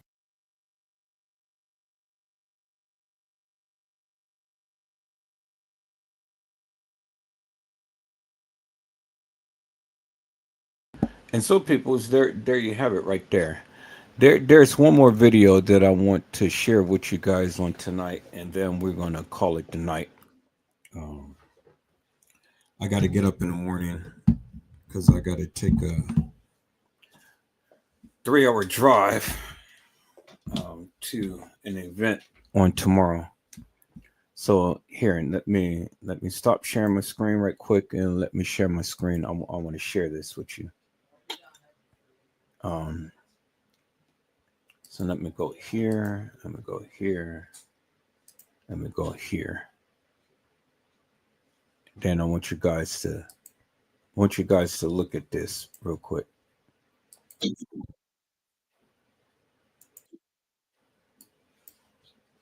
All right, so let's take a look at this right quick, people.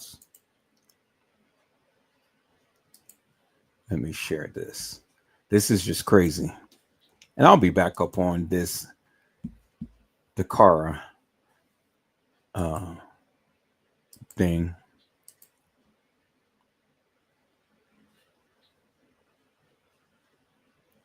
But let's look at this right here, people. Wait. I thought you didn't know who he was. Like, why would you explain that to me if you knew what was going on? I'm sorry, okay? That does not make I was sense. just trying It does to not protect make you. I was trying to sense. It protect does not you. make sense. We have been with each other. It does not make sense. We've been with each other for a long time. Wait. As a secret. Wait. What's going on? I don't get it. Did I hear that correctly? Has her own daughter. What do you? Did I hear that? This is her biological father. You know, and this is her biological father. You know, and it's just But I gave you head. I gave him head. Oh my God! Why would you let her do that? You said we could have sex, so Who didn't tell you to motherfucker put her in your mouth? Oh my God! I can't believe you did that to her. Are you insane? So what's going on? Wait. I thought you didn't know who he was. Like, why would you explain that to me if you knew what was going on? I'm sorry, okay? That does not make I was sense. just trying That to does not protect make you. I was sense. trying to It protect does not you. make sense. We have been with each other. It does not make sense. We've been with each other for a long time. Wait. As a secret. Wait. What's going on? I don't get it. Did I hear that correctly? Has her own daughter. What do you? Did I hear that? This is her biological father. You know, and this is her biological father. You know, and it's just But I gave you head. I gave him head. Oh my God! Why would you let her do that? you said we could have sex, so Who didn't tell you to motherfucker put her in your mouth? Oh my God! I can't believe you did that to her. Are you insane?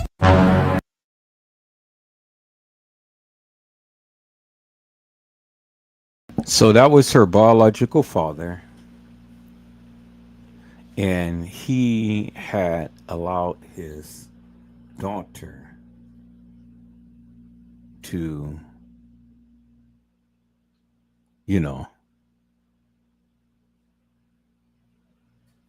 it's crazy, peoples. And he's messing with this woman who knew that she was his biological daughter, but she never said anything. And he knew that she was his biological daughter. And you know the rest that happened after that. People, you can't make this shit up. This is some sick, sad shit. And I'm gonna bring you more cases like this and other cases, because I'll be looking at all of this shit up on Instagram. So what I'm gonna do is, as I start seeing all of these different things, I'm going to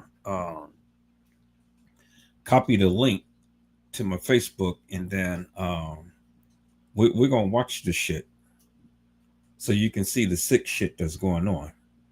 But this is some sick shit. Sick shit. Just sick shit. All right, people, if it wasn't for me having to get up in the morning and stuff, then I will be here, a couple more hours and stuff, but I got to get up in the morning. So we're going to shut this live down on tonight right now, and we're going to call it tonight. I'll be back tomorrow, peoples. We're going to come back up on the Dakar Thompson case, and we're going to get into this here, people. We're going to see what the police has to say. We're going to see what filings there is and stuff, because I can't go by what these YouTubers say, because everybody's given a different narrative, and we're going to really get down to see whether Dakar was a freak. And then, you know what's so amazing is, and this is what really kills me. This guy Mendez was a alien. He wasn't a U.S. citizen, but he's driving around in a Denali. How the hell could he afford a Denali? What kind of business what he's into? Now I see why she got out of her car and was strutting. So the man had money. Denalis are very expensive, people, and for an illegal alien to have a Denali, shit, this man had money. He's into something. Definitely was into something. What? I don't know, but we're going to find out, peoples. This ain't over with. We're going to get back up on this case tomorrow when I get in. Because there's much to talk about, peoples.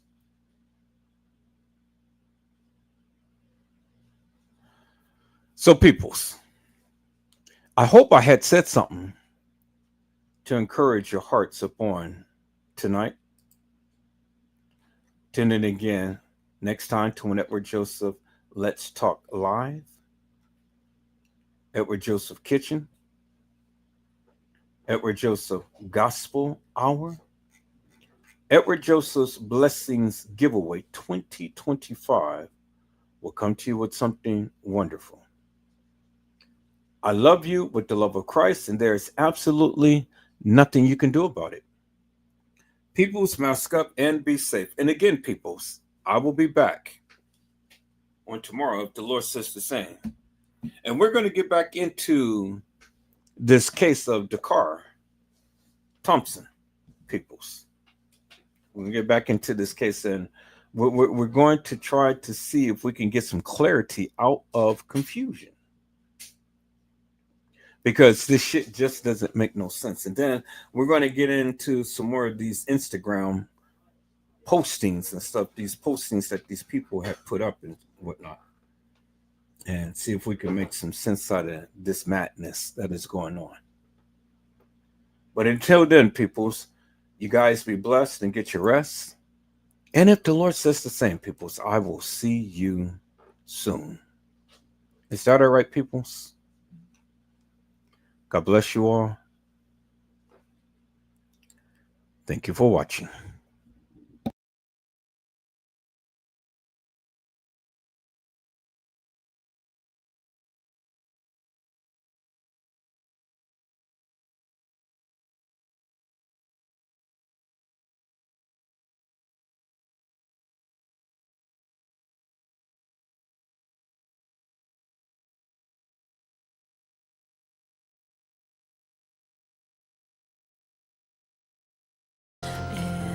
Nobody does it better.